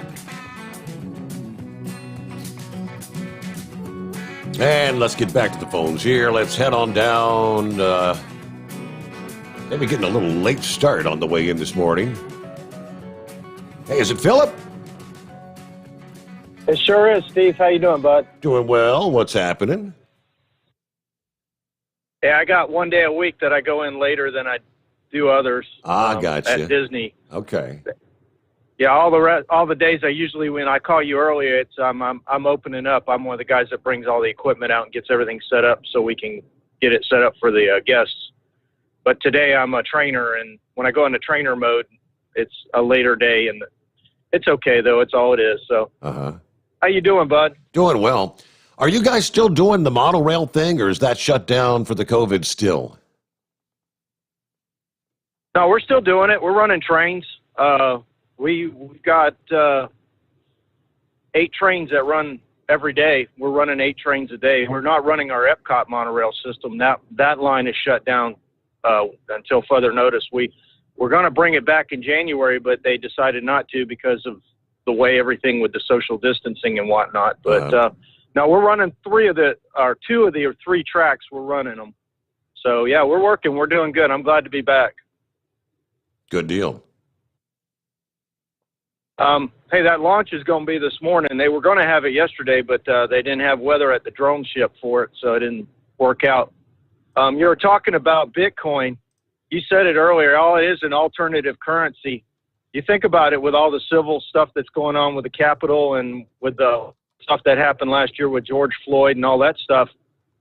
That's going to drive up the cost of alternate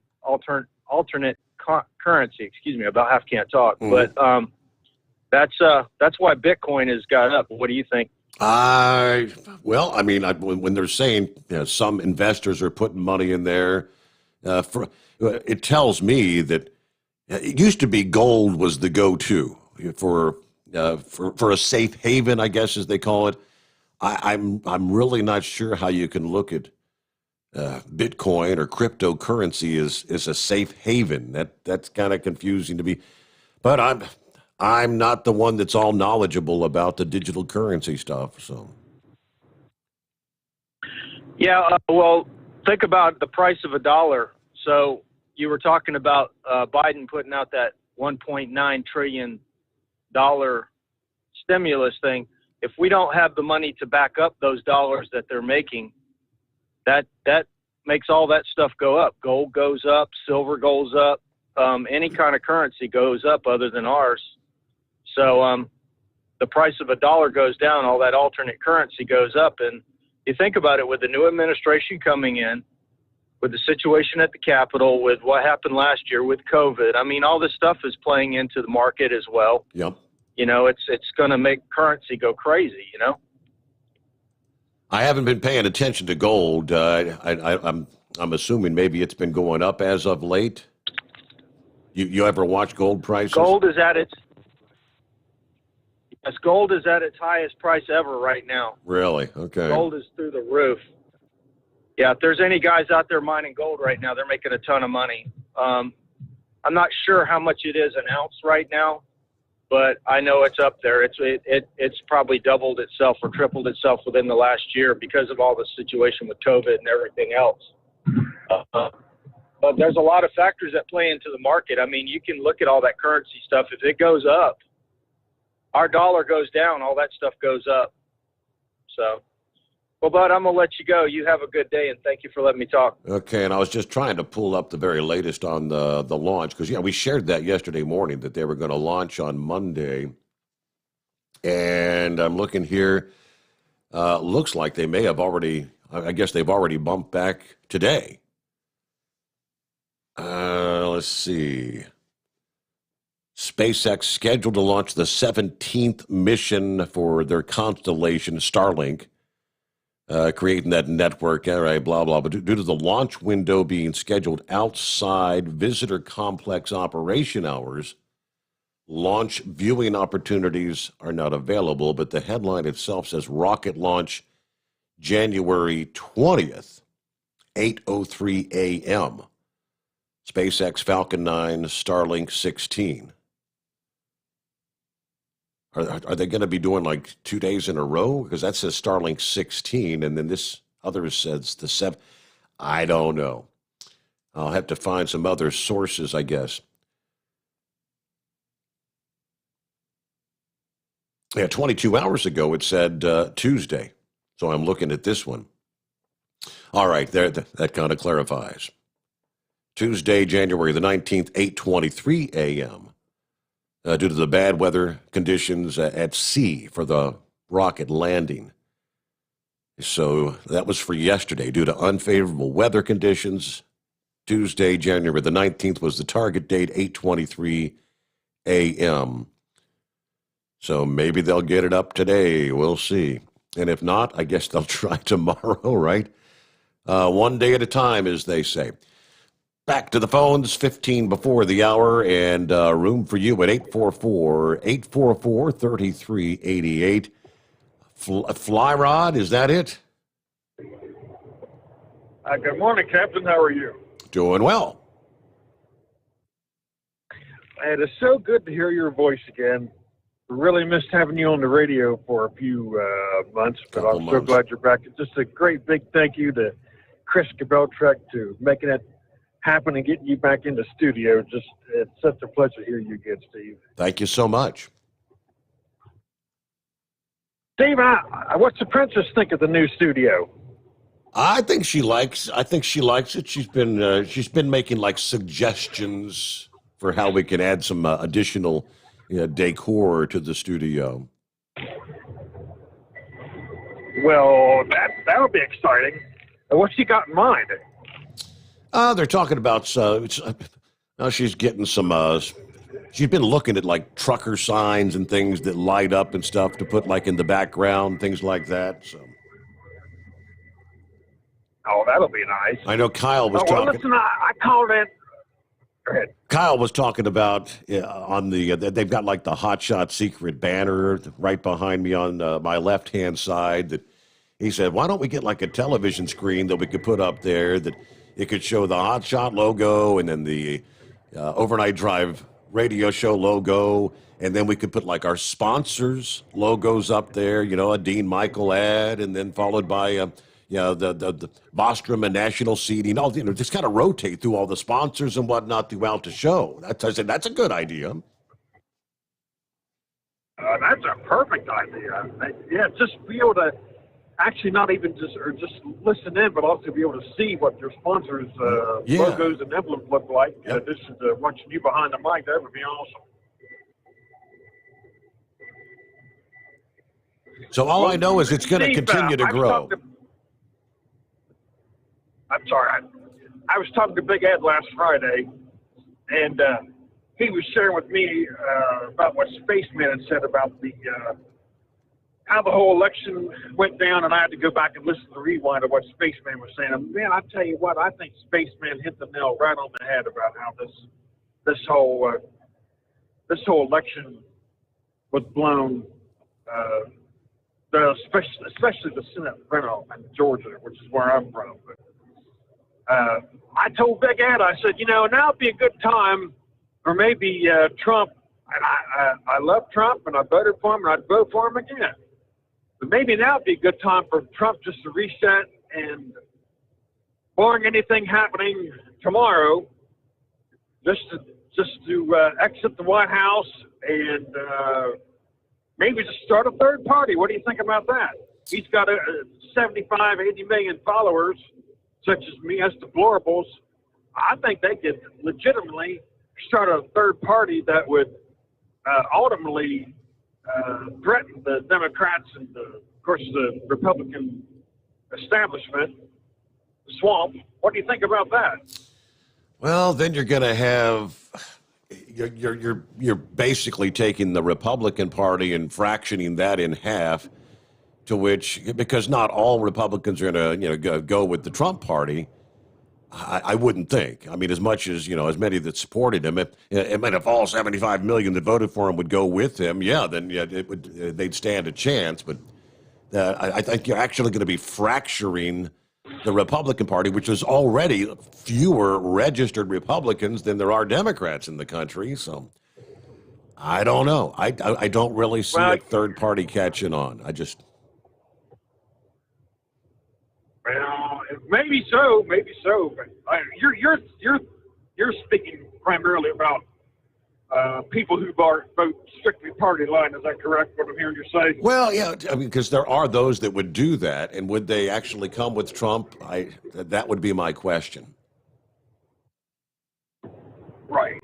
Well, that's a good question. But I think if Trump ran again and started a whole new party, I don't know, maybe something like the Patriots, a Patriot Party, and just strictly as a constitutional party that is strictly about getting rid of the same base that he ran before in the first 4 years, America first, make America great again.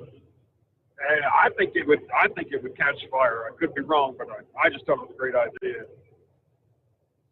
I guess it'd be a point to ponder because, but at that point, then you're going to have the likes of the Patriot Party with Donald Trump leading the ticket. Then the Republicans are going to throw out, like somebody like a Ted Cruz or something, or who knows who the next big player is going to be 4 years from now. But it'd probably backfire. Well, you might be right, and the continuous swamp just recycles again over and over and over again. When will this merry-go-round ever end? Yeah, right. But Steve, I'm so delighted to hear your voice again, and I haven't talked to you in quite a while. I'm now a solo-powered truck driver. I came off the road about 5 years ago, and I'm just running local now here in Georgia. I'm every day running a end dump. But I listen to you every morning.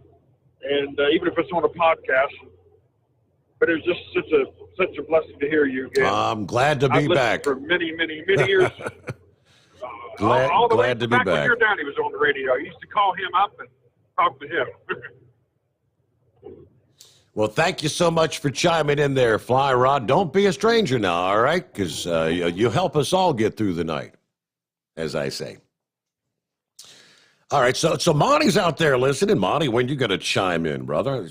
I saw your little post on the Facebook page. So glad when you heard the news that the show was going to be back.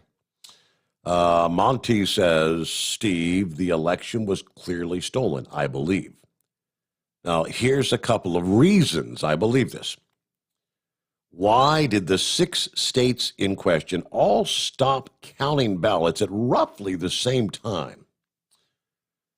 Ballot dumps like those in Pennsylvania, Michigan, went almost 100% for Biden, which is statistically impossible. In Georgia, roughly 42,000 people living out of state were allowed to vote. If it were one state, it'd be somewhat understandable. But 6? Give me a break, he says. The Democrats and the Rhino Republicans, as he refers to them, used the COVID-19, the China flu, as an excuse to change the rules regarding election process during the election. Donald Trump was for the average, everyday American. I say we're pretty much screwed from here on out. Okay, well, Monty, it's thanks for listening in. And, when you get a chance, you've got to chime in. Give us the latest what's going on. All right, so I was asking about the big galas tonight, the inaugural balls and whatnot. If they do hold anything, I'm sure they're going to be attendance very, very restricted. Everybody's going to have their, I guess they're all going to have to stay at their tables. How do you separate people 6 feet? They used to have all those big tables with, big 10 people sitting around one table. All right, President-elect Joe Biden's inauguration. Actor and playwright Lin-Manuel Miranda, rockers John Bon Jovi and Bruce Springsteen, among other stars, will be highlighting a primetime, quote, virtual celebration Wednesday night to be televised. So it's going to be virtual. I'm guessing these artists may be, one may be performing from their home. What's the venue going to be? The inaugural committee announced the lineup over the weekend for Celebrating America, a multi-network broadcast that the committee bills as kind of a mix of stars and everyday citizens. Miranda, which I'm not really sure who that is, supposedly she wrote and starred in the Broadway hit musical Hamilton, is going to appear for a classical recitation. John Legend, Demi Lovato, Justin Timberlake, and others joining Bruce Springsteen, Bon Jovi, actresses Kerry Washington and Eva Longoria. They'll be acting as hostesses. Former NBA star Kareem Abdul-Jabbar is also scheduled to appear. The segments will also include tributes to a UPS driver, a kindergarten teacher, and Sandra Lindsay, who was the first American to receive the COVID-19 vaccine outside of a clinical trial. So this is all, that kind of answers the question. This is all in lieu of the traditional inaugural balls. So the balls will not be taking place. Biden's still going to be sworn in on the Capitol's West Front, a scaled-down ceremony because of the COVID, and obviously tight security after the insurrection that took place on January the 6th. All right. Across the country, you've got state houses closed, fences up, police in place as they brace for potential demonstrations. Now, the safeguards will stay in place leading up to the inauguration Wednesday. And, of course, Joe Biden then plans to roll back some of President Trump's most controversial policies and take steps to address the COVID pandemic just hours after taking office.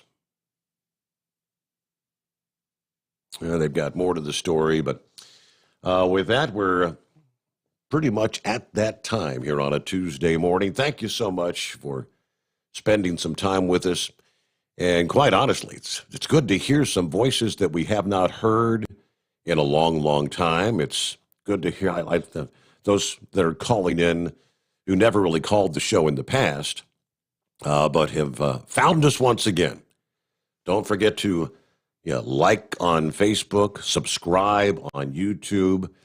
Go to the Steve Sommers Overnight Drive page on YouTube and subscribe there and help us continue to grow.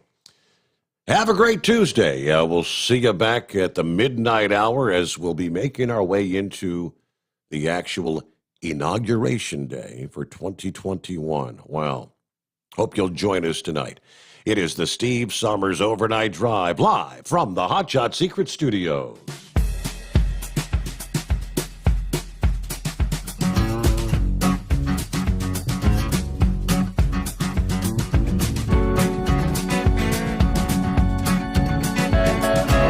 You'll never guess the places that I've been.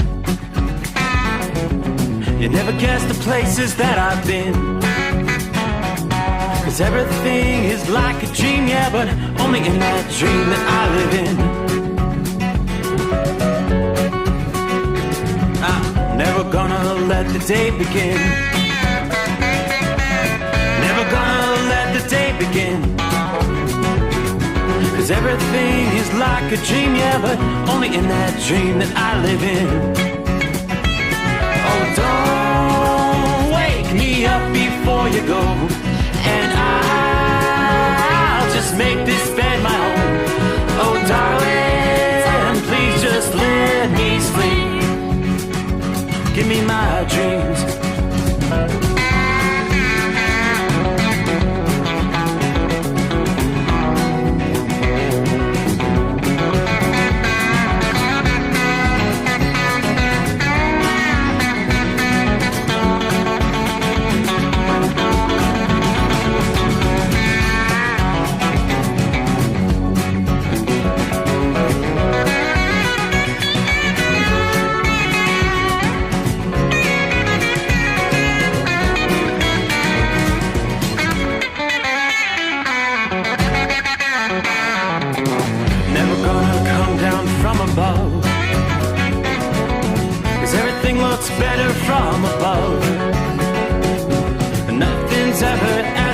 change except in that world that I dream of.